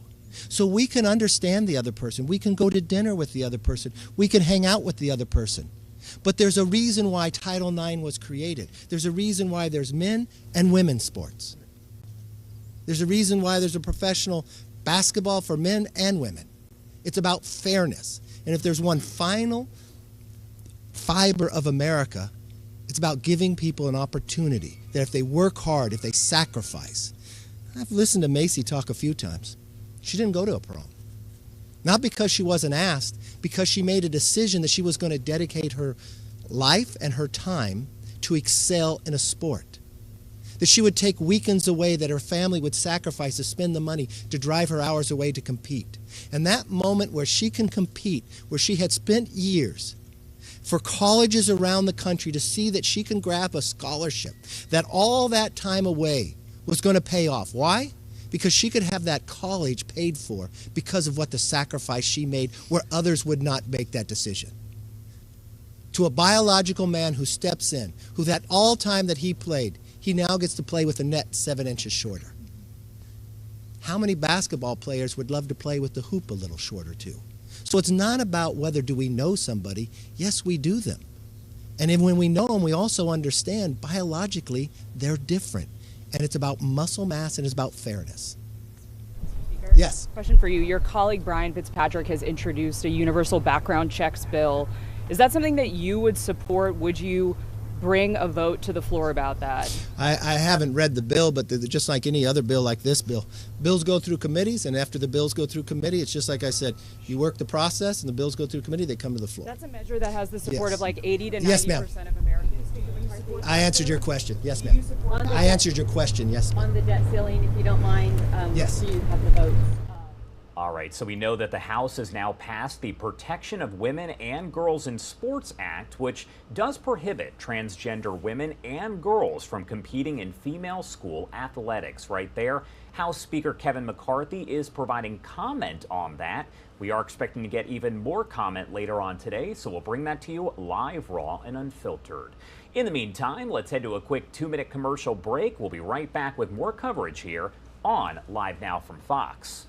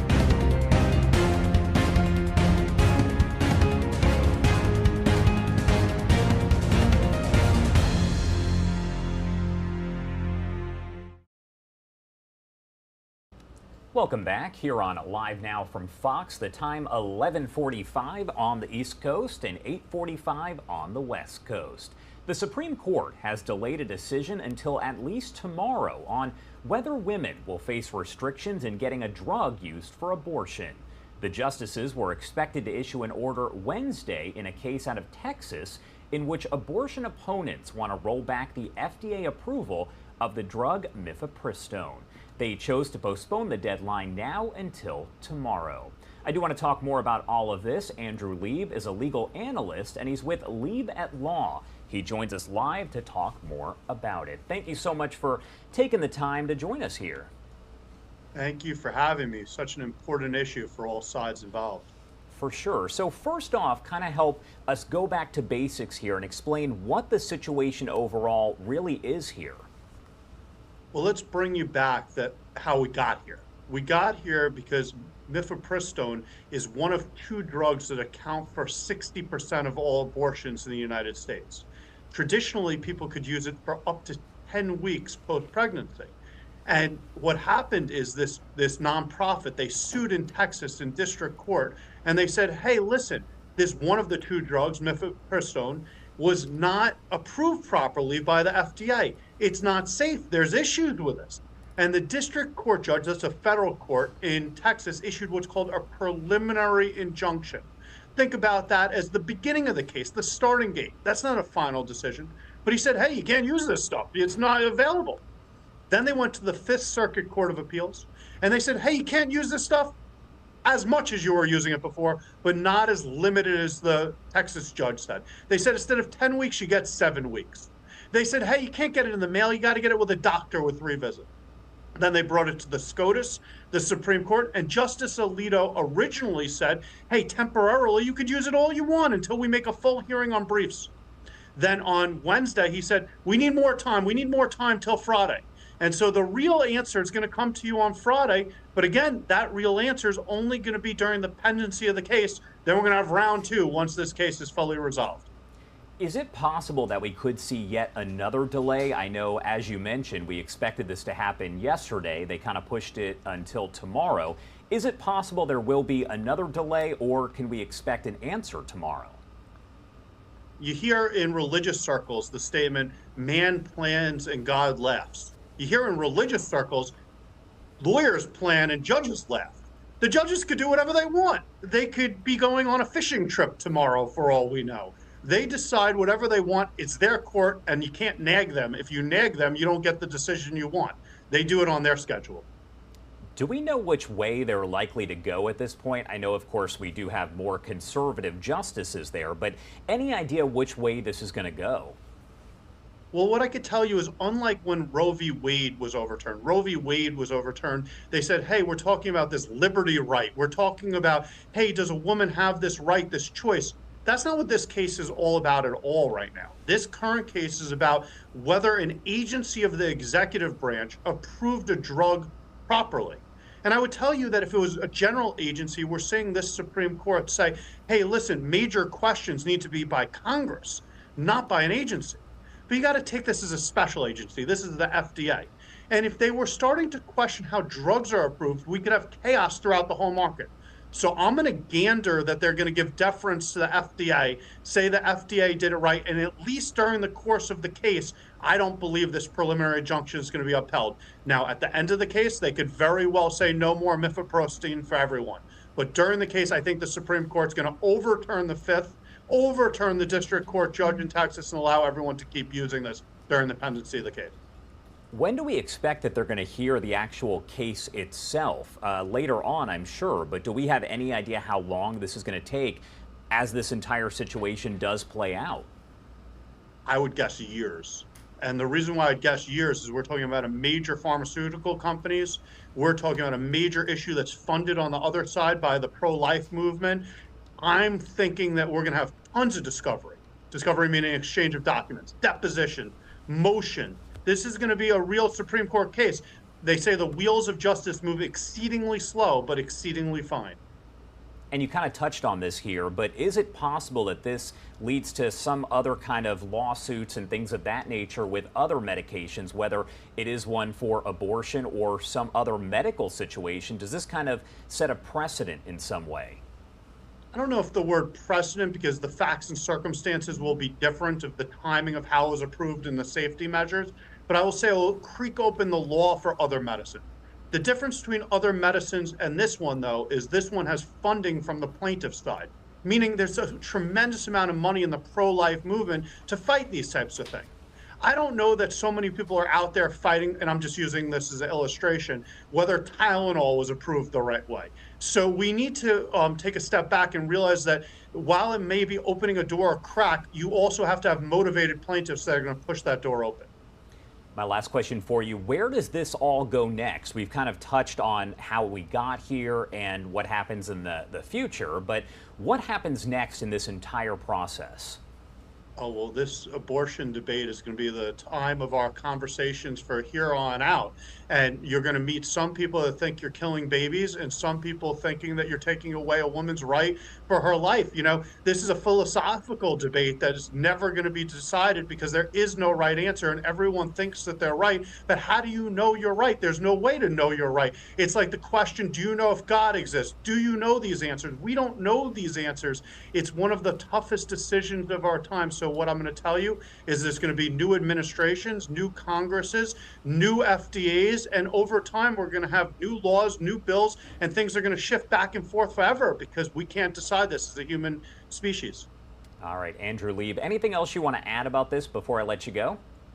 Yeah, I'd say that you may have a political position about this. I don't even want to say political, a moral, an ethical position about this. But you have to realize the justice's decision on a case of whether the FDA approves a drug properly is a legal conversation. And they're not generally saying, Alito might say, Gorsuch might say, but they're not going to generally say that they agree with you ethically and morally. They're talking about how the wheels of justice work. And that's a very different conversation. That is true. All right, Andrew Lieb, as always, thank you so much for taking the time to join us. Thank you for having me. All right, everyone, the time is 11:53 over on the East Coast, and it is 8:53 on the West Coast. Let's head to our final 2-minute commercial break of the hour. On the other side, we're going to get right back into your headlines. You're watching Live Now from Fox.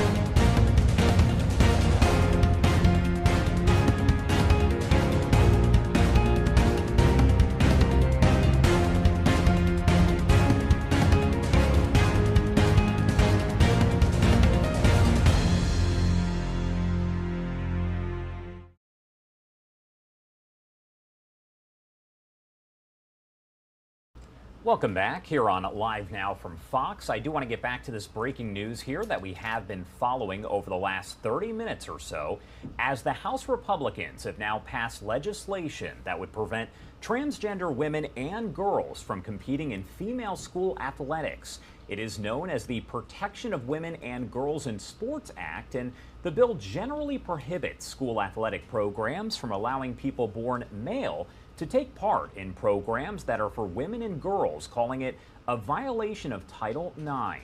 Title IX prohibits discrimination on the basis of gender in federally funded education programs or activities, including in public elementary, secondary schools, and colleges. The bill identifies sex and gender as a person's reproductive biology and genetics at birth.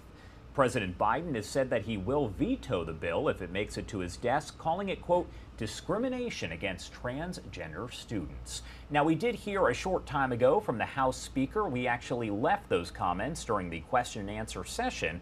I want to pop the audio back up and listen to the rest of his comments as he did answer questions from reporters.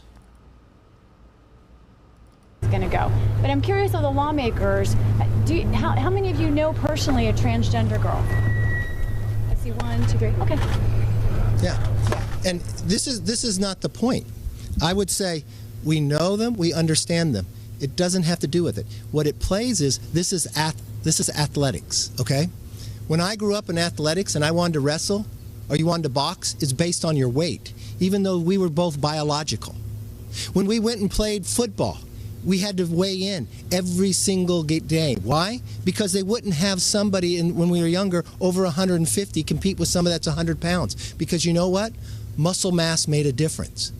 There's a difference in volleyball. Why would you have in men's sports a volleyball 7 inches higher net than below? So we can understand the other person. We can go to dinner with the other person. We can hang out with the other person.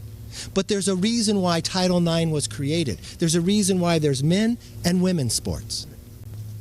There's a reason why there's a professional basketball for men and women. It's about fairness. And if there's one final fiber of America, it's about giving people an opportunity that if they work hard, if they sacrifice. I've listened to Macy talk a few times. She didn't go to a prom. Not because she wasn't asked, because she made a decision that she was going to dedicate her life and her time to excel in a sport. That she would take weekends away that her family would sacrifice to spend the money to drive her hours away to compete. And that moment where she can compete, where she had spent years for colleges around the country to see that she can grab a scholarship, that all that time away was going to pay off. Why? Because she could have that college paid for because of what the sacrifice she made where others would not make that decision. To a biological man who steps in, who that all time that he played, he now gets to play with a net 7 inches shorter. How many basketball players would love to play with the hoop a little shorter too? So it's not about whether do we know somebody. Yes, we do them. And then when we know them, we also understand biologically they're different. And it's about muscle mass and it's about fairness. Speaker, yes. Question for you. Your colleague Brian Fitzpatrick has introduced a universal background checks bill. Is that something that you would support? Would you bring a vote to the floor about that? I haven't read the bill, but just like any other bill like this bill, bills go through committees, and after the bills go through committee, it's just like I said, you work the process and the bills go through committee, they come to the floor. That's a measure that has the support of like 80 to 90% of Americans. I answered your question. Yes, ma'am. I answered your question. Yes, ma'am. On the debt ceiling, if you don't mind, yes. Do you have the votes for next week? Do you have the votes to pass it? I think we're in very good shape. We just rolled it out yesterday. We're working, talking through all the members, and I don't want to break all expectations. I want you to follow it. I want you to be on the floor. I want the anticipation. I want you to see. I want you to see as the clock goes up. I want you to write stories like I'm teetering, whether I could win or not, and the whole world hangs in the balance.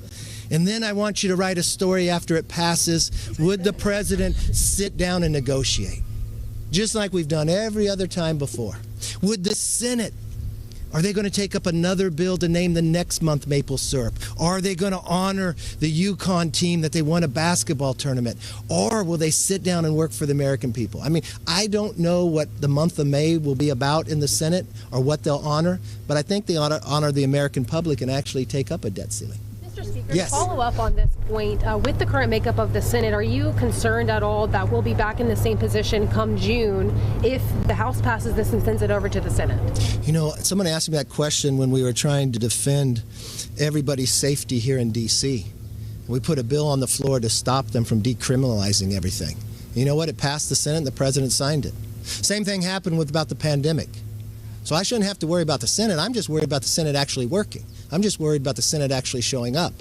But if they show up, is it going to be another month naming Maine the maple syrup for March? Is it going to be another month like this week where they named UConn basketball, honoring them for winning? Or will it take up the issues that America cares most about? They've got inflation going because the Democrats added $6 trillion.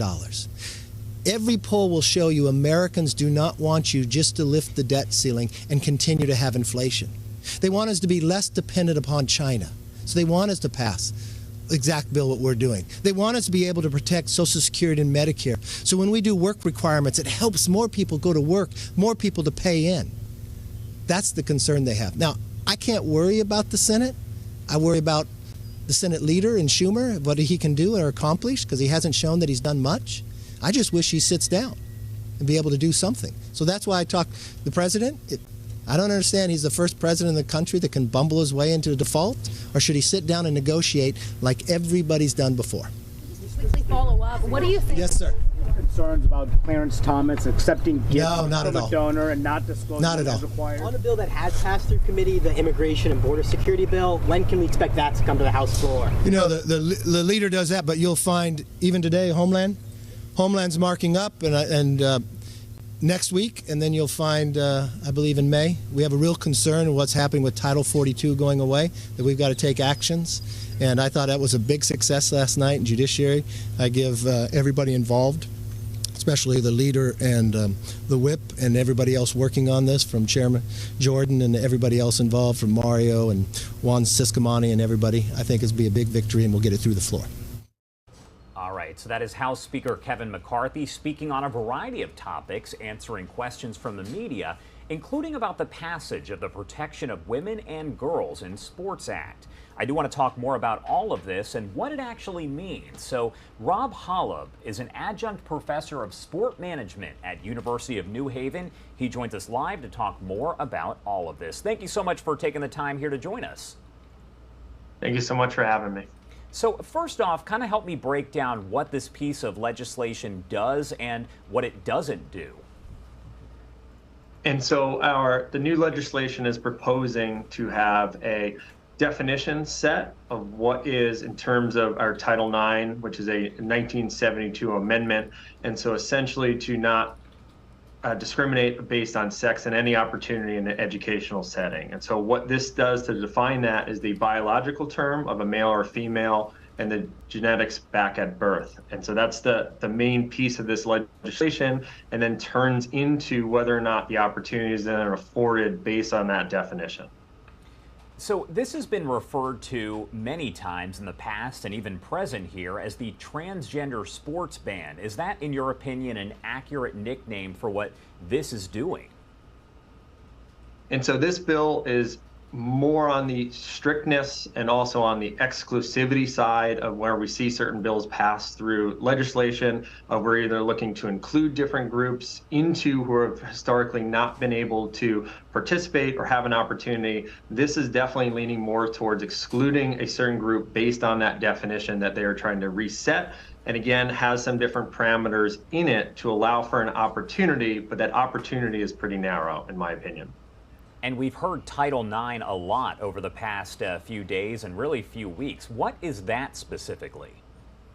And so Title IX was the landmark legislation that passed back in 1972, as I previously mentioned. And the idea was to allow opportunities for all participants. And this goes not only on the higher education side, so college sports, but also on the high school sports side as well, because federal funding is included in a lot of those schools, and allowed for any opportunity regardless of the person's race, creed, or sex, and now includes that gender side of that in modern day interpretations. And it was a very inclusive package that we just celebrated a 50th anniversary for. We know that this is now passed the House, but it sounds like Biden has said that he's going to veto it. So does that mean if that happens, it just kind of fails and doesn't happen? And so that's one of the areas, again, when you look at between different bipartisan or partisan legislator that moves forward is, again, goes back to that idea of, is it inclusive or is it exclusive of a group of people? And especially if the initial intent of the bill and the lawmakers were to be inclusive in this idea of participation and opportunity in any educational setting, including athletics, it's tough for the current administration, I think, to get on board with an exclusive view of that particular law that has been on the books for 50 years. What alternatives besides legislation could actually be explored here, as a result of this? And so I think different opportunities need to be looked at. Is that when you're looking at a more inclusive model, again, it's a very broad amount of people that you're not only looking at participation, but you're also looking at, for some people, all the way from 8th grade all the way up to graduate students in a collegiate setting. That is a very large 10+ year range. And so again, you need to look at different opportunities or different levels, and essentially to allow people to have a full experience within that educational setting. And that needs to be a larger discussion I think we need to have. All right, Rob, thank you so much for taking the time here to join us. Anything else you want to add before I let you go? Yep, and so I appreciate it so much for your time today. And I think, again, the bigger thing is realizing what sports are all about, and it's that kind of opportunity and education, and most importantly, for the participants to have fun. All right, thank you again. Have a good rest of your day. You too. Thank you so much. All right, everyone, it is 12:07 on the East Coast and 9:07 on the West Coast. My name is Josh Breslow, and I'm here to bring you all of your top stories from across the country and across the world. A lot to get to if you've been watching us throughout the morning, a lot of breaking news. So let's step away for a quick 2-minute commercial break, and on the other side, we're going to get back into your headlines. You're watching Live Now from Fox.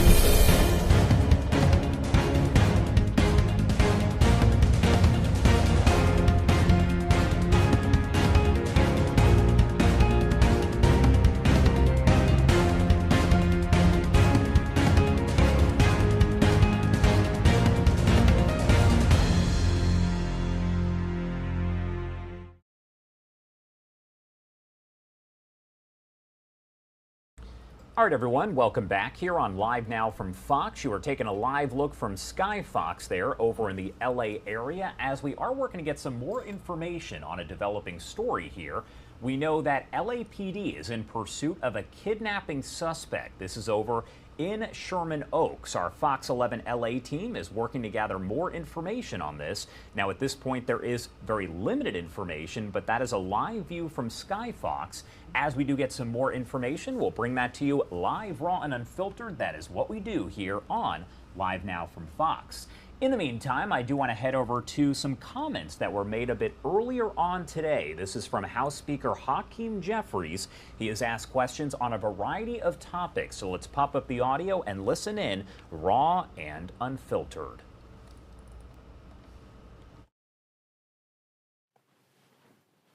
Good morning, everyone. It's good to be back after our district work period earlier this month. This week has once again been clarifying in terms of what the extreme MAGA Republicans are all about.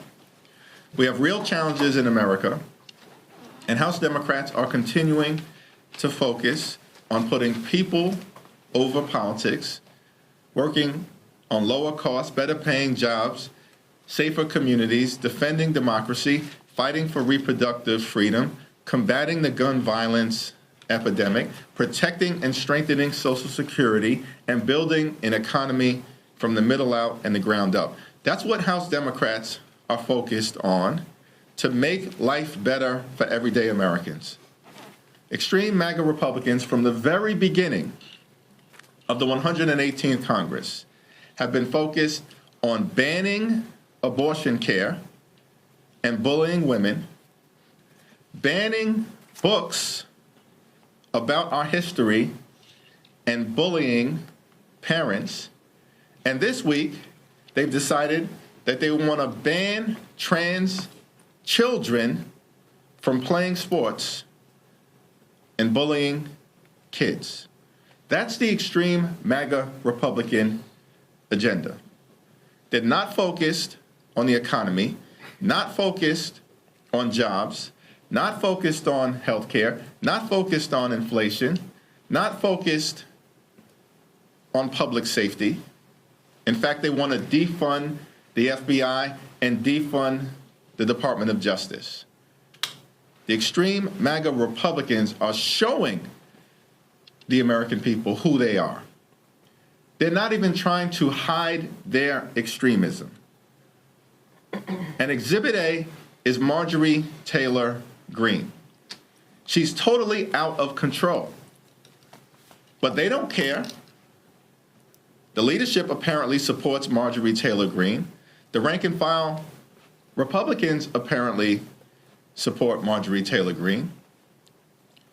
She's allowed to lie. She's allowed to debase the institution.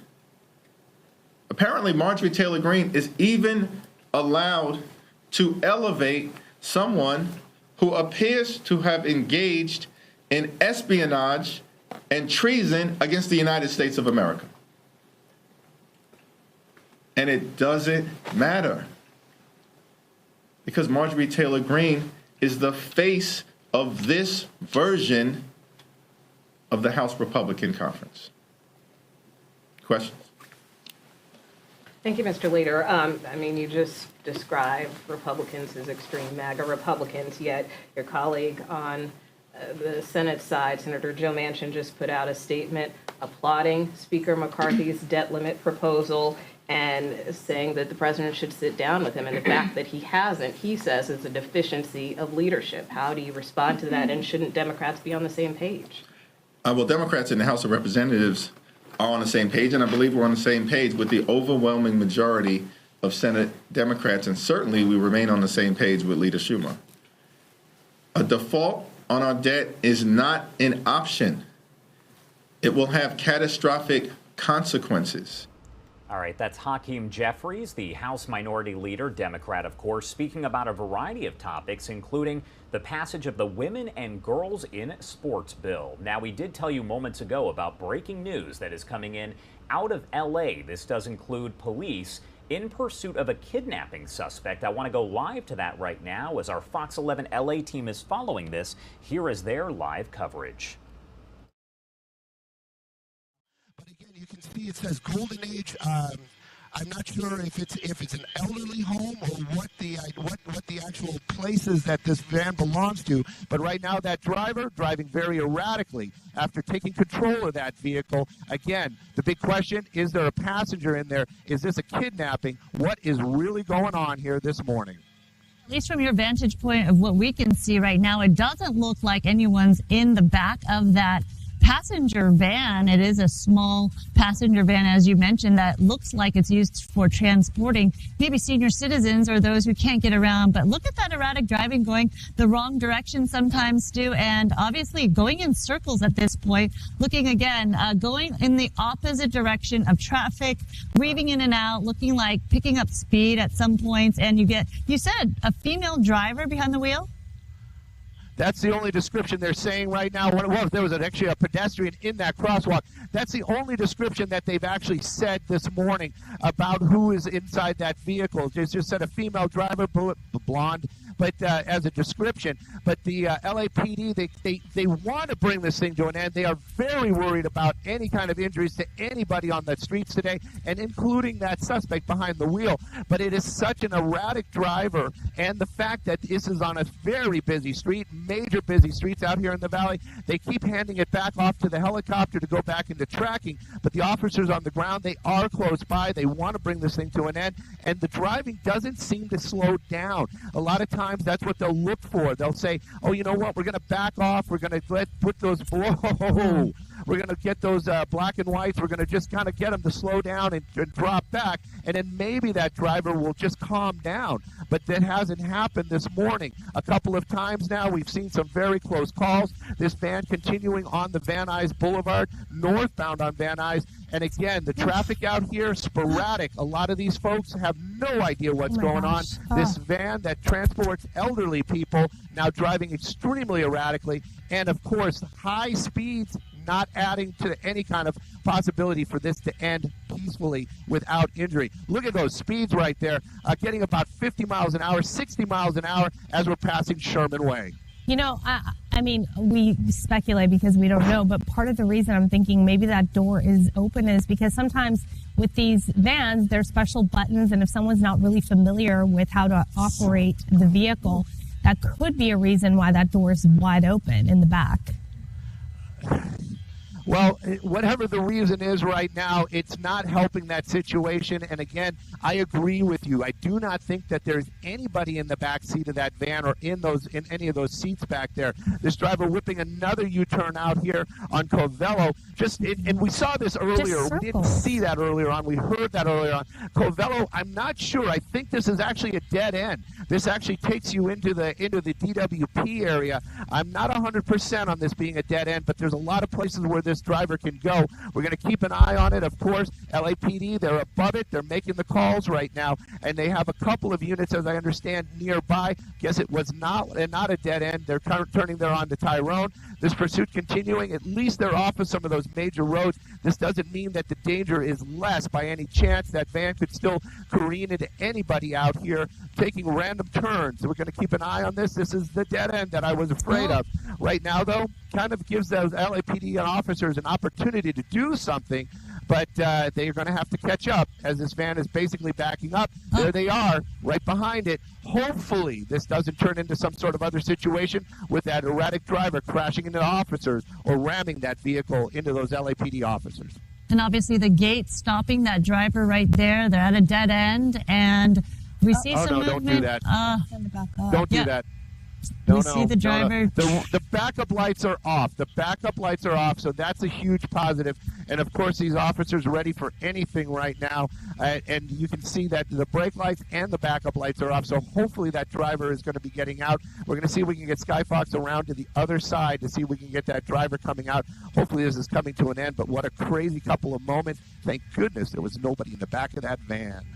And a lot of close calls as we were watching this suspect driving erratically. And as you mentioned, this is not something you usually see. There you see an arm of, the driver coming out, the suspect, the female suspect, as you were mentioning, Stu.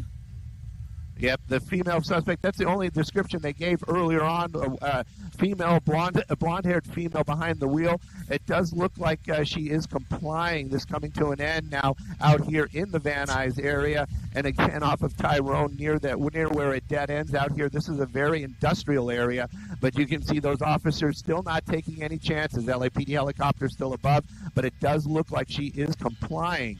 Again, how all this happened, That's going to be some questions that are going to be answered later on. But you can see that van stopped now. And, of course, like you said earlier on, it doesn't look like anybody's in there. I'm hopeful that there isn't. If it would have been a wild ride for some seniors this afternoon. That suspect following the rules, going into custody, but you can see those officers still not taking any chances. Going to clear that van first, maybe to make sure that there are no seniors inside there. I'm listening to see if they confirm or deny that, but that suspect definitely out of the vehicle, on the ground, complying with LAPD. Well, the way this driver was driving, it was just so crazy that we are lucky no one got hurt in the process, going the wrong way, doing these random circles in the middle of an intersection. So this is the best outcome in this situation. Definitely, it's now coming to an end. You can see that suspect getting cuffed. And again, I understand nobody inside that van. Thank goodness for that. But again, wild ride this morning and lots of folks in danger. But LAPD, they did that right mix of lights and sirens, keeping the public notified, and also trying to back off, trying to lessen that situation by not being too present for that driver. But that driver never slowing down, even when those officers from LAPD on the ground were not directly behind her. But again, just thank goodness is coming to an end. That driver making some poor decisions, lots of them. But the one that brought it to an end might have been the good one when she turned down this dead-end road. All right, Stu, thank you to you and the crew for staying on top of this and following the wild ride that we were all on. Appreciate it, and we'll talk to you later. All right, coming up, hello, Dolly. All right, a very interesting situation there. It does appear that that person who did take control of that retirement community van there in the LA area is now in custody. We're going to have more coverage if we do get any more information there. In the meantime, it is 12:22 on the East Coast and 9:22 on the West Coast. Wherever you're joining us from, thank you so much for spending part of your day with us here at Live Now from Fox. Let's head to a quick 2-minute commercial break, and on the other side, we're going to get right back into your headlines. You're watching Live Now from Fox.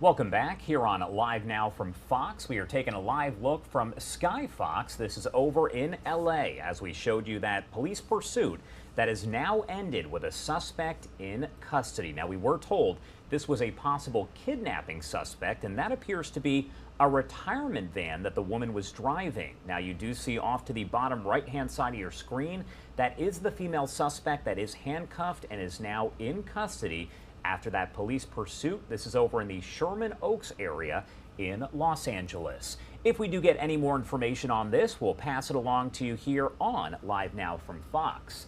In the meantime, prior to that, we were playing comments from House Minority Leader Hakeem Jeffries. I do want to pop back into those as he is answering questions from members of the media.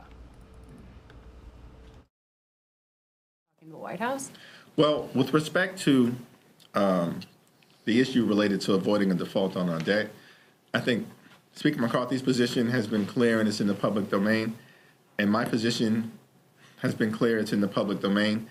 And on this issue, we've just agreed to disagree. We'll continue not to be disagreeable with each other. I think that's the appropriate place for our relationship to remain, and that, from my standpoint, will continue to be the case. But this is a serious issue that should be resolved free of partisanship, gamesmanship, and brinksmanship. We're at a point right now where House Republicans are going to have to produce the votes for their extreme legislative proposal. And they'll either produce the votes and they'll pass a bill out of the House next week, or they won't.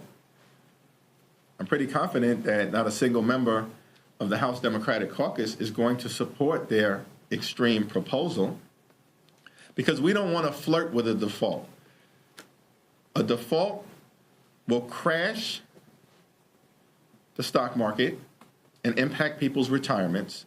A default will trigger a job-killing recession, and a default will dramatically increase costs on everyday Americans. That is not to be played with, particularly given the fact that we are trying to emerge from COVID and shutdowns of our economy because of a once-in-a-century global pandemic. And the last thing that we need right now is a man-made, manufactured default crisis because extreme MAGA Republicans are trying to jam their radical right-wing ideology down the throats of the American people. That transgender bill that just passed is expected to be dead in the water in the Senate, but I wonder what type of impact, if any, do you think these types of legislation could have in the 2024 election where the House, Senate, and presidency are all up for grabs? I believe in the fundamental goodness and decency and integrity and respectfulness of the American people. And for me, this is not about politics. This is about being there for all of America's children, including transgender children who just want to be able to live and to belong and to make friends. That's something that all Americans, I believe, all decent, kind-hearted Americans fundamentally support. And the extreme MAGA Republicans are trying to sensationalize an issue that doesn't really exist in the way that they are falsely portraying. If this is about elite sports competition, let's allow the relevant organizations involved in elite sports competition to do what they do and to set the framework and the boundaries and the rules of engagement. And you know what? Many of them already have. The NCAA already has a policy as it relates to this issue. So does the International Olympic Committee. So does the Track and Field Association. And many high school athletic associations have this issue addressed. So what this is about, again, extreme MAGA Republicans doing everything possible to jam their right-wing ideology down the throats of the American people. And it continues to happen. It's happened with abortion care, happening with banning books about our history, and now they want to bully kids, transgender kids. By the way, more than 50% of transgender children have either contemplated suicide or attempted suicide? Where is the decency on the other side of the aisle that in the face of that dynamic, you want to bully trans kids and create an issue because you think it's politically going to benefit you? I believe it will not. Republicans are going after you in a new ad. They're going after the op-ed you wrote in college defending your uncle and the comments you made about black conservatives.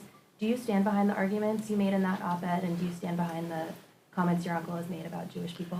Well, first of all, I think I've made clear consistently that I do not share any of the controversial views that were expressed by my uncle more than 3 decades ago.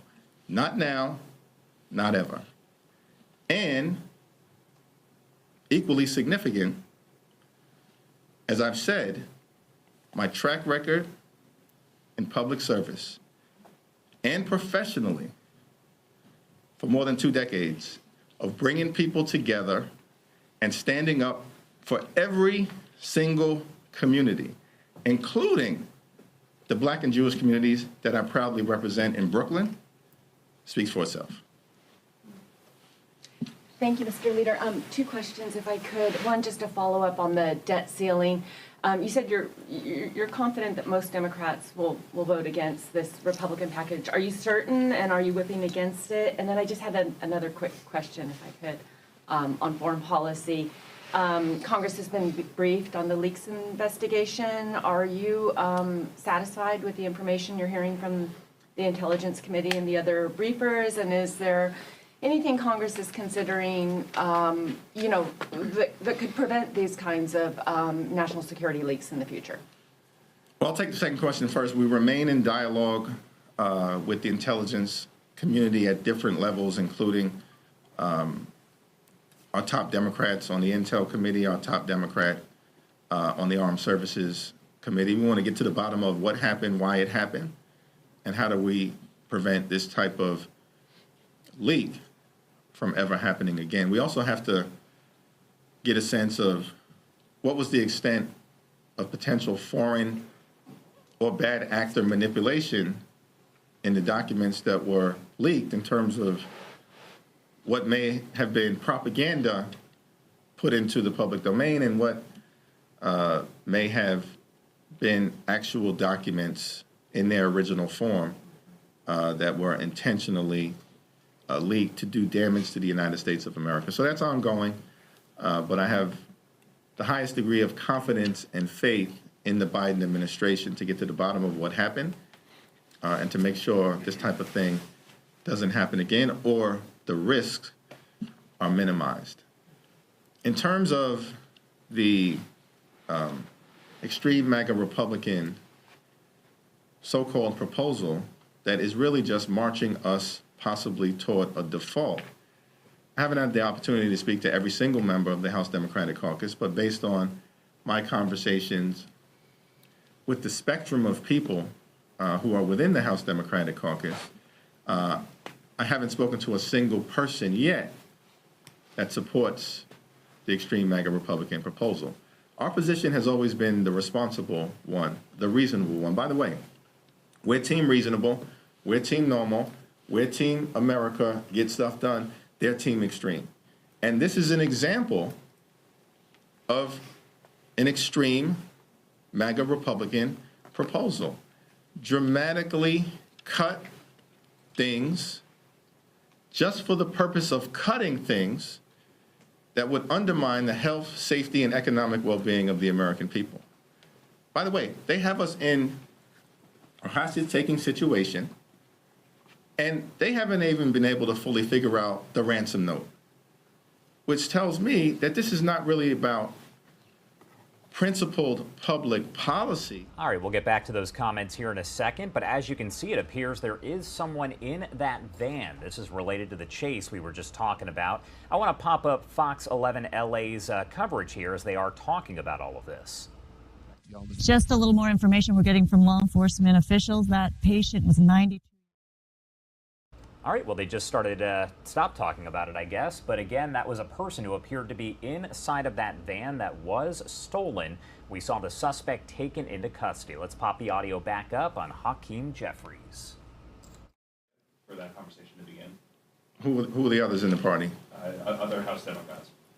I haven't had a single House Democrat say to me anything other than, yes, we believe that we have to avoid a catastrophic default on our debt, and the way to do that is the way that it's been done for the last 100 years, to make sure, as was the case 3 times during the Trump administration, that we pay bills that the United States has already incurred. The American people understand that. You don't get a bill that you've already purchased items in connection with and say to yourself, no, I've kind of decided that it's not the right thing to do at this point in time, and want to have a fight about it, unjustifiably. And so I believe that we also have taken the responsible position, which is to say, yes, let's have a debate and a discussion about the types of spending and investment and revenue priorities that would work best for the American people. Joe Biden has already put his budget forward for the American people to evaluate. It's a budget that will strengthen and protect Social Security. It's a budget that will invest in building an economy that works for everyday Americans. And it's a budget that will reduce the deficit by over $3 trillion. So we're willing to have a conversation. Here's our plan for America. Show us your plan. It's missing. It's hiding. And so I don't know whether reasonable people would conclude that we should be negotiating against ourselves. That's not a logical place to be. Produce your budget, and let's have a conversation. Last question. Go to the back. Thanks, Leader Jeffries. On guns, we're creeping up here on a month after Nashville. We know that there are conversations ongoing within the caucus, but it sounds like not everyone is on the same page. Some people want a discharge petition, some people don't. Some people want a package of bills, some people want individual bills. Have you settled on a strategy about how you're going to address the gun issue, knowing that Republicans aren't going to bring your favorite proposals to the floor? Yeah, well, excuse me. Well, this is another example of how extreme they are, because it's not Democrats' favorite proposals. These are proposals, whether it relates to extreme risk protection laws or universal criminal background check legislation, or even the assault weapons ban, because we should not have our streets flooded with weapons of war that aren't used to hunt deer. They're used to hunt and slaughter children in classrooms that we've seen. These gun safety proposals actually have broad support amongst the American people. But the reason why we haven't been able to address them is because of the obstruction of the extreme MAGA Republican House majority. That is very unfortunate. And yes, we're having ongoing conversations about how to continue to highlight the fact that we stand with the American people in wanting to do something decisively on gun safety, and the fact that the extreme MAGA Republicans stand with the NRA. So you haven't settled on a strategy? We're having ongoing conversations about different ways to continue to elevate the issue.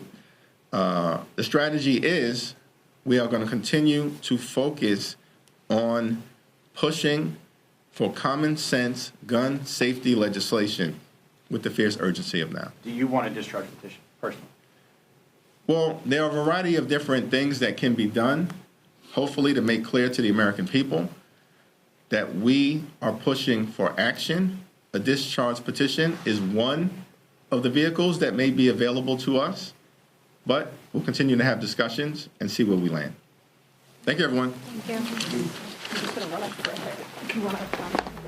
All right, those were the comments made a bit earlier there, a variety of topics, and that was Hakeem Jeffries, of course, the House Minority Leader. I do want to take you over to another live image that we are keeping an eye on right here and let you know exactly what is going on. This is a live look outside the Fulton County Jail. This is in Georgia, where civil rights attorney Ben Crump is expected to speak any moment now. He is speaking alongside family and supporters of LaShawn Thompson, the inmate there who died at the Fulton County Jail. Crump saying that his body was infested with bed bugs and insects, and he and the family want an investigation into the death. Again, he is expected to speak any moment now, so we'll bring that to you live, raw, and unfiltered as we do here on Live Now from Fox. In the meantime, another story we've been tracking here. This is a live image from Sky Fox over in LA after we did see a potential kidnapping suspect inside of that van right there that was taken into custody a short time ago. We don't know really anything about her except that she is a female. Now, a few moments ago, we did see what appeared to be a person, an older person who was inside of that van there, who appears to be being checked out by firefighters, EMS, basically all of the different law enforcement and first responders that are out there. As I've said, if we get any more details on the situation, we'll pass those along to you live, raw, and unfiltered right here on Live Now from Fox. In the meantime, let's head to a quick 2-minute commercial break, and on the other side, we're going to get back into your headlines and live events. You're watching Live Now from Fox.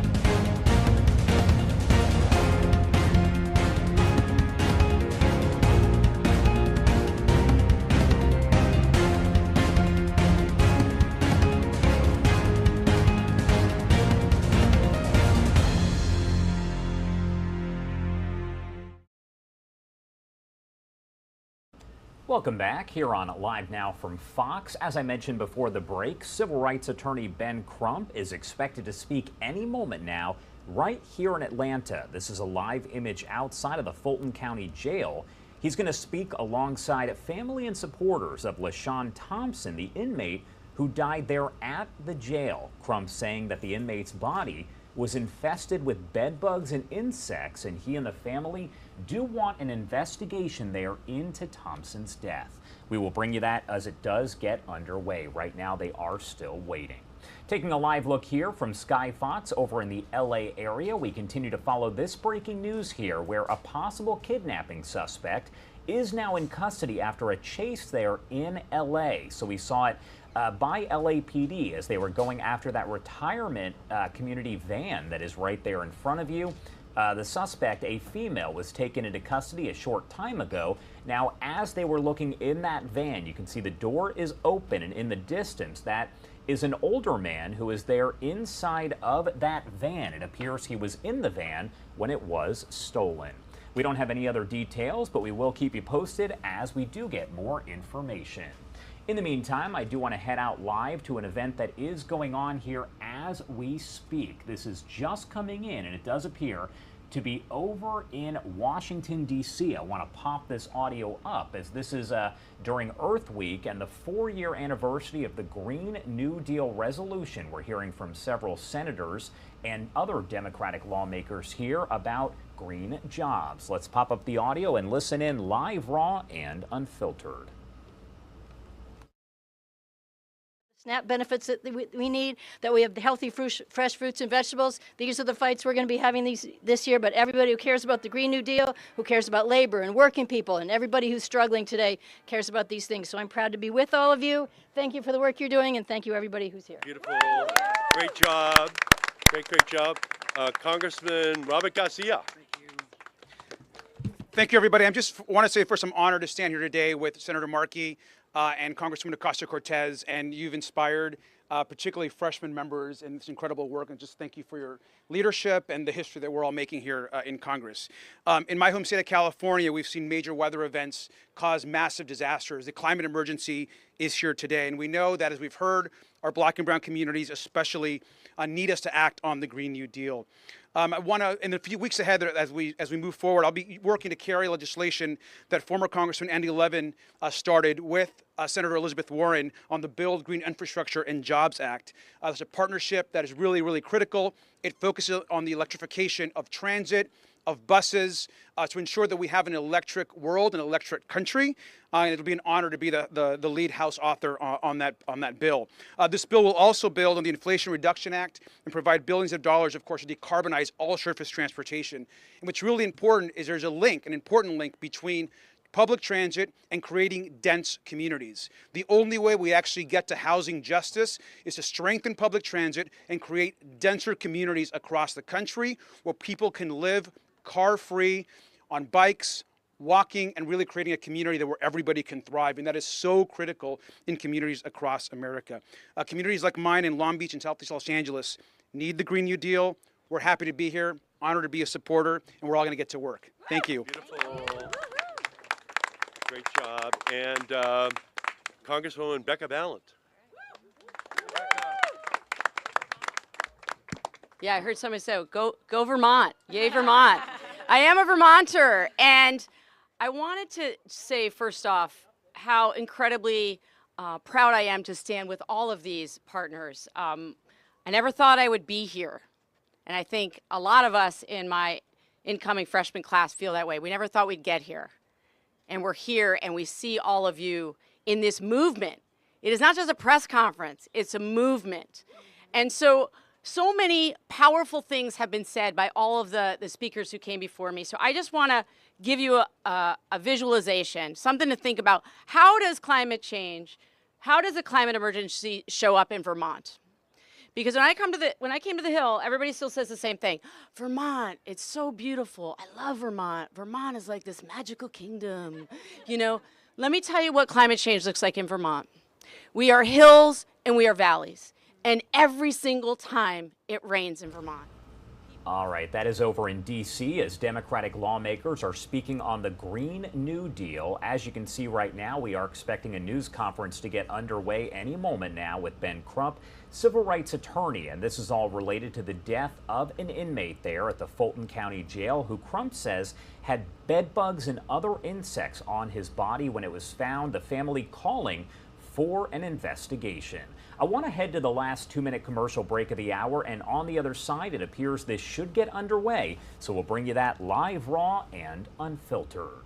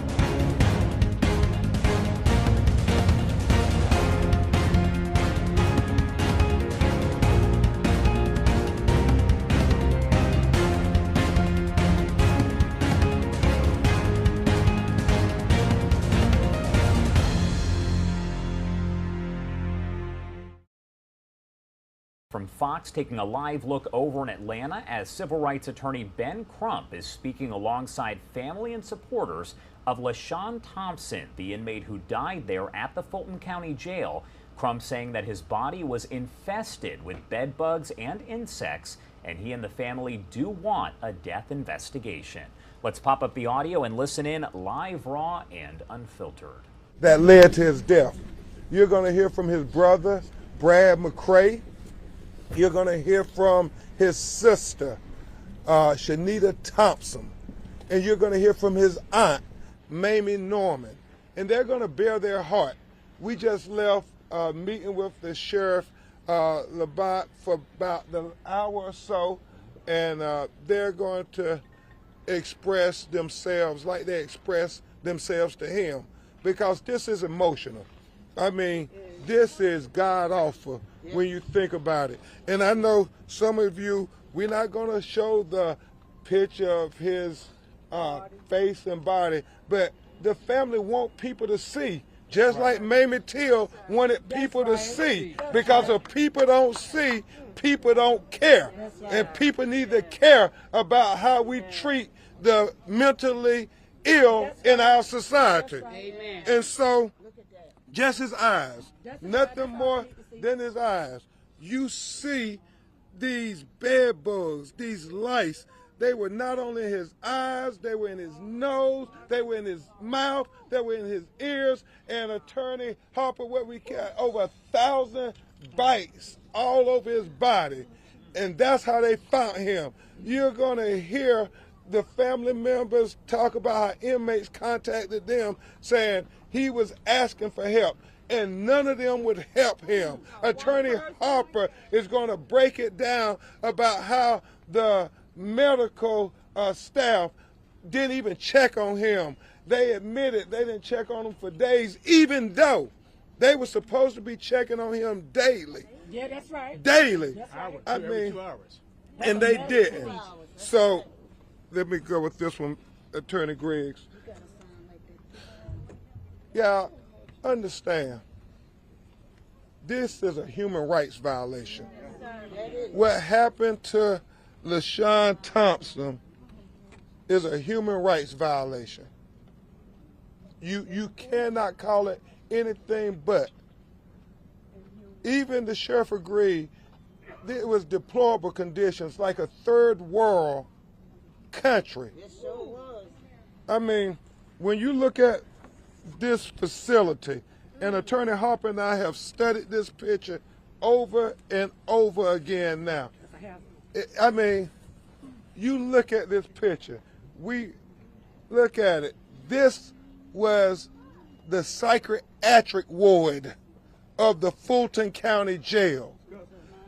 You know, Attorney Counsel Rogers, I think Brittany Griner in the Russian prison had a better facility than what LaShawn Thompson had here in Fulton County, Georgia. And so we ain't gonna let nobody pass the baton. We want justice for LaShawn. We won't pass the baton. We want justice for LaShawn. And whether the Board of County Commissioners, whether the medical personnel, whether the sheriff's office, somebody is responsible for this inhumane death that never should have happened. I mean, when you think about it, it's not only inhumane, it's not only immoral, but Attorney Griggs, in many ways, is criminal. And we know that the congressman reached out to the Department of Justice that we just found out today. Senator Ossoff, that our legal team, Attorney Harper and us was talking about it, that he's asking the U.S. attorney to look at if there was any criminal culpability here.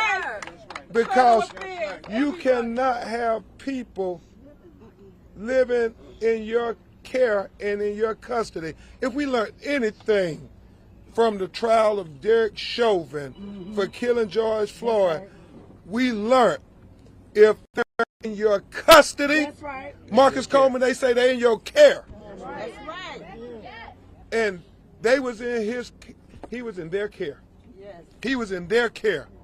And this is the care. I mean, the family asked a lot of questions. And I know the public got to ask the questions too. Because if we don't ask the questions and we don't get the answers and we don't get to the truth, then next time it could be your loved one.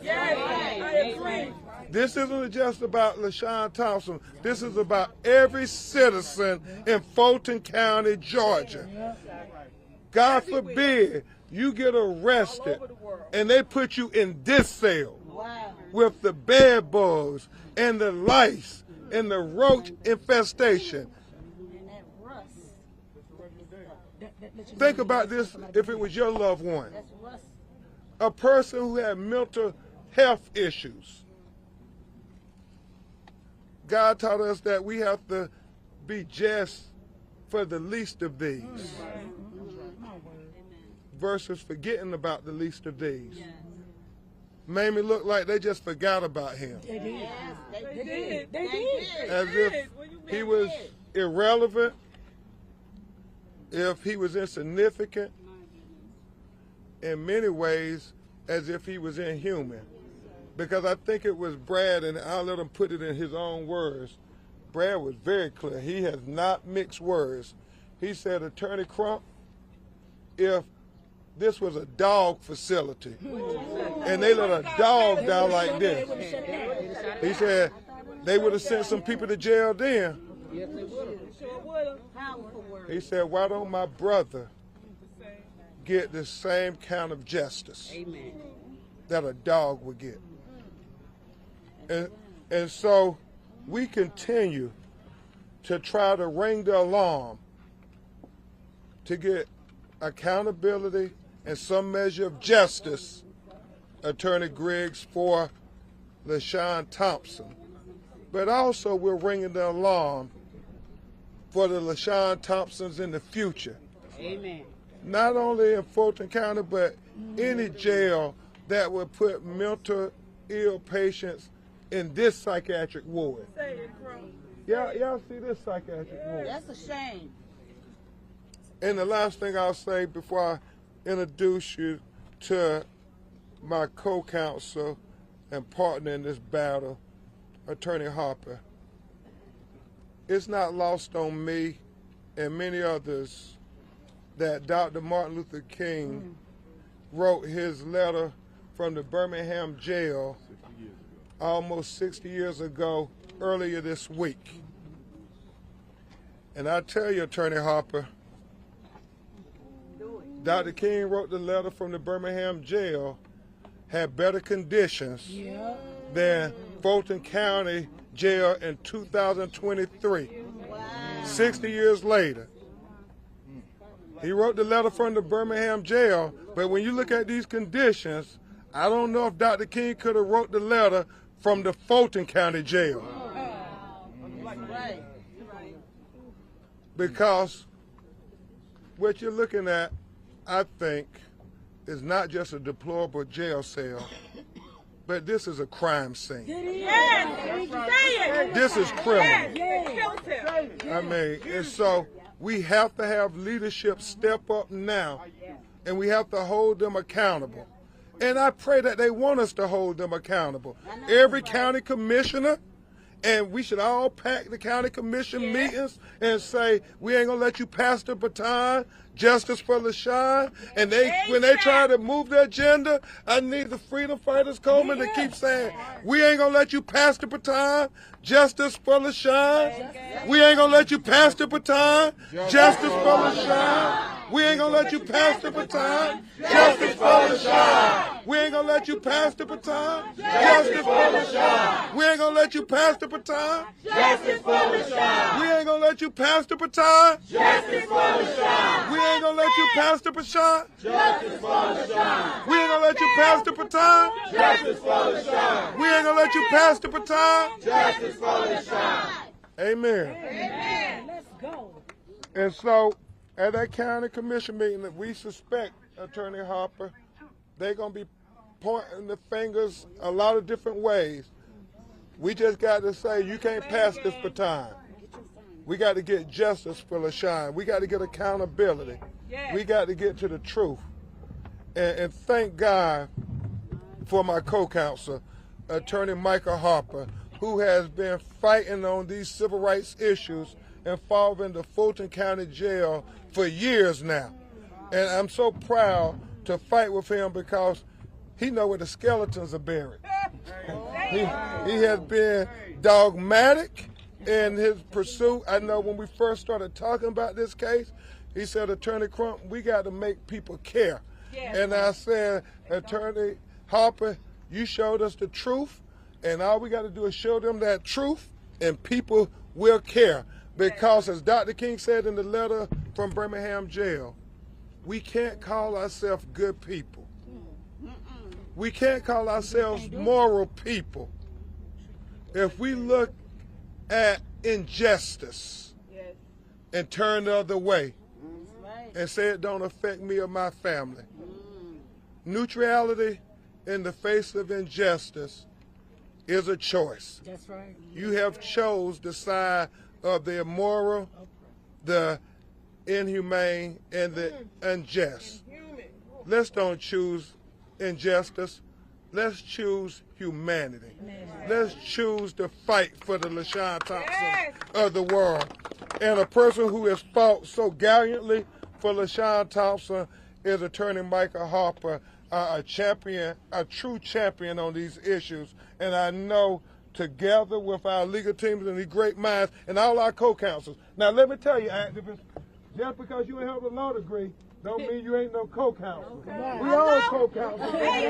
Everybody is together in this. We're going to get accountability. And we hope that Chairman Pitts and the Board of County Commissioners will be co-counsels to do right by LaShawn Thompson family. Because even though they banned Alice Walker book, The Color Purple, from the classrooms, we all remember what Miss Seeley said in The Color Purple. Until you do right by LaShawn Thompson, ain't no good gonna come to you. I give you Attorney Michael Harper, the person who's been fighting for the family since the beginning. Amen. Look, allow me to begin by thanking Attorney Ben Crump for coming down to Atlanta and joining this fight with us and bringing his experience, bringing his gravitas as a leader for Black America to come down to Atlanta and fight with us. I want to thank you, Attorney Crump, for that. LaShawn Thompson was not from Atlanta. He was from Winter Haven, Florida. He came to Atlanta like many people do, especially many Black people, for a better life. Atlanta is known as the Black Mecca, Black Hollywood, a prominent place where you can come here and succeed and thrive. But LaShawn Thompson has some medical issues. He has some mental health issues. He found himself winding up here at the Fulton County Jail. He came here in June of 2022. They knew when he was processed in that he had schizophrenia, that he had mental health issues. He was diagnosed. It is documented. They placed him in the mental health wing of this jail, the psychiatric ward of this jail, threw him in that horrible cell that you see, left him there for 3 months and did nothing. They did nothing to help him. There was a bed bug infestation in that unit of the jail. He wasn't the only one. Wow. He wasn't the only one who was affected by those insects and bed bugs in that entire wing. But he was the only one that we know of who died. Tell him, Harper. Wow. We got the medical records. Let me start first, though. When he died, the family tried to contact the sheriff. and find out what happened to their loved one. They were stonewalled. They were told nothing. No one returned their phone calls. No one said anything. They had to call me to try to find out and get answers for what happened to LaShawn. And then they tried to stonewall me, but that was not going to happen.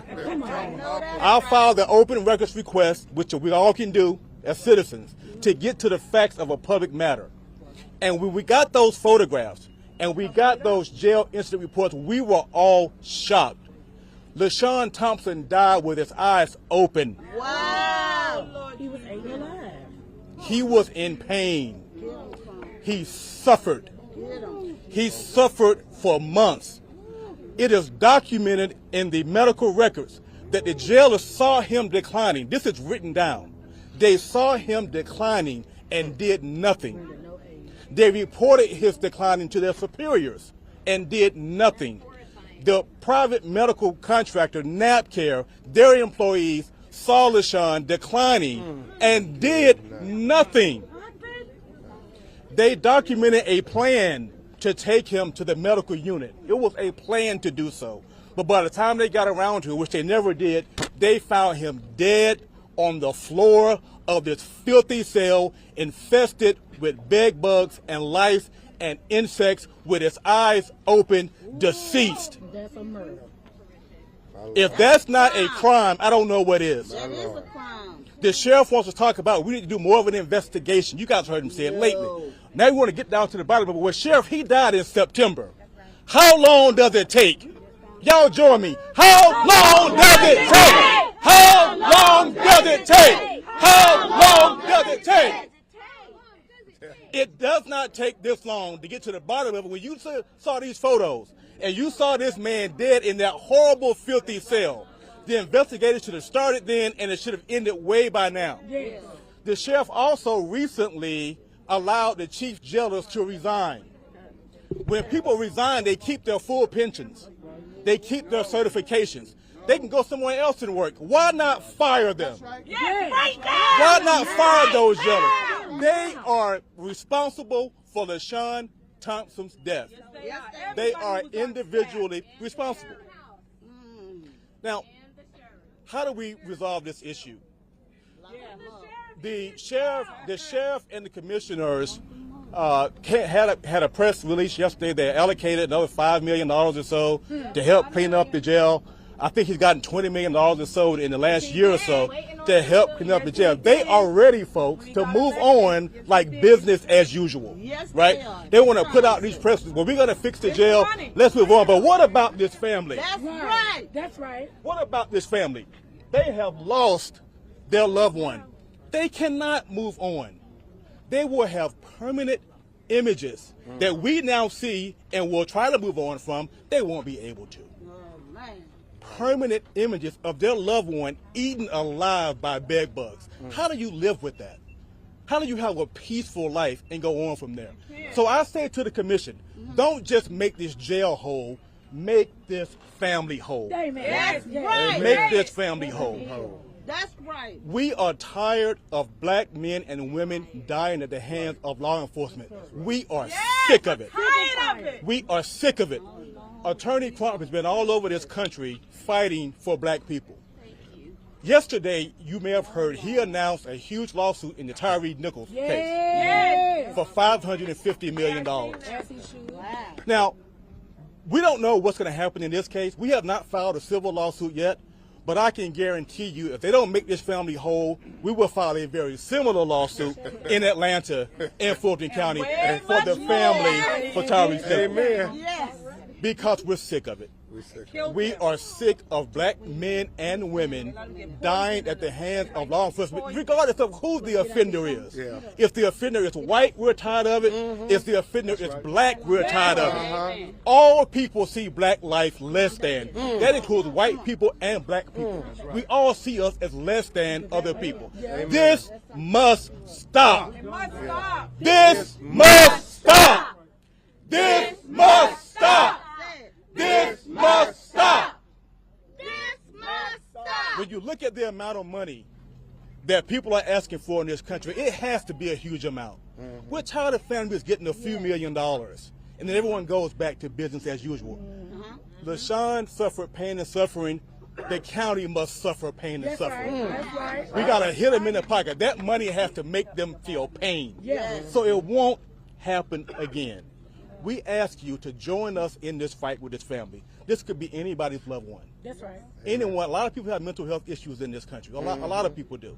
And they cannot make it on their own. They cannot speak up for themselves.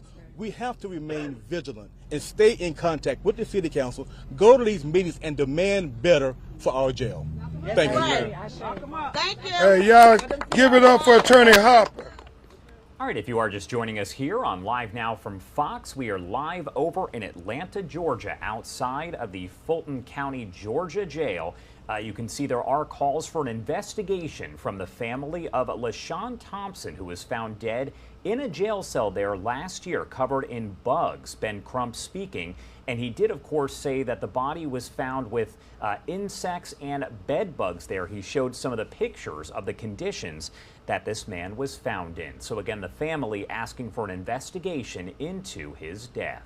I do want to head to a quick 2-minute commercial break, and on the other side, we will get right back into other live events that are going on here. You're watching Live Now from Fox.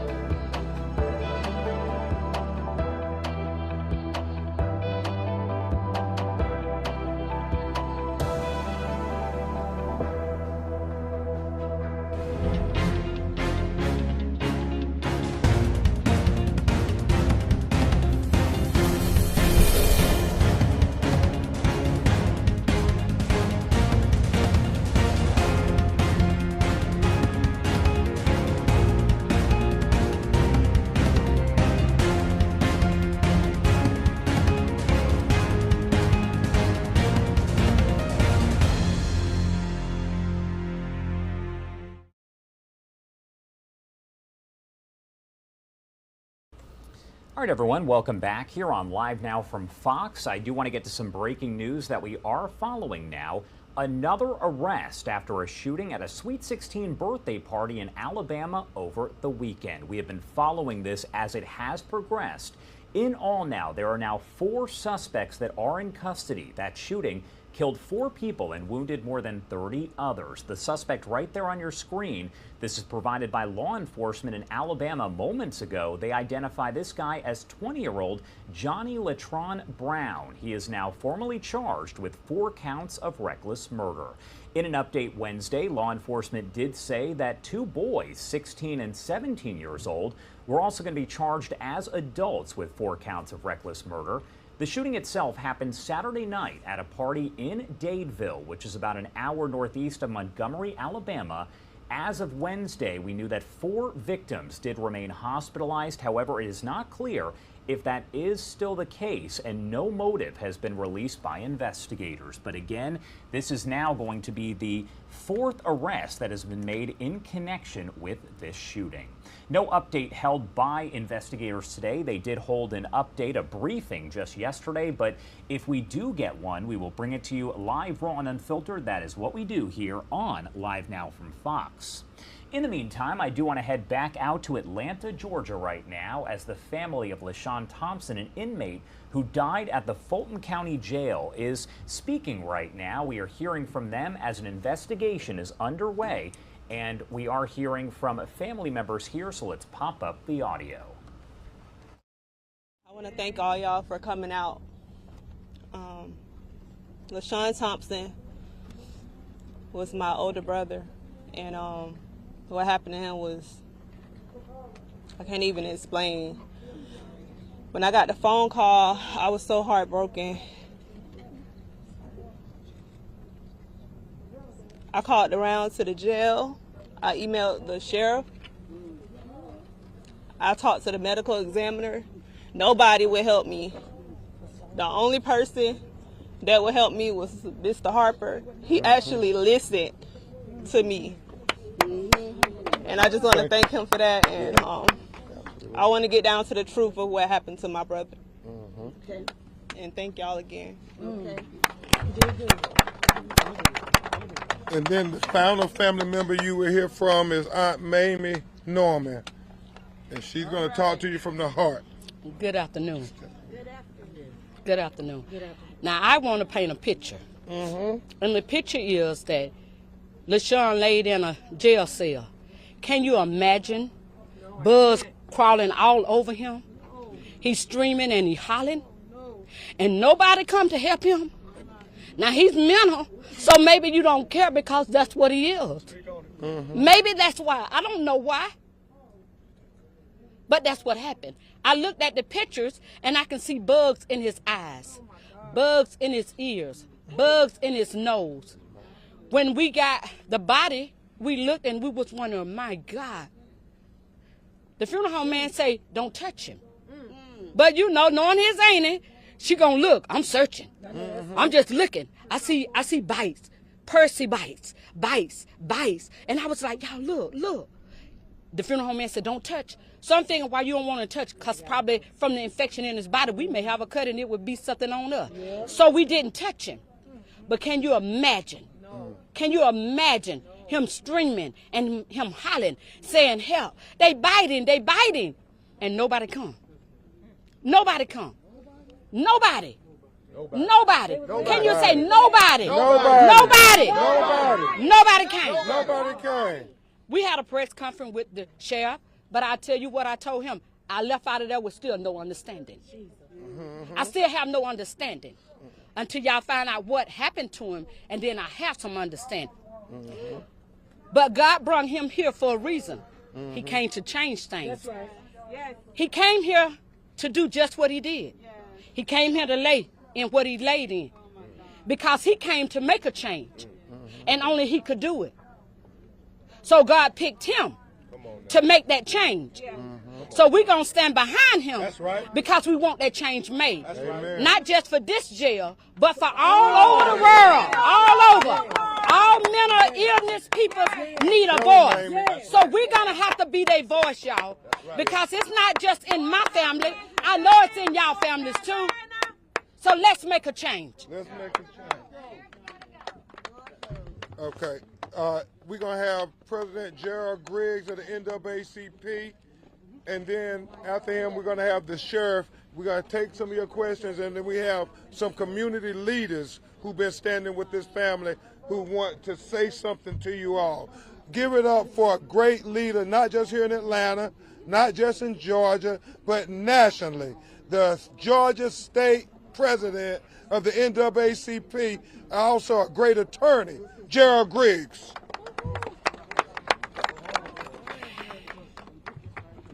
First and foremost, I just want to issue my condolence to the family for having to go through this.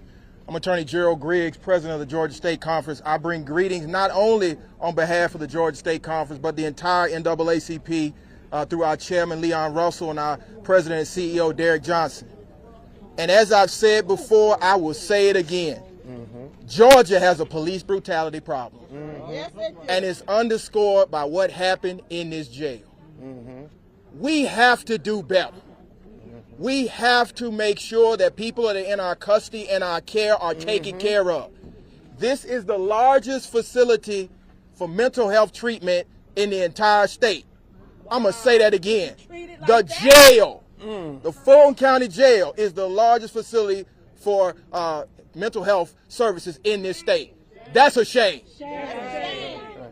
We at the Georgia State Conference have stood in front of too many jails, have comforted too many families, and it's time for the politicians to stop playing games.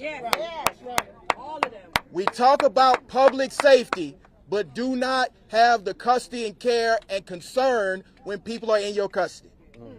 So the Georgia State Conference, in partnership with the Atlanta NAACP, are demanding answers on behalf of this family.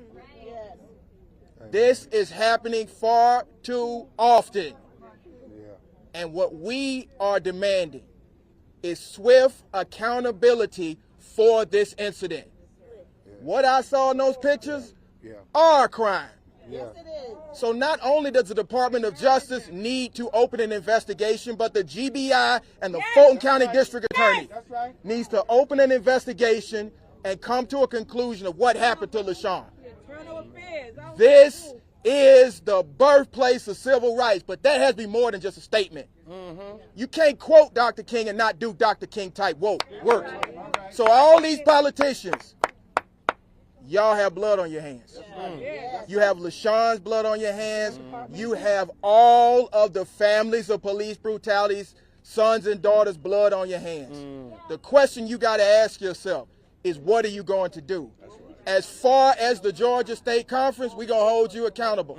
So, Mr. Sheriff, I know you're going to speak in a few minutes. The first thing you need to do is publicly accept responsibility for what happened to LaShawn.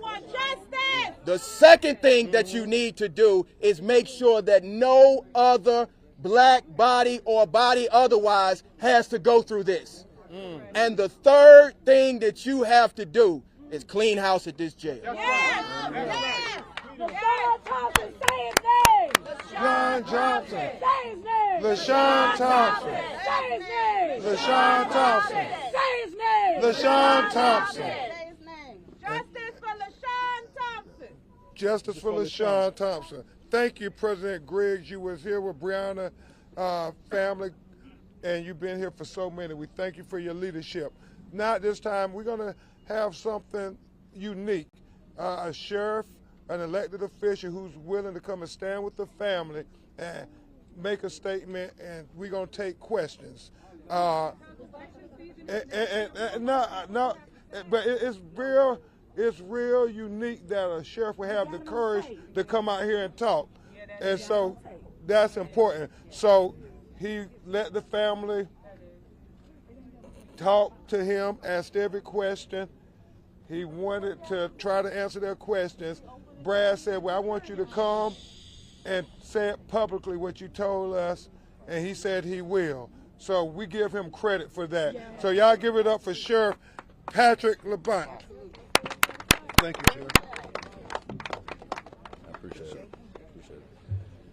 Where's Auntie?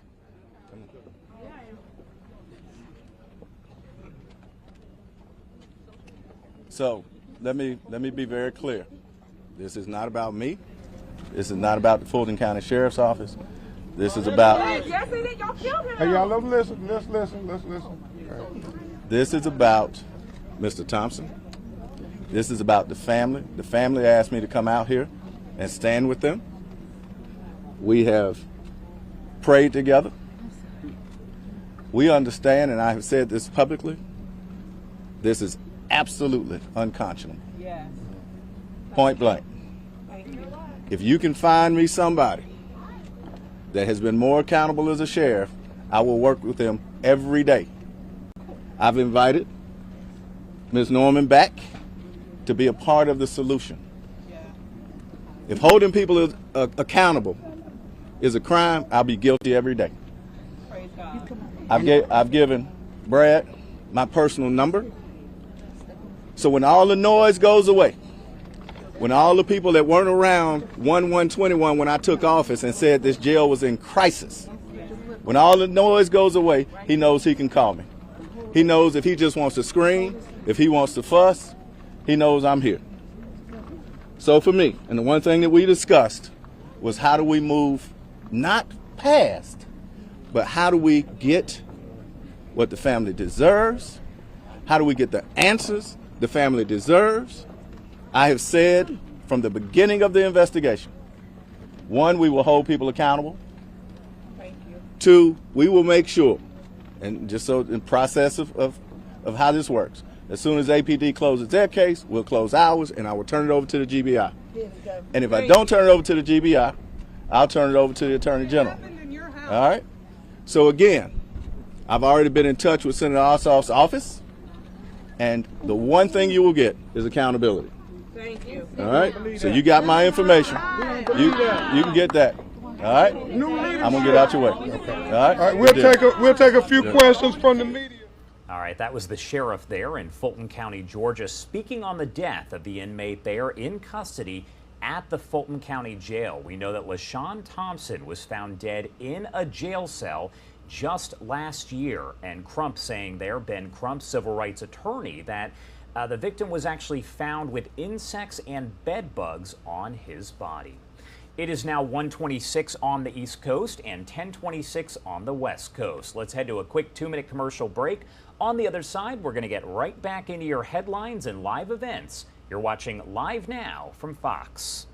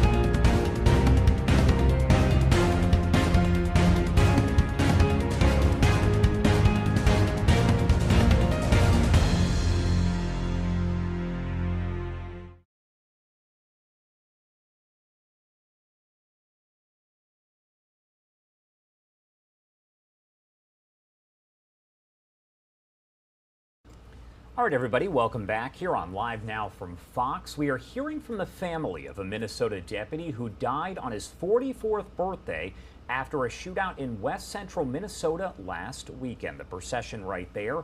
Pope County Sheriff's Deputy Joshua Owen died at the hospital Saturday after the shooting at an apartment in Cyrus. The shooting happened after law enforcement told a man that he was going to be arrested for domestic assault. The man responded by pulling out a handgun and shooting at officers and other law enforcement there. Owen was hit and died from his injuries. Now that suspect died as well. Owen's family providing a brief statement moments ago. I want to start by thanking everyone who has come out and supported Rylan and me over the last few days. The outpouring of love from our law enforcement family and our broader community has been amazing, and I'm so grateful. I've never received this much support for anything. This community is helping me in the moments when, very simply, I don't know what to do. In the hours of darkness, you've wrapped your arms around my son and me to help us get through this enormous loss. Josh and I were together for 18 years, the last 12 of which were right here in Pope County, where we put down our family's roots. Even through the tears and all of the emotions, I can still see Josh everywhere, in the pictures that decorate our fridge, in the fire pit he built by hand, and in the neighborhood we call home. Josh was the most incredible man and such a devoted father to Rylan. He was selfless and would help anyone who asked, and even saw where he could help out those who hadn't even asked yet. So many people have asked in the last few days how I'm doing. Honestly, I'm overwhelmed. Our family and friends have run the gamut of emotions. We've smiled and laughed at memories, and we've shed tears for the man who was stolen from our lives. While it's been a whirlwind since that awful night when he did not come home, I've found a few quiet moments. To say I'm sad doesn't come close to covering some of those moments. Maybe more than that, I'm angry. I'm angry that this happened. I'm angry that his beautiful life was cut short, and I'm angry that my son's father was taken from him far too soon. It wasn't supposed to be this way. Still, I feel I must be strong for our son, for myself, and for our community. Losing Josh will never go away, ever. The cameras and media will pack up, and many people will go back to their daily lives.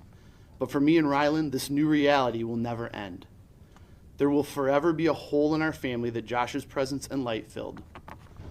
As the days and weeks pass, I ask you to please continue to lift us up in prayers as we go through the next few days, weeks, and months, and years. Pray for the safety of our deputies and police. Continue to share Josh's story with each other. Share his legacy. In this way, we can help his spirit last forever. Thank you. All right, that was a statement there once again from Polk County Sheriff's Deputy Josh Owen's family. They did make that just moments ago. The White House press briefing now underway. That is Karine Jean-Pierre, the press secretary. I want to pop up the audio and listen in live, raw, and unfiltered. Reliability. We must move this country forward so that tragedies such as Columbine are forced into history books forever. And our nation's children can live without threat or fear of gun violence. All right, finally, thank you for your patience and bearing with me. I would like to welcome Admiral Kirby, the NSC colleague, to the podium. He's going to preview the President's bilat today with President Petro of Colombia and answer any other foreign policy questions that you may have. Admiral, the podium is yours. Good afternoon, everybody. As Karine mentioned, President Biden's looking forward now to welcoming President Petro of Colombia to the White House this afternoon, in fact, just about an hour from now. Colombia, I think, as you know, is a country the President has often referred to as the keystone to the region, because it is a country that is emblematic of the optimism and the potential of the Americas, and one that has over more than 3 decades been characterized by strong bipartisan support here in the United States. The United States-Colombia relationship is a true partnership that spans trade, where we actually remain Colombia's largest trade and investment partner, but covers a wide spectrum of other issues that address our shared regional migration challenge, combating transnational criminal organizations, trafficking drugs, and, of course, people. We are aligned in our ambition to address climate change, and we're working closely with Colombia to expand private sector investment in renewable energy. The United States is proud to support implementation of the ethnic chapter of the 2016 peace accord between the Colombian government and the Revolutionary Armed Forces of Colombia, otherwise known as the FARC. It's emblematic of our commitment to ensure equal access to opportunity and to promote prosperity in some of the communities that are most affected by violence. Colombia and Colombia's future, their security, their prosperity remains a national security interest of the United States. And during the conversation today, President Biden and President Petro will continue to make progress on these and many other issues. I also want to note just a couple of other things you probably saw a readout that we issued. The President had a chance to talk to the European Commission President Ursula von der Leyen. They talked about her recent trip to Beijing, President was interested in her perspectives being over there. They certainly talked about the need to maintain peace and security around and across the Taiwan Strait. Certainly they talked about ongoing support for Ukraine and the fight against Russian aggression. And again, they talked about how we can together continue to work with our European partners for a clean energy transition. The President will also have a conversation later this afternoon with President Macron of France. He looks forward to that, and we'll have a readout for you when that's complete. For that, we'll take some questions. Thank you. So, John, thank you for being here. I want to start off by asking you about Sudan's decision to send U.S. troops there. Can you update us on the status of the embassy and trying to get U.S. officials out of the embassy? Yeah, so obviously we're still very concerned about the violence there, the continued fighting. There was a so-called ceasefire last night that didn't hold very long, and so people are still being hurt. What I can tell you is that we have good accountability of all our government personnel there working in and out of the embassy. They are all not still co-located. So the State Department is still, the embassy there is still trying to get them all co-located together for their own safety. They are still sheltering in place where they are. And as you probably saw, the Pentagon did announce that they are moving forward to pre-position some military forces and capabilities nearby just for contingency purposes in case they would be needed for any kind of evacuation. But again, no decision has been made on that. The focus right now is on urging both sides to stop this violence, to abide by a ceasefire, to allow humanitarian aid to get to people that need it. I mean, there's already shortages of food. There's concern over shortages of medicine and water. The situation is dire in Khartoum, and we continue to urge both sides now to stop this violence. What is the timeline for making a final decision, and are sanctions on the table against these rival factions? I won't get ahead of any sanctions decisions. I mean, we'll always look at a range of tools and capabilities that we have to try to compel both sides here to stop this violence. As for timeline, I think I'd refer you to the Department of Defense and the State Department on that. They would have to work in tandem here. But we want to make sure that we've got the capability ready in case it's needed. And again, DOD can speak to the timeline on that. Thank you. Thank you, Colleen. And it's too early to point to Mr. You're not used to getting the second question, huh? Usually you be very end part. Thank you so much. Shine, my friend, shine. Yeah. Thank you, Colleen, and thank you, John. I have a couple of questions. South Korean President Yoon announced that South Korea would provide military aid to Ukraine if Russia launched a massive attack on the Ukrainians. How does the U.S. evaluate this? And I follow up that. We would certainly let President Yoon speak to his comments and to whatever aid and assistance South Korea would want to give to Ukraine. We're grateful for the support that South Korea has already provided Ukraine in the tune of $100 million of humanitarian assistance. And of course, they've been very vocal in supporting Ukraine, and they've been very vocal in speaking out against Russia's aggression. We're grateful for that. They're a terrific ally, terrific friend. And as I think you know, we're very excited to be welcoming President Yoon to Washington, D.C. next week for an official state visit, where I have absolutely no doubt that they will talk about a range of challenges, not just in the Indo-Pacific, but across Europe and in Ukraine. Meanwhile, Russian Kremlin spokesman said that it will provide weapons to North Korea and warned that South Korea would pay the price. How do you view Russia's threat of retaliation against South Korea? Yeah, look, I've seen those comments. I'll let Mr. Peskov speak for himself and speak for Vladimir Putin in the Kremlin here. I would just remind that we have a treaty alliance with South Korea. We take that commitment very, very seriously, and I'd leave it at that. Go ahead, Nancy. Thanks, John, so much for doing this. The U.S. has a lot of recent experience extracting embassy personnel both in Kabul and in Kyiv. How does this situation differ, or how similar is it to those? And what lessons has the U.S. learned from those experiences that can be applied here if necessary? Well, I think just my answer to Kristen, I mean, if you might recall, back in a couple of months before the evacuation out of Kabul, the president ordered the pre-positioning of military forces nearby so that they could be ready, and they were actually able to get onto the Karzai International Airport within 48 hours, and within 72 hours basically had control of it.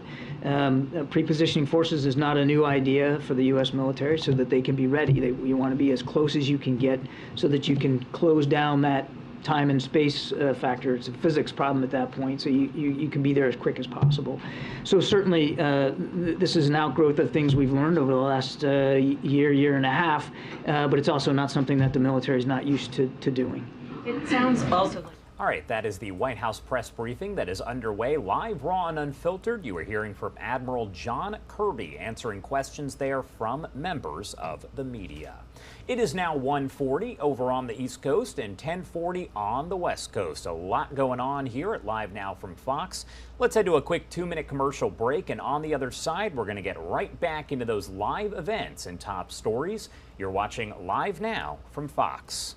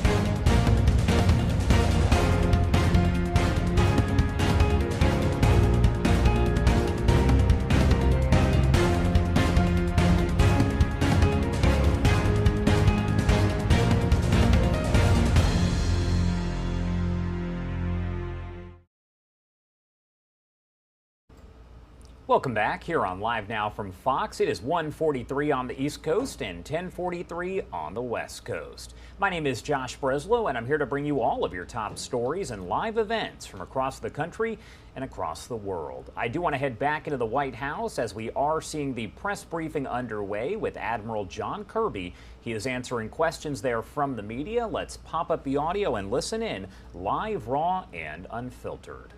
John, you mentioned the state visit next week. To what extent do you expect China and North Korea to be discussed during the president's meeting with his counterpart? And on the same issue as China, the Major Economies Forum, or excuse me, on the same topic, the Major Economies Forum happened today. The Chinese climate advisor was there. Can you give us any update on what he said with regard to their plans on methane or other climate change policies? I would refer you to the Chinese authorities, the PLA, PRC, to speak to whatever their comments were or how they phrased it. But as Karine noted in her opening statement, I mean, the Chinese are moving out and moving out aggressively on a transition to clean energy. And when you look at the strategic competition that the president believes that we're in with China, and we do want to keep it on competition and not conflict, this is an area where the United States can absolutely compete and win. because of the innovation here in the United States of America and the opportunity that we have before us to really grasp onto a clean energy transition, because there's not only is that good for the climate, it's good for our economy because it'll mean more jobs. So this is absolutely an area where we can compete with them. Now, on your first question, I know of no conversation that we ever have with our allies in the Republic of Korea where we don't talk about the threats posed by North Korea to the peninsula and to the region. And I know of no discussion that we have with those very important allies where we also don't talk about the challenges posed by China in the region and globally. And I fully expect that both will be matters of discussion. Go ahead, wait a minute. Thank you, John. Right over here, a couple. One on Russia and one on Mexico.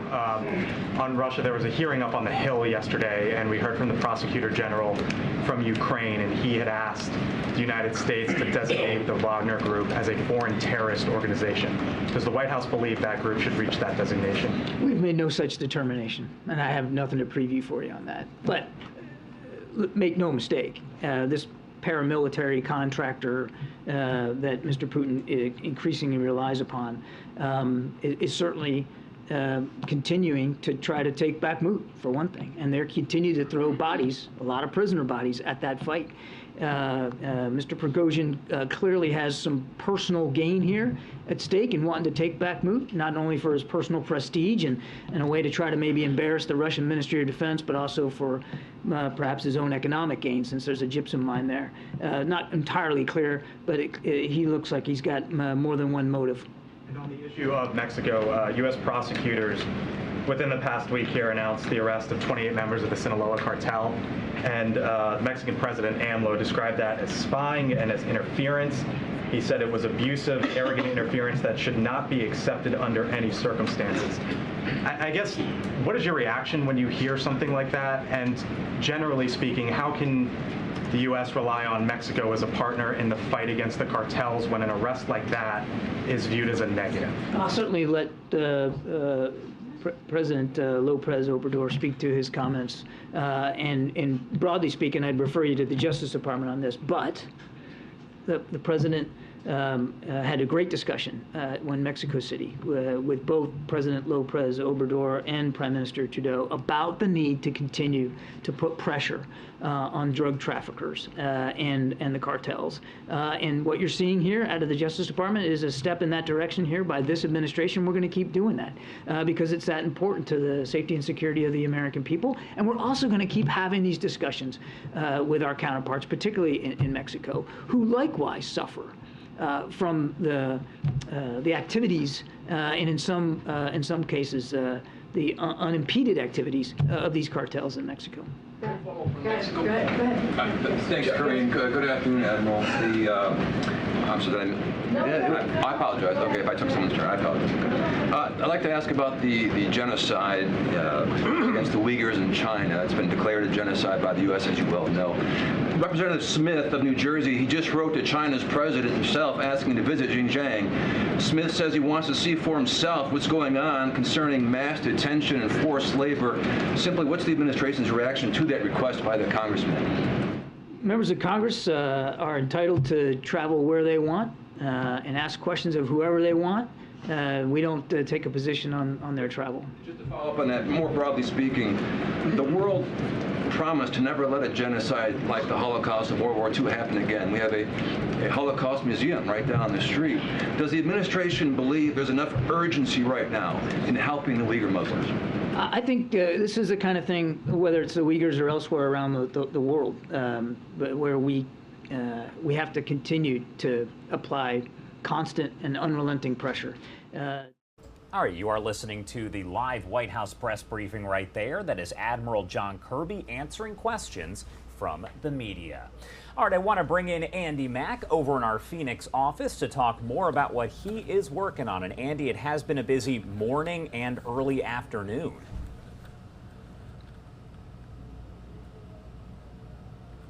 Hey, thank you, Josh. Well, over here in Phoenix, we're working on a lot of big headlines. Of course, the new news coming out of Washington, D.C., both relating to the House passing that women in sports ban there as well as the SCOTUS decision coming in just less than 24 hours ago. We're also going to take you out to Oakland, as the Oakland Athletics likely going to be moving soon to Las Vegas. Of course, that is a big deal for the Bay Area, so we'll take you out there as soon as it happens. And many more top headlines here on Live Now from Fox. Of course, we'll take it over in just a few minutes.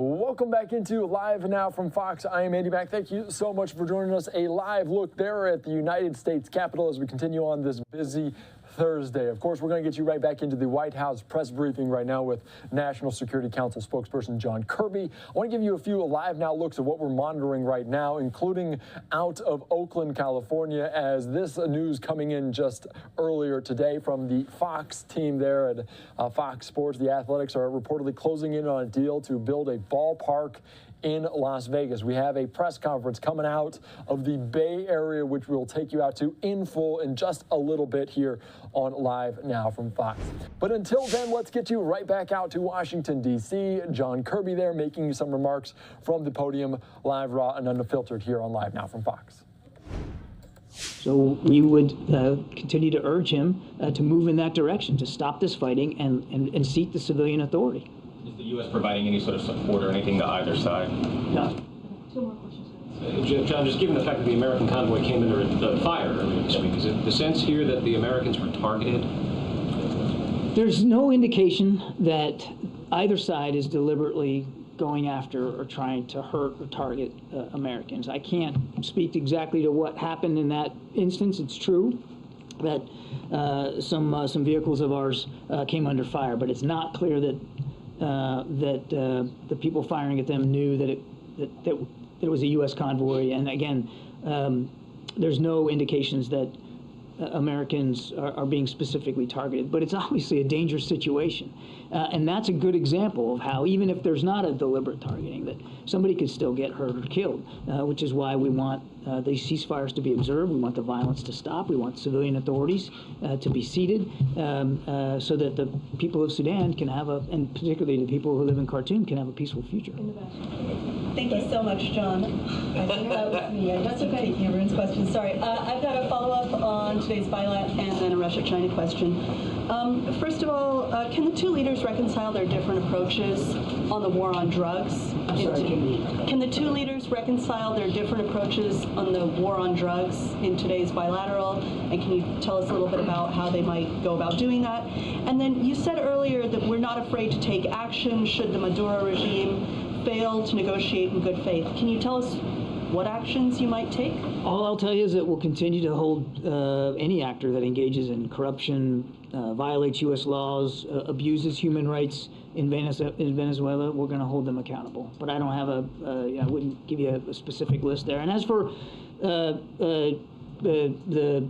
you called it the war on drugs, this effort to go after drug trafficking. I mean, both President Petro and President Biden agree it's an issue, agree it's a challenge, and they're looking forward to having that discussion today. I fully expect that climate, drugs, and certainly migration will be three big topics that they talk about today. On Russia and China, the two militaries just recently said that they were going to strengthen strategic cooperation. And we're seeing reports that China is expanding its nuclear weapons arsenal with help from Russia. So is the U.S. concerned about these increasing ties between these two countries? And will the U.S. respond by expanding its own nuclear arsenal? I'm not going to talk about the nuclear arsenal one way or the other here today. We're very comfortable and confident that we can continue to protect and defend our national security across a range of capabilities. And you can look at the defense budget and see for yourself that nuclear modernization is something we're heavily invested in, and we know we got to continue to work on that. As for their relationship, we've spoken about this before too. These are obviously two countries that share opposite values than the United States and our partners and allies do in terms of the international order, in terms of peace and stability around the world. They want to challenge that order. They want to undermine that order. They want to rewrite the rules for themselves. And as the president has said, we've got to consider this a strategic competition, and it's a competition that we can win. Okay, we have to do last question. Thank you.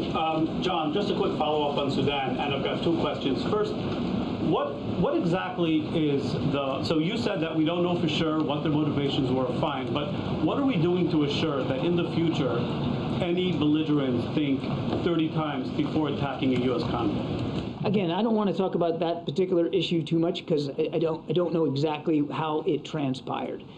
We have communicated to both sides directly through diplomatic channels that this violence has got to stop. That we need a ceasefire that everybody can observe so that the people of Khartoum can move on and we can get a civilian authority seated. That's the focus. Okay, my second question I'm going to kick over to Brian. What? Oh, thanks. Hi, John.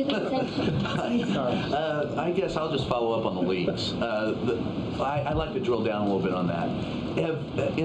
You said you were going to take a look at the protocols that led to that particular person getting the information. Does that include possibility of sanctioning those who allowed him to get this information in the first place? Is that under consideration? Because what I hear out of defense is that, look, you're going to make a scapegoat out of the 21-year-old, and whoever made the decision is going to get away with it. Well, let's be clear. What I said was that the president wanted the intel community, DOD, and the State Department to take a broad view of security protocols and practices writ large, not necessarily with respect to this particular case. I think you heard that the Secretary of the Air Force has already ordered a specific Air Force review into the unit to which that individual was assigned, and I certainly would let the Air Force speak to that more specifically. That's really for them. But do you think that will be part of? Do you anticipate? Again, I think you've really got to talk to the Air Force, Brian. I mean, they're taking a look at that particular unit, and that's really for them to speak to. But the president's direction to the interagency was take a wide look at protocols and procedures for security classification. Thank you, John. Appreciate it. Thanks, Admiral. Sorry, guys. We tried to take as many questions as possible, but we're running out of time. Go ahead. Hi. Senator Joe Manchin is calling on the president to negotiate with Speaker McCarthy, accusing him of a deficiency of leadership.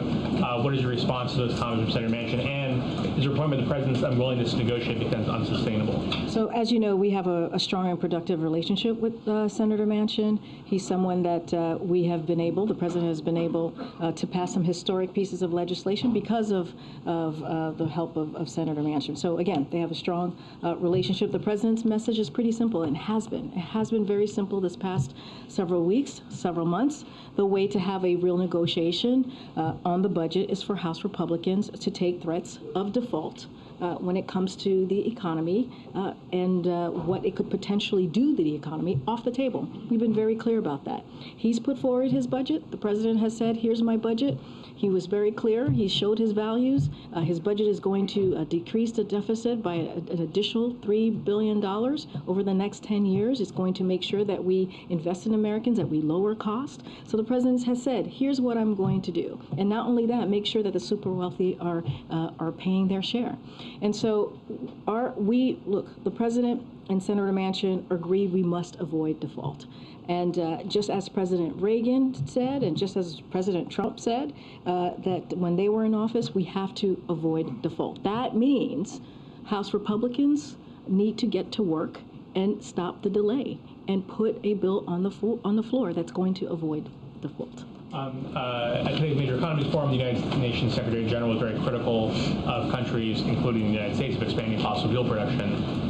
What is your response to that criticism, and what's his message played for the president and other participants today at the forum? So look, we've been very clear. This is the fourth time that we've held this forum. We believe that is important for that we need, in order to deal with this issue, we need global collaboration and global action. And that's what you saw this president do, and make sure that we bring the world together to deal with an incredibly important issue like climate. And so the president's going to continue to do that. He's going to continue to have these conversations. I'm not going to speak directly to every country and their statement and their comments, as the Admiral was being asked about China specifically. But we believe these have been really important forums. Again, this is the fourth one since the president has taken office, and we'll continue to have them. The last question is an IRS special agent wants whistleblower protection. Talk about an investigation on Hunter Biden's taxes. What is the White House's message to employees who wonder if there should be political considerations when things affect the president's family? So look, I want to be very clear here. As you know, the president respects the rule of law and the independence of the Department of Justice. He believes that's what they should be. In this administration, we believe that it should be independent. So I'm not going to go beyond that. The Department of Justice will certainly deal with this issue. Again, he believes in the rule of law. He believes in the independence of the Justice Department. Thanks, Green. I know you just to follow up on that. I know you won't comment on the investigation, but is the president confident that his attorney general has upheld all the ethical obligations here when it comes to this investigation? Again, the president has always been clear during the campaign, during his presidency, that the Department of Justice should have independence. They should not be politicized, and they should be able to do their job independently, essentially. And so I'll leave it to them. I'll leave it to the Department of Justice to make their decision to move forward with this particular case. We're just not going to comment from here. I know actually my colleagues from the White House counsel's office actually put out a statement on this and addressed this more specifically. But again, I would refer to the Department of Justice or anything else. On the debt limit, what will it take for the president to sit down and have a face-to-face conversation with House Speaker McCarthy at this point to try to hash out some of this? So look, I've been very clear when it comes to the debt ceiling. Sorry, there's something flying around. That should be done without conditions. That should be done just like Speaker McCarthy himself and other Republicans when they got together with Democrats the 3 times in the last administration. They should deal with this. This is their constitutional duty to make that happen. As it relates to the budget, we saw what Speaker McCarthy and MAGA wing of the Republican Party put forth, which was, we believe, is cruel.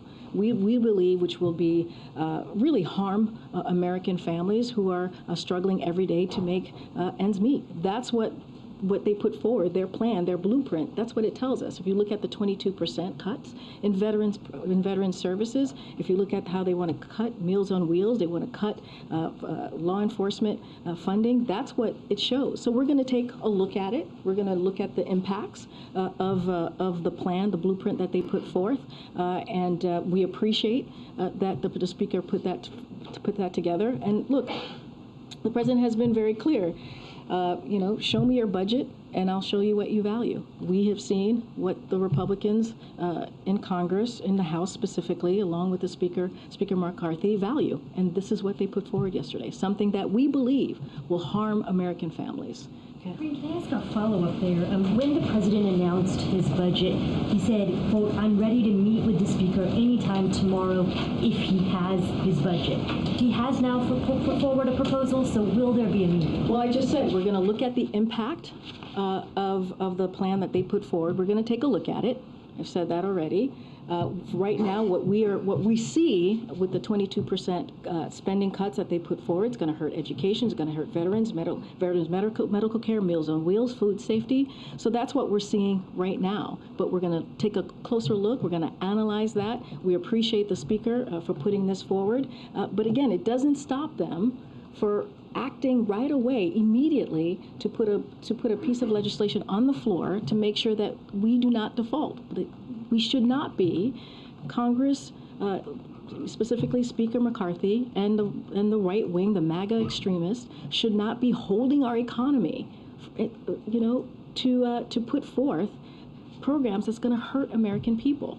So again, we're going to analyze what they put forward to us, and we'll have more to share. I'm just saying that one thing that we know for sure is they need to make sure that we do not default. That is something Republicans in Congress need to act on now. They can do that right away. We're going to look at the impacts of this blueprint that they put forward.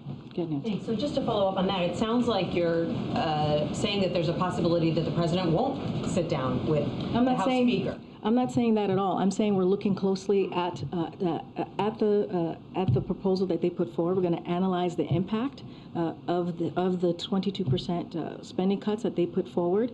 But what we are saying at the same time, look, don't have a meeting to announce, but we've been very, very clear. We need to make sure that we avoid default. We're going to look at the impact. But you're also no longer saying there will be a meeting at some point. I'm just saying we don't have a meeting to announce at this time. On another matter, the House passed a bill this morning that would amend Title IX's definition of sex to be based entirely on an individual's genetics at birth. Does the White House have a position on that bill? I don't have a position on that bill, but we've been very clear that the administration is committed to protecting LGBTQI+ kids at school.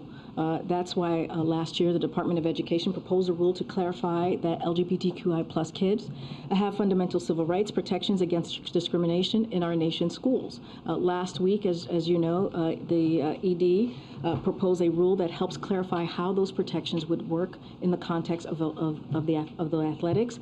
Clearly, the Education Department could certainly lay that out more, but we believe that we are committed and we want to make sure that we're protecting LGBTQI+. I don't have anything specific on this particular. And on that topic, the transgender actor and influencer Dylan Mulvaney has been the target of a barrage of attacks from anti-trans individuals online after she did an ad with Bud Light a couple of weeks ago. She's someone who has been here to the White House. She interviewed the president last year. He had a lot of warm words for her. Has anyone here at the White House reached out to her since she became the target of these attacks? So don't have any calls to review at this time, and I don't have anything to say specifically about this report, but what I can say, when a transgender American posts a video about a brand of beer they enjoy, and it leads to bomb threats, it's clear that that level of violence and vitriol against transgender Americans has to stop.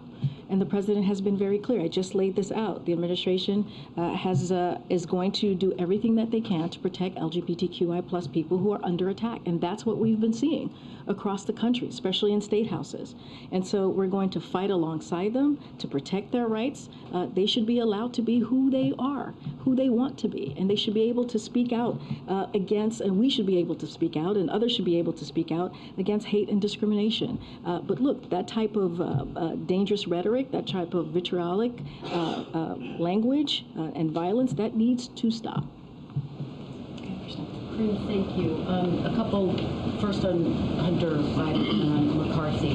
Just to be very clear, for the sake of transparency, which the president says he values, does the White House support giving this IRS agent whistleblower protection? For the state of transparency, and so that we do not politicize any of this, the president has been very clear that this is something for the Department of Justice, which is independent, and we have been very clear since the campaign that this is something that they need to speak to, and that's why we refer you to the Department of Justice. We're just not going to speak about it from here. Can I just have you respond to some Republicans, though, who suggest that the fact that the IRS agent is seeking whistleblower status could show that the administration is slow walking or somehow obstructing justice? We're letting Department of Justice handle this. That's what an administration does when they believe in the rule of law, when they believe that the Department of Justice is independent. That's what the president believes. This is something for the Department of Justice. This is an issue that they're dealing with, and we leave that to them. As I mentioned, my White House colleagues at the counsel's office put out a statement on this. They were more specific on that, and so I certainly would refer you to my colleagues and to the Department of Justice. Just on the debt limit, at the risk of dating myself, I was here back in 2011 during the debt ceiling fight then, and due in part to the gridlock over that issue, S&P downgraded the nation's credit ratings, markets plummeted, interest rates increased, the country's borrowing costs went up by more than $1 billion. Is the president risking the same and Congress by dragging out this process? It's not the president that's risking this. Well, it is Congress. It is Congress that is risking this.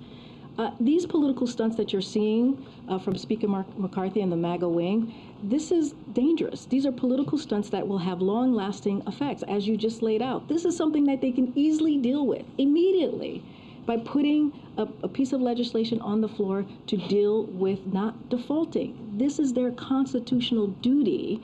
We should not have to negotiate on this. We should not be doing this with conditions. They were able to do this 3 times under the last administration, a Republican administration. But doesn't everyone bear responsibility, including and especially the president? The responsibility to make sure that we do not default, it sits in the hands of Congress. And right now, it is Speaker McCarthy and the MAGA wing, pardon me, of the Republican conference. It is up to them to get this done. They are wasting time. And I've already laid out what they did propose, how much that's going to hurt American families who are trying to make ends meet. But the president said, "Show me your budget." He didn't say, "Show me a budget that I agree with." Speaker McCarthy. Well, you have to finish. You have to finish the statement. He said, "Well, you have to finish what he said." The statement that he made, his quote is, "Show me your budget, and I'll show you what you value." That's what the president said. And by looking at this blueprint, by looking at the plan, they are certainly showing us their value. I guess the question is, isn't the ball in the president's court? I already answered the question, Kristen, many, many times. This is a constitutional duty that Congress has, and Speaker McCarthy is playing games. He is wasting the time of the American people. This is a political stunt, and he has to act. He has to act. And what he showed us yesterday, he aligned himself with the MAGA wing of the party. Go ahead, Ken. Just the Problem Solvers Caucus wants the suspension of the debt limit to be paired with this creation of a bipartisan fiscal commission. Is the president in favor of some kind of commission that would look at long-term spending, debt, how to corral that problem? So look, we have a very good relationship with the Problem Solving Caucus. I don't have anything to say about this specific matter. We believe that it is up to Congress, whatever tools they need or mechanism they need to move this forward. But again, I'm just not going to comment on any specific mechanism. And then just on the call with Macron that you mentioned at the top, do you have a rundown of what they're going to talk about? And is this in response to some of Macron's comments earlier in the month about Taiwan and China? So I don't have anything else to add to the readout. There was a readout, and so I will share that the president will have the opportunity to speak with the President Macron later today. So there will be a readout, but I'm just not going to go get ahead of that conversation and what may be discussed. I'll try to go to the back. Go ahead. Go to the back. Thank you so much. On guns, following the recent tragedies, there is a renewed debate about so-called stand your ground laws. Quite a number of experts and activists say that these laws actually promote violence, fuel gun violence. So what's the administration take on this? So what our take on this is that Congress needs to act. I laid out at the top of my the briefing what we have seen state houses do in some states who have taken action in banning assault weapons, which we lift up and we appreciate. But now we need to see congressional members, Republican congressional members, take action. We need to see them put forth common sense laws as it relates to guns. And so we need to see that type of reform. We need to stop what we're seeing, this epidemic of gun violence across our country, in our schools, in our churches, in grocery stores. We have to do everything that we can to stop. This is a president who's taken action over and over again.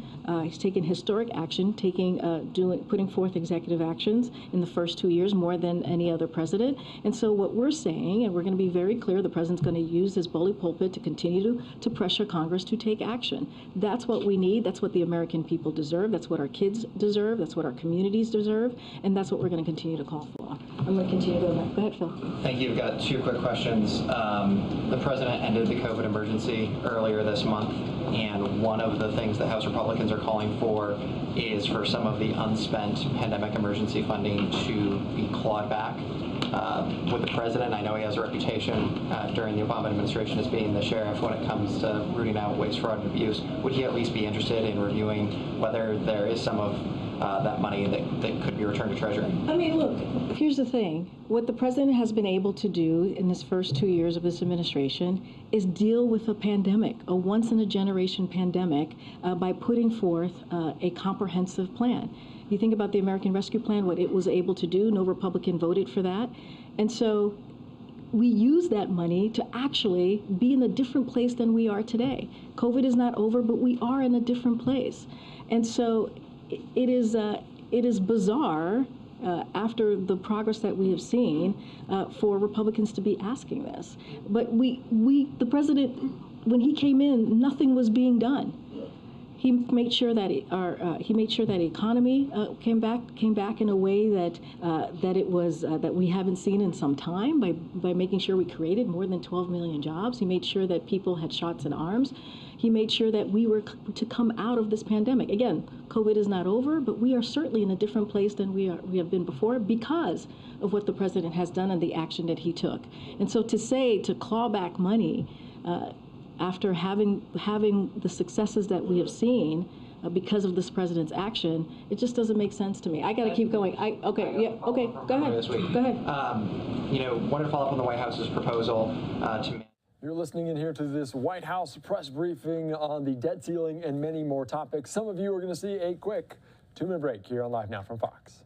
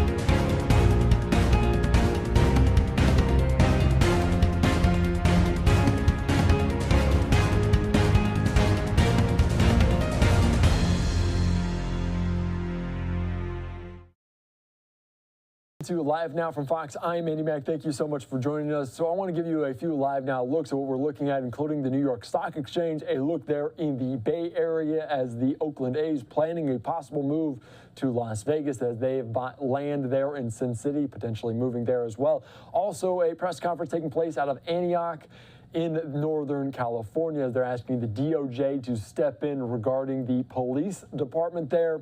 We'll get you out to all of those major stories here on Live Now from Fox. Let's get you right back in, though, to the press conference from the White House right now. Seems like a campaign decision is approaching at some time. Can you kind of lay out how the president plans to separate his role as a political candidate versus his day job here? So first, I'm not going to comment on 2024 or potential plans or whatever is going to happen in 2024. As you know, we follow the Hatch Act here in this administration. What I will say is that any announcement or anything that is related to 2024 certainly will not come from here. Go ahead, Michael. Back on the budget, one of the items that House Republicans are pushing is to take back this $80 billion that has been marked for the IRS. I'm just wondering how important this is to the president. I know he's talked about it, but how important is it to him? Is it something that he'd be willing to give up to get a budget deal? So again, we're going to look at the impacts of this blueprint, this plan that Speaker McCarthy and MAGA Republicans put forth. Not going to speak to specific items in their plan. What I can say more broadly, the 22% spending cuts is going to hurt American families. Think about veterans, you think about Meals on Wheels, you think about education, you think about law enforcement. That's going to hurt everyday families who are trying to make ends meet. Not going to go into piecemeal of the plan. Again, we're going to take a look at it and see what the impacts of it will be to the American people. I know we have to wrap. Okay, I'll be back tomorrow. Thanks, everybody. Just invite the president to join us. You're just listening in there to the White House press briefing. Karine Jean-Pierre providing lots of updates there on the debt ceiling. Of course, Speaker McCarthy putting forward his proposal yesterday in a bill to responsibly raise the debt ceiling as we approach that week's approaching very, very closely here on Live Now from Fox. Of course, following it very closely, we want to continue on covering all of this as the national debt ceiling standoff is heating up in Washington with a potential crisis just weeks away. Republicans have a new offer on the table, but the White House is blasting it this morning. Fox News correspondent Doug Luzader has more from Capitol Hill. Well, these dates are never certain, but the Treasury Department thinks it can hold out until June 5th, and sometime after that, we could see a first-ever default. President Biden at a union hall in Maryland taking a preemptive shot at a Republican plan to prevent a debt crisis in the weeks ahead. It's not about fiscal discipline. It's about cutting benefits for folks that don't seem to care much about. And a statement from the White House early this morning. MAGA House Republicans are holding the American economy hostage in order to take a hatchet to programs Americans rely on every day to make ends meet. America has a $31 trillion debt, and Washington is on the clock. A Republican House Speaker Kevin McCarthy offered up a plan to lift the debt ceiling to allow the government to keep paying its bills after a deadline this summer. The staggering national debt and annual deficits are looming as a big issue, and the GOP plan would seek to limit government spending by paring back some of Biden's big-ticket items. Goldman Sachs just did an analysis, and they say the savings from ending these green giveaways are as much as $1.2 trillion. And we would prohibit President Biden's student loan giveaway for the wealthy. Biden says he won't negotiate, that Congress should simply agree to raise the debt limit without spending concessions. But at this point, these are just the opening salvos. Historically, neither side gets everything they want. That's what usually happens. So my guess is we will again have some kind of compromise. Now, Republicans plan to vote on their plan next week in the House, but it will be a non-starter with most Democrats. In Washington, Doug Luzader, Fox News. Thank you so much for that report. Of course, we're looking live there in Oakland, California. Some big sports and news here coming out of the Bay Area. In fact, as the Major League Baseball team there, the Oakland Athletics, they have purchased land for a possible new stadium in Las Vegas as the move